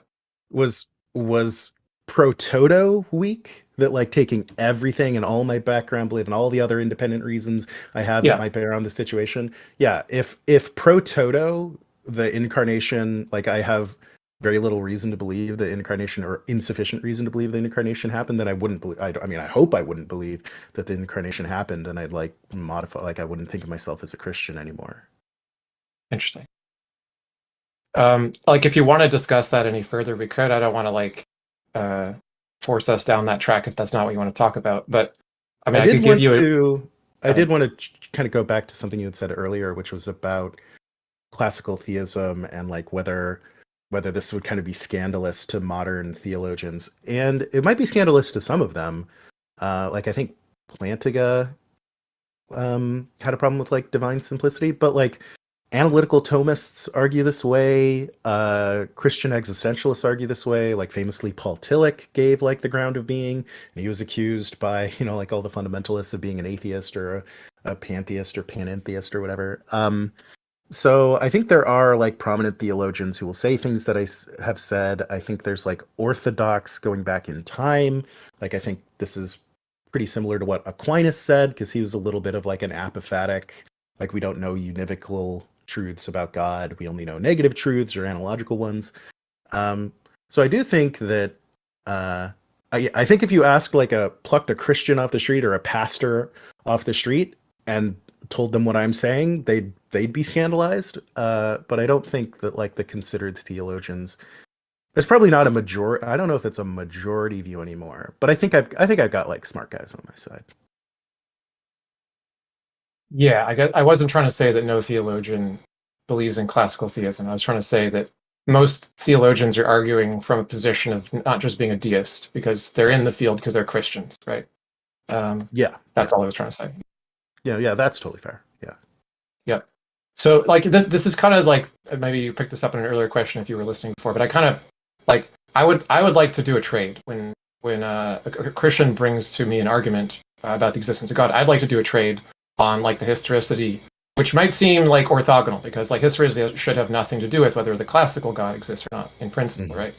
But I'm interested in something that's one step closer to what I think is right for whoever I'm talking. So would you be interested in debating, like, or discussing, giving me an assigned reading, or all of us as a group, to have a future, because you seem really interesting to talk to and quite well read and stuff. Would you like to discuss like a theological argument for the existence of God, and also some historical point about the historicity of the Bible? Like a quid pro quo here. Yeah, like a tradesies. Yeah. I can do a tradesies. I'm like my area of specialty is definitely like mathematics and data science, and not so much philosophy. But so I don't know if I'll tell anyone here, or say anything that people here haven't heard before. But I'll say I'll get back to you on that in terms of providing you a reading. I have to like, I don't want to like waste people's times with things. So I think if I can find a good selection, I'll definitely get to you. But if you have a recommendation for me, I'd be glad to hear it. Awesome. I'd love to chat about that. Yeah. Does anybody else want to go back to the original argument you're making about actualizing existence, actualization stuff? So, yeah. Well, that sounds like a plan going forward to have another conversation on these topics. Thank you very much for joining us, Bolyai Lobachevsky. I hope I got that right. You are literally the first person I've ever heard get that right the first time. This is very impressive. I'm looking at the words and trying to pronounce it out, so I'm very glad that worked out. Thank you. Okay, that's great. Well, we'll see you again soon then. Have a great day. Yep, thanks for the time. All right, I saw Duke was interested in joining us there. I'm not sure, Duke, if you'd like to join us, feel free to come on up. Otherwise, I guess we'll be wrapping up the show soon. Hello, Duke. Welcome. Thank you for joining us. How are you today? Oh, not too bad. My question's for TJump. It's about his religion. I think you mean his church. Yeah, it doesn't have to be technically a religion in a sense of the word. Sure, it's a religion. I'm fine with that. Go ahead. Okay, go ahead. So there's a lot of sexual abuse allegations in other religions. How would your religion confront that? Pedo priests are bad. They've committed crimes and they should go to jail. So I think what Duke's getting at is possibly policy and stuff like that. And I can tell you, like with Canadian atheists, people have asked this kind of question to us as well. Very few people have asked, but of course, if somebody in our organization was caught doing that, they'd be out of the organization. If it was an investigation, they would be kind of like it would be like a desk job kind of thing. They wouldn't be involved, but they'd be on kind of hold until the investigation came out. Definitely full cooperation with law enforcement is the way to go, and I suspect TJump would probably be quite along these lines as well. Full participation with law enforcement to make sure the correct thing happens and justice is served. None of this kind of hiding people from the jurisdictional reach of the law and stuff like the Catholic Church is unfortunately known for. What Randolph said. Yeah, makes sense. So just full transparency in their own hands, just like tackling the issue head on. Yeah. If somebody commits a crime, they go to prison. Right. Yeah. Well, but, firstly, if the courts find them guilty, yes. Yeah, it's just one of the biggest things I see that religion gets wrong, that it gets a bad rap on, is how it deals with those situations. Yeah, and to be fair, I'm sure there are many small religious institutions out there that aren't doing what the Catholic Church did with such bad handling of this situation. What is really horrible, though, is that it is happening and that it is being covered up so widely, and that is actually quite sickening and extremely disappointing, because with the Catholic Church presenting itself as the moral example that everybody should follow, and then trying to cover up people like George Pell and other clergy, thousands of them around the world, receiving these accusations and trying to investigate it internally instead of cooperating with law enforcement in the countries that they're in. That to me is a very bad sign. It shows hypocrisy at the very least. So yeah, pretty simple solution to a relatively big problem then. Well, yeah, it is a straightforward solution, I would say, because law enforcement has the tools to investigate these things, and there are legal processes in countries like the USA and Canada and other countries that are civilized and modern as well, that have really generally quite good legal systems that are aimed around not trying to make life worse for victims. And so, yeah, working with these systems that are here in place makes the most sense, because the police do have the tools and are specialized or have access to the right specialists to make sure these things are investigated properly. Whereas the church, it's obviously not their specialization to check on this. The Catholic Church, for example, like a lot of Christian and Islamic attitudes in particular, are very much about punishment and not believing. For example, if we look at Islam, there's a systemic problem where women are worth half as much as a man, and when it comes to testimony in their legal systems, the women are at a huge disadvantage. It's a very strong bias against them, and so that is recipe for more of these kinds of problems in the future, I'm afraid. Yeah, that makes sense and pretty much answers my question. I have just one more question, before and that you is ask, so I wanted to mention a few other things. One is we're going to use security cameras as much as possible where any adults and children are, so that we can have any recordings on any premises related to the church where children are, to protect them. So we're going to have security footage as much as possible in all spaces to make sure that they're treated properly. Secondly, we have it written into the bylaws that child abuse is immoral and you shouldn't do it. So it's literally in the morality that this is bad, don't do it. Well, there you go. All right. Well, sorry, what was your next question? Go ahead. All right. So the biggest reason why, as a Christian, I didn't, I was hesitant to leave my faith was because of fear of nihilism. I was, afraid of death, and I was afraid that I would lose all hope and meaning if I became an atheist, or if I left my faith. And in general, I was wondering what coping mechanisms or teachings would TJump's church use to approach that. Well, I'm a moral realist. I believe there is objective meaning and purpose in the universe. You don't need a God for that. And if you're looking to, and I'll add to that, if you're looking for some ideas on this, there's a great channel run by my friend Neil, the 604 Atheist. I'll put the link into Discord shortly. He runs deconversion stories, and he's been interviewing people about how and why they've left their religions, and everybody seems to have a very different story. He has over 300 videos of these interviews now, and he's what I've gathered from that, because I've never been religious myself, is something I didn't know but learned from watching it, is that each person, when they leave a religion, it's not necessarily an all or nothing proposition. For many people, they will, for example, stop believing in their God, but they will still fear hell for another couple of years or however long it takes. And all these different factors, that's just two. All these different factors for a lot of people can take different amounts of time to resolve and get past. Hopefully that series will be of interest to you. I'll send the link on to Discord, and I'll send you a private message with it as well. Okay, yeah, that'd be great. I was just wondering if his religion had like any like tenets or like teachings that goes along with the idea that there's a objective morality or objective meaning, or maybe if you can elaborate more on that. And Nope, after nothing he at all. answers, I want to have a response to the nihilism.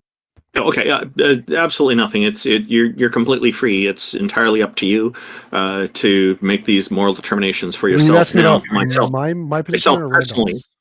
Myself personally, I do recommend that it's a good idea to try to get along with people in your society. So, of course, abiding by local laws and being a meaningful participant in society, you'll get a lot further in life, obviously. But of course, you're not shackled to some deity that has some mysterious ideas on what morality should be, that it's okay to order a father to kill his own son or things like that. There's nothing like that in atheism. It's completely a blank slate. It's up to you. You're free. Were you asking about my church or Randolph's position here? Oh, I was asking about TJump's church, actually. Yes. Sorry about that, TJump. No, not a problem. We have objective morality. There is absolutely an objective, correct moral system. It's the one I have on my YouTube channel. There's a whole bunch of videos on it. What was your question specifically? Just elaborating to see if, or wanting you to elaborate to see if there's any like tenets. Oh yeah, absolutely. In your religion, like about absolutely not. Oh yes, there absolutely is. So there absolutely is. Yeah. I'm filing for 501c3 tax exemption, and I had to write an entire thing about all the tenets of the religion. And so my belief is that objective morality exists, that it is a force of nature. This is a faith-based belief. We don't have any evidence for this yet. I make predictions that we'll hopefully have evidence in the future, and that this objective morality is that any involuntary imposition of will is immoral. And so the morally perfect world is a world where it would be impossible to force anyone to do anything they don't consent to doing. And the main tenet of the church is that we're trying to make the world closer to the morally perfect world as much as possible. And the way that we do that primarily is by trying to reduce the amount of involuntary impositions of will. And the best way to do that pragmatically is by lowering the cost of living. And we can do that by providing affordable housing. So the main tenet is we're trying to get better, closer to the best of all possible worlds, which is a world where it's impossible to force anyone to do anything they don't consent to doing. And those are the primary tenets of the religion. I see. Is that because people, when they have to work to get the money, then end up doing jobs that they really don't want to be doing? Yes, like that would be just to exist. Yeah, that's definitely a big part of it. But I'd say spending the money in ways they don't want to is actually itself an immoral thing. So having to spend money on living, on housing is immoral. Having to spend money on food, healthcare is immoral. But if they have these baseline needs taken care of, then all the things that they have to do will be voluntary decision. Yeah, more of them will, for sure. Yeah. Another thing just to dive into is I know, TJump's obviously not like a psychologist or anything like that, but like how would you deal with people coping with the idea that our time here on Earth is finite, and once they're gone, they're gone. So you know what, you asked him, but I do have an answer to that, and that was what I wanted to talk about. But he asked you. I'm handing it back over to you, TJ. Yeah, a quick answer for that one.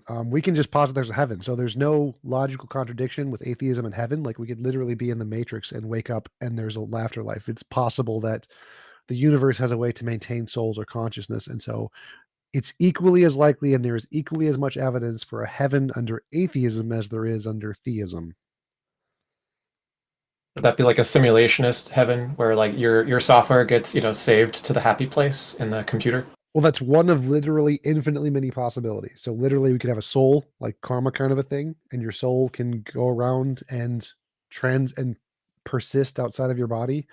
And that's possible under atheism. You don't need a god for that. So literally the possibility of a heaven under atheism is exactly the same for the possibility of heaven under a god. There's no evidential difference between the two. I agree with that. That is one thing I did think about. Before you go on, I just want to answer your nihilism, how to deal with that. And I want to quote the director of John Wick 4, who said when they were thinking about how they made the movie, The theme was a good death comes from a good life. And so I would like to push you in alternatives than a deity by fiat giving you direction in life. And I would say look towards things like your family, books, charity. Three things, they could be any three things, but these become kind of what is important to you in life, and you find your meaning. And as I was saying to, I think, the person earlier with depression, not just going from a kitten, but just say to your family. I know many people who say they live for their family. It's why they wake up every day, and they couldn't think of wanting anything else to live for, though we all have our hobbies, we all have our story. And so my answer to you, to the nihilistic question, but on all of the Googleplex of years and the heat death of the universe and all of that stuff, we have our lives. We are people with friends, family, and our community, and there's a lot to live for. Right. Yeah, that's a definitely good way of seeing it. One thing my friend and I were talking about is that there's this false dichotomy of where you either believe in, the Christian God or some sort of God, or it's just complete nihilism and philosophical naturalism. Like those are the only two possibilities, but obviously there's a lot more nuance. Oh yeah, like There's even also even under naturalism, you can still have an afterlife. Like your consciousness, whatever the process of your brain is that produces that, can still be maintained in multiple different ways through quantum mechanics. That it's possible. We don't have any evidence to believe it, but it's just as possible as God creating a heaven. So I think the thing that gives me the most comfort is to know that as a Christian, I believed in a heaven. And the evidence for that heaven is exactly the same for the evidence for just any of the other heavens you could make up under naturalism. And so there's no more reason or justification to believe in a heaven under Christianity as there is under naturalism. And so you have equally as much justification to believe in heaven as a naturalist as you do as a theist. Interesting. There's also like even theist positions or pseudo-theist positions, like Stoicism has a kind of a vague like pantheist version of God or something. But the Stoicist position on meaning of life doesn't depend on God telling you what it is. That's not their conception, even though they have a concept of God in the origins of Stoicism. So just because you even believe in a God does not mean that the belief in that God guarantees that you should be satisfied by the so-called God-given meaning of life. And I mean, a lot of people who are atheists and have organized philosophies, like many sort of neo-Stoics who aren't theistic, Buddhists of many kinds, take a lot of things to be very Like narrative, meaningful which I think and have profound observations to support why they think those things are meaningful. And many people find those sources of meaning to be more satisfactory than the claim that meaning is just a thing that God has the power to assert. Right. Much like it's the same. Like you could be a theist who believes in the Bible, but not be a divine command theory meta-ethicist. You could think that goodness is not just whatever God says, because there's some silly implications of that lead to absurdums, right? You could be a theist and still think good has to mean something other than just whatever God says it is. Yeah, it makes sense. Kind of goes into the, what is it called? Euthyphro dilemma. I don't know if I'm pronouncing that right. Yeah. And the question I think one ought to ask about a question like how do I make my life meaningful, figure out what's meaningful to me, is if you're going to conduct that search, are you going to do it experimentally, which is to say to try things out? Or are you just going to expect to be able to like a priori, like just look at things and identify from some principles what the meaning is? And I don't think people historically have actually succeeded with that. Maybe a few people have, but the actual meaningful things that people say are meaningful to them when they're surveyed on this kind of stuff are things that they've tried doing. So you have to be an experimentalist about life, I think, to discover what is the most meaning creating and impactful to you. Thank you, Duke. Whether that makes be sense. physical exercise or Instagram model. I hope I hope we've answered your questions. You have. Thank you. It was great talking with you. Feel free to join us again.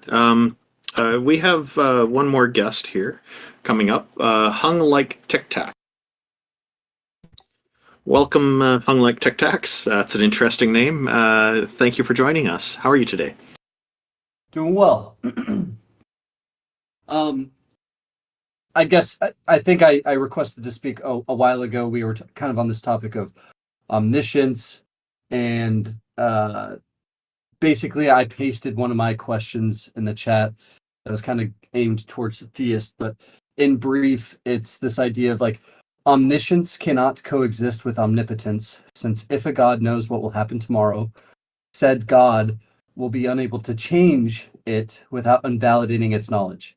If this god retains the power to change what will happen tomorrow, then it cannot know with exact certainty what will happen tomorrow.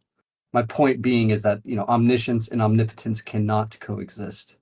They're contradictory. Yeah, that is a paradox, and I've given an example for this to help people with it, but from the other end, the resulting end. So what I'll usually explain is that if this omniscient God knows that tomorrow there's going to be sunny weather in my neighborhood and at my home, and then tomorrow rolls along and they use their omnipotence to change the weather to snow and rain all day, then they have invalidated their omniscience from the day before. So I agree with you. This is a paradox. It is a problem, and it is one of the reasons I think that we can reasonably discount the Christian God and the Islamic God, because they both have, according to all their followers, many of their followers, both of these characteristics of omniscience and omnipotence. That's why it's been raining over at your place, Randolph. We can hear it. Yeah, we do have rain. I don't know what the prediction was yesterday, but 'cause I didn't find out. I didn't ask any theists. You didn't ask God. See, that's what you need to do. Well, I would have to ask theists because they seem to have the wireless connection that I lack there. You should pray for good weather, Randolph. We all know this. Okay, so it seems like there's not any theists left in the chat as far as I can hear. But I think they all ran away. Okay, fair enough. So I guess one of my arguments that I liked, the last argument I stated, it didn't sound necessarily novel. It sounded like you've heard this before, you've thought through this before. I'm not bringing anything new to the table. One argument I like to bring to the table that's usually unique is this idea of questioning the idea of the paradigm that God set up for us. So in essence, I'd ask, do you believe in free will? Does God allow for free will? And there's a version of this called open theism, which is a minority position amongst some theologians, which says that because of God wanting us to have free will and freedom, he allows us to thwart him and to summarize it, the omnipotent, he chose to invite us to freely collaborate with him in governing and developing creation, allowing us the freedom to thwart his hopes for us. God desires that we freely enter a loving personal relationship with him, and is therefore left it open for us to choose. So it's like saying that, maybe God doesn't even know the future because he chooses not to, because he has no intention of intervening. So it's pointless for him to contemplate something that he's not going to change because of his choice to let us do whatever we want in a way that he's choosing not to have any foreknowledge that would cause him to interact or change it about, basically. Can I say one more thing about the previous topic, the paradox topic? Yep. It's not a novel topic, but in my experience, it is really hard to get theists to grasp this particular topic because they haven't thought about it at all. Well, the usual response from theists is to place God outside of time, but it's pure nonsense. When an entity is proven to be self-contradictory, creating a realm wherein self-contradictions are valid doesn't solve the problem. If you tell me a square circle cannot exist, and then I create an imaginary realm where square circles can exist, we're not at an impasse. I agree. You just abandoned a reality, rationality, in my sanity most of the time. Yeah, and I just said that because you said it's not a novel topic. I think it's a topic that we should bring up a little bit more in order to make people think about their position. is one of the tools that will actually do that. I said that in the context of reading the room. You basically affirmed what I said, restated it in a different, better way, and so I realized I wasn't bringing something novel to the table here. So I wanted That's to kind okay. of switch gears.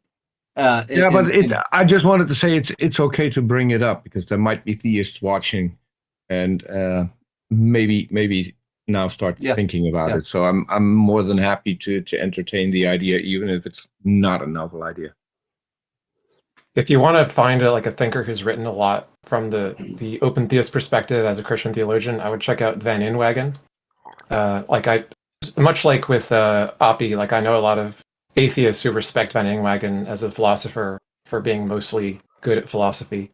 But I think it's telling that the best, or some of the best philosopher, theologian Christians feel compelled to accept open theism, even though it contradicts, according to other Christians, most theological doctrines, and throws into disarray their status. They're basically heretics amongst Orthodox Christians who don't accept open theism. People like anyway,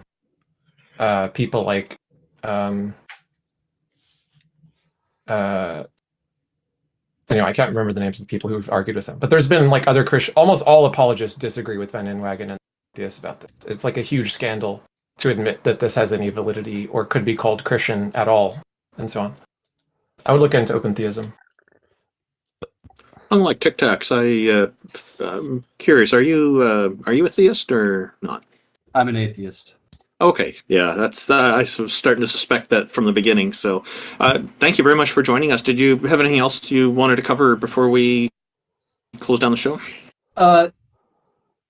Okay, one last thing. So, sure. Jumping off this idea of free will, most theists will, at least, I was raised Christian. Most of the Christians that I've surrounded myself with that have argue for this idea that God lets you have free will. But they also recognize the idea of an unforgivable sin. So it's not like you have free will, totality, but God's still holding you to a standard, and one of those standards might be this idea of the unforgivable sin, which, as I understand it, is like blasphemy and worshiping another god before the real God, blah blah blah. I try to argue from a totally different perspective, which is, even if God were real, which I'm an atheist, I don't think that he is. I'm not agnostic at all. Even if God were to exist, it's not a God I would want to worship. So if I were a mugger and I put a gun to your head and I said, "Give me your money," the act of you taking your right hand, putting it in your back pocket, and handing me over your wallet, is that an act of free will? No, it's coerced. You don't have a choice. While you could, pull out, put your hand in your back pocket, pull out your hand and flip me the bird. That, sure, you have free will in that context, but in essence, you are being coerced into handing me over your wallet. It is not representative of free will. And in the same sense, God puts us on this earth and threatens us with a fate worse than death, fire, brimstone, eternal hell, blah blah blah. This is, and he says, "Love me, worship me, and if you worship someone else above me, or don't, face a fate worse than death." I think that this analogy between the mugger in you and God in you is not so dissimilar. Yeah, it's good that you emphasize the coercive part. We do still have the freedom to choose whether or not to comply, but I think most people would feel that they don't have an option, and so that is a very good observation on your part.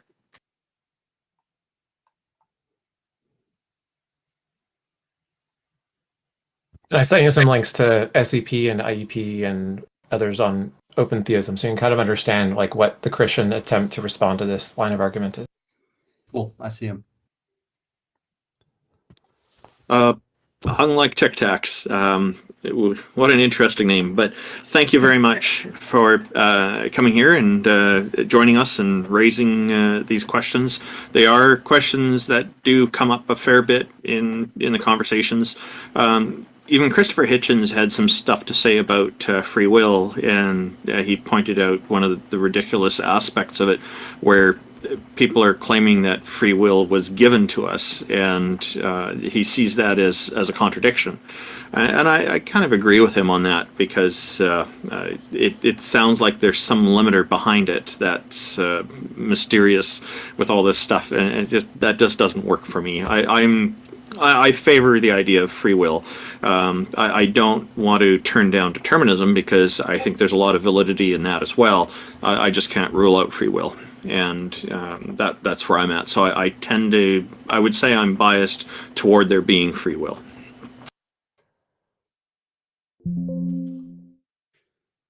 And I just want to point out that that is probably my maiden name. Lovely to see another.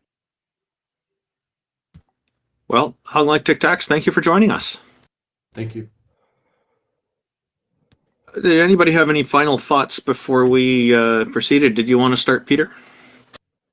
I had one question. I just got that on Twitter regarding your channel. Your chat is set to subscriber only mode. That might be something that you want to look in changing that, because people want to watch your channel and then maybe subscribe. They could entertain. Okay. All of us I'll in chat. look at maybe this kind of stuff you could mention after the show, because what are your thoughts about today's show? Bit disappointed that we didn't have as much theists as we usually do, because those are the conversations I enjoy more.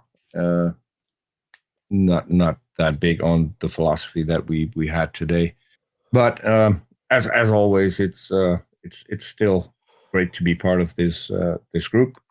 So I'm looking forward to the next one, and in about half an hour, I'll be setting up to reading the Book of Mormon to cleanse my palate, and that's going to be on our Raj channel. If anyone wants to hop over and join us there. Fantastic. TJump, what are your thoughts about today's show? I agree with Peter. Because Taco wasn't here, he didn't do the advertising, so we just didn't get any PFs. It's Taco's fault. Taco does a lot of hard work.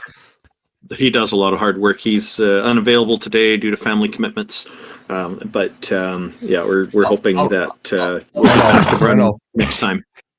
I'll say it out loud. # blame Taco. Yep. Taco will appreciate that. # blame Nexon. Well, Ix, why don't we segue into your final thoughts on today's show? I did enjoy hearing from Taven, because I think we got like really deep into the math stuff and the logic stuff that was from the get-go off topic, and I think we could do better if we discuss our strategy for kind of like shepherding things more towards the topic and having the most productive kind of conversational flow. But I do think what Taven was doing is admirable, and I recommend it, and I try to do more of that myself, which is look at the strongest versions of arguments, not the weakest ones, and then try talking to people who you think are the best arguers about it, not the most annoying and easily dismissed ones. So hopefully we can all do that on both sides. And like I said to the caller about the biblical historicity stuff, it's like, hey, if someone wants to discuss something with you and you're like, oh man, that sounds like so much work, I don't want to put the effort into like knowing about this weird modal logic stuff that they're into arguing with me about. You can always offer a trade. Hey, I'll spend some time introducing you to something that I think you should think about if they'll do the same for you. It's a fun thing to try out. Thank you, Ix. Amy, what are your final thoughts? I thought it was another fun stream. I just want to point out that most God definitions that we come across, especially with so many Abrahamic believers, tend to be tied to a mind, and I do not think the truth is correlated to such mind. Tag arguments just always seem to be manipulating change, or at least that's how it came off in this conversation, because there is a difference between a movement that an intentional organism makes, or if they decide to actually make a change in their life. Both things taking spatial time, and then just laws, the laws of physics, where we have things like gravity, and where an actual explanation like quantum fluctuations would fit into that later category. I guess I'll just end my subjects on that. We don't need to go into a nihilistic thought set. There were some people that said they were going through personal stuff as well. And I think what is extremely important from a non-God worldview is that we understand as mortal beings, at least that's where all the empirical lies so far, is that we need to live this life the best that we could, do good things to people, and not have to expect that we're going to have a chance again to ask forgiveness or get forgiveness. Go out and really make connections to people right now. I do want to thank the entire panel, even Taco from far away, and I hope that you guys and gals all like, follow, and subscribe. Thank you, Amy. Those are important thoughts and important ideas to promote. We have an important thing to note here is that we are going to be changing the schedule of this program. Taco and I were discussing it because both of us have a lot of family commitments, and it has been quite a lot of work for everybody because it does take quite a lot of time. So we're going to transition over to a monthly schedule, and we'll be on the first Sunday of every month doing this instead of fortnightly every 2 weeks.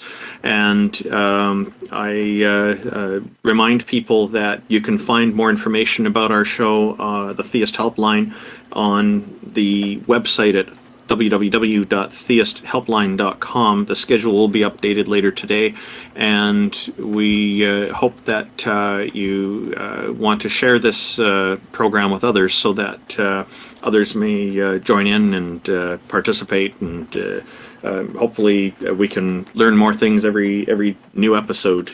I know TJump and X in particular bring a lot to this, a lot of educational content to these conversations, and everybody's contributions, including all our audience, are always greatly appreciated. Unfortunately, again, Taco couldn't be here today due to family commitments, but he will be in for the next one, is what's expected. And again, a special thank you goes to our sponsors, the Politics Discord at www.politics.gg. www.discord.gg/politics, and then also Canadian Atheists, an organization that I run at www.canadianatheists.ca. And if you go into the hosts section of or about us section of the theisthelpline.com website, you'll find links to all our channels there. There was a lot of discussion about TJump's atheist church organization, which looks very promising for the future of humanity, in my opinion. The link to that is also in there, and you can find out more on that. It's a noble effort, and I highly encourage it, and I'm highly optimistic about it. Thank you, everyone, for being here today and participating. We really appreciate everybody's time and effort. Have a great day. Thanks.